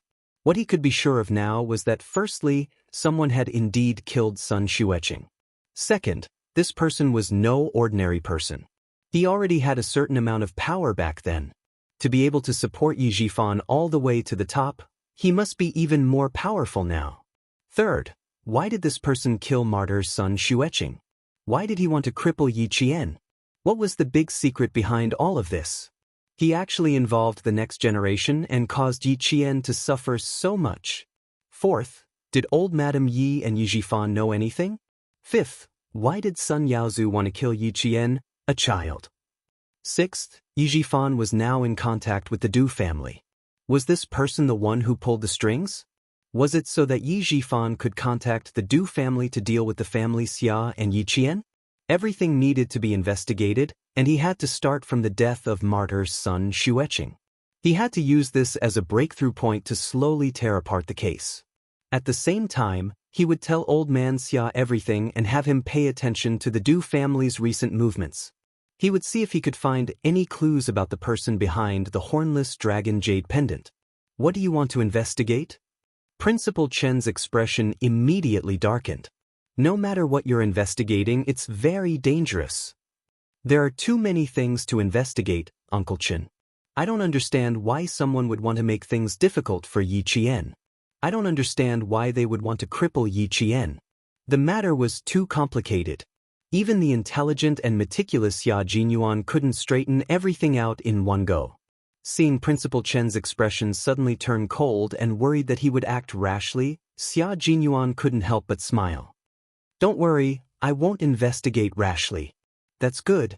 But you've always been steady, so I'm not worried. Although Principal Chen said this, the courage on his face slowly disappeared into his eyes. He glanced at the young major who was wholeheartedly concerned about Yi Qingtang and sighed softly. It seemed that he still had something to say, but was hesitating whether to say it or not. Xia Jinyuan poured a glass of warm water for Principal Chen and himself. Holding the glass, he stared at Principal Chen's thin face. His clear and dark eyes held a faint smile as he looked into Principal Chen's eyes. You don't have to worry about anything when it comes to me. Yi Qian isn't just my girlfriend, she's also my comrade. In the future, she'll be the love of my life. Uncle Chen, before he passed away, he told me to take good care of Yi Qian, to protect my wife like a real man, to protect her, to love her. I promised Uncle that I'd use my entire life to treat Yi Qian well. His last words moved Principal Chen. He knew that Xia Jinyuan could tell that he was hesitating because of Yi Qian. If you want to say it, you can say it now. If you're still hesitant or have any misgivings, you can say it the next time we meet. I'll listen. Xia Jinyuan had always been very patient when it came to Yi Qian. He could tell that Principal Chen was in a difficult position, so he didn't press him. He only smiled and said, whatever happened to her in the past or in the future,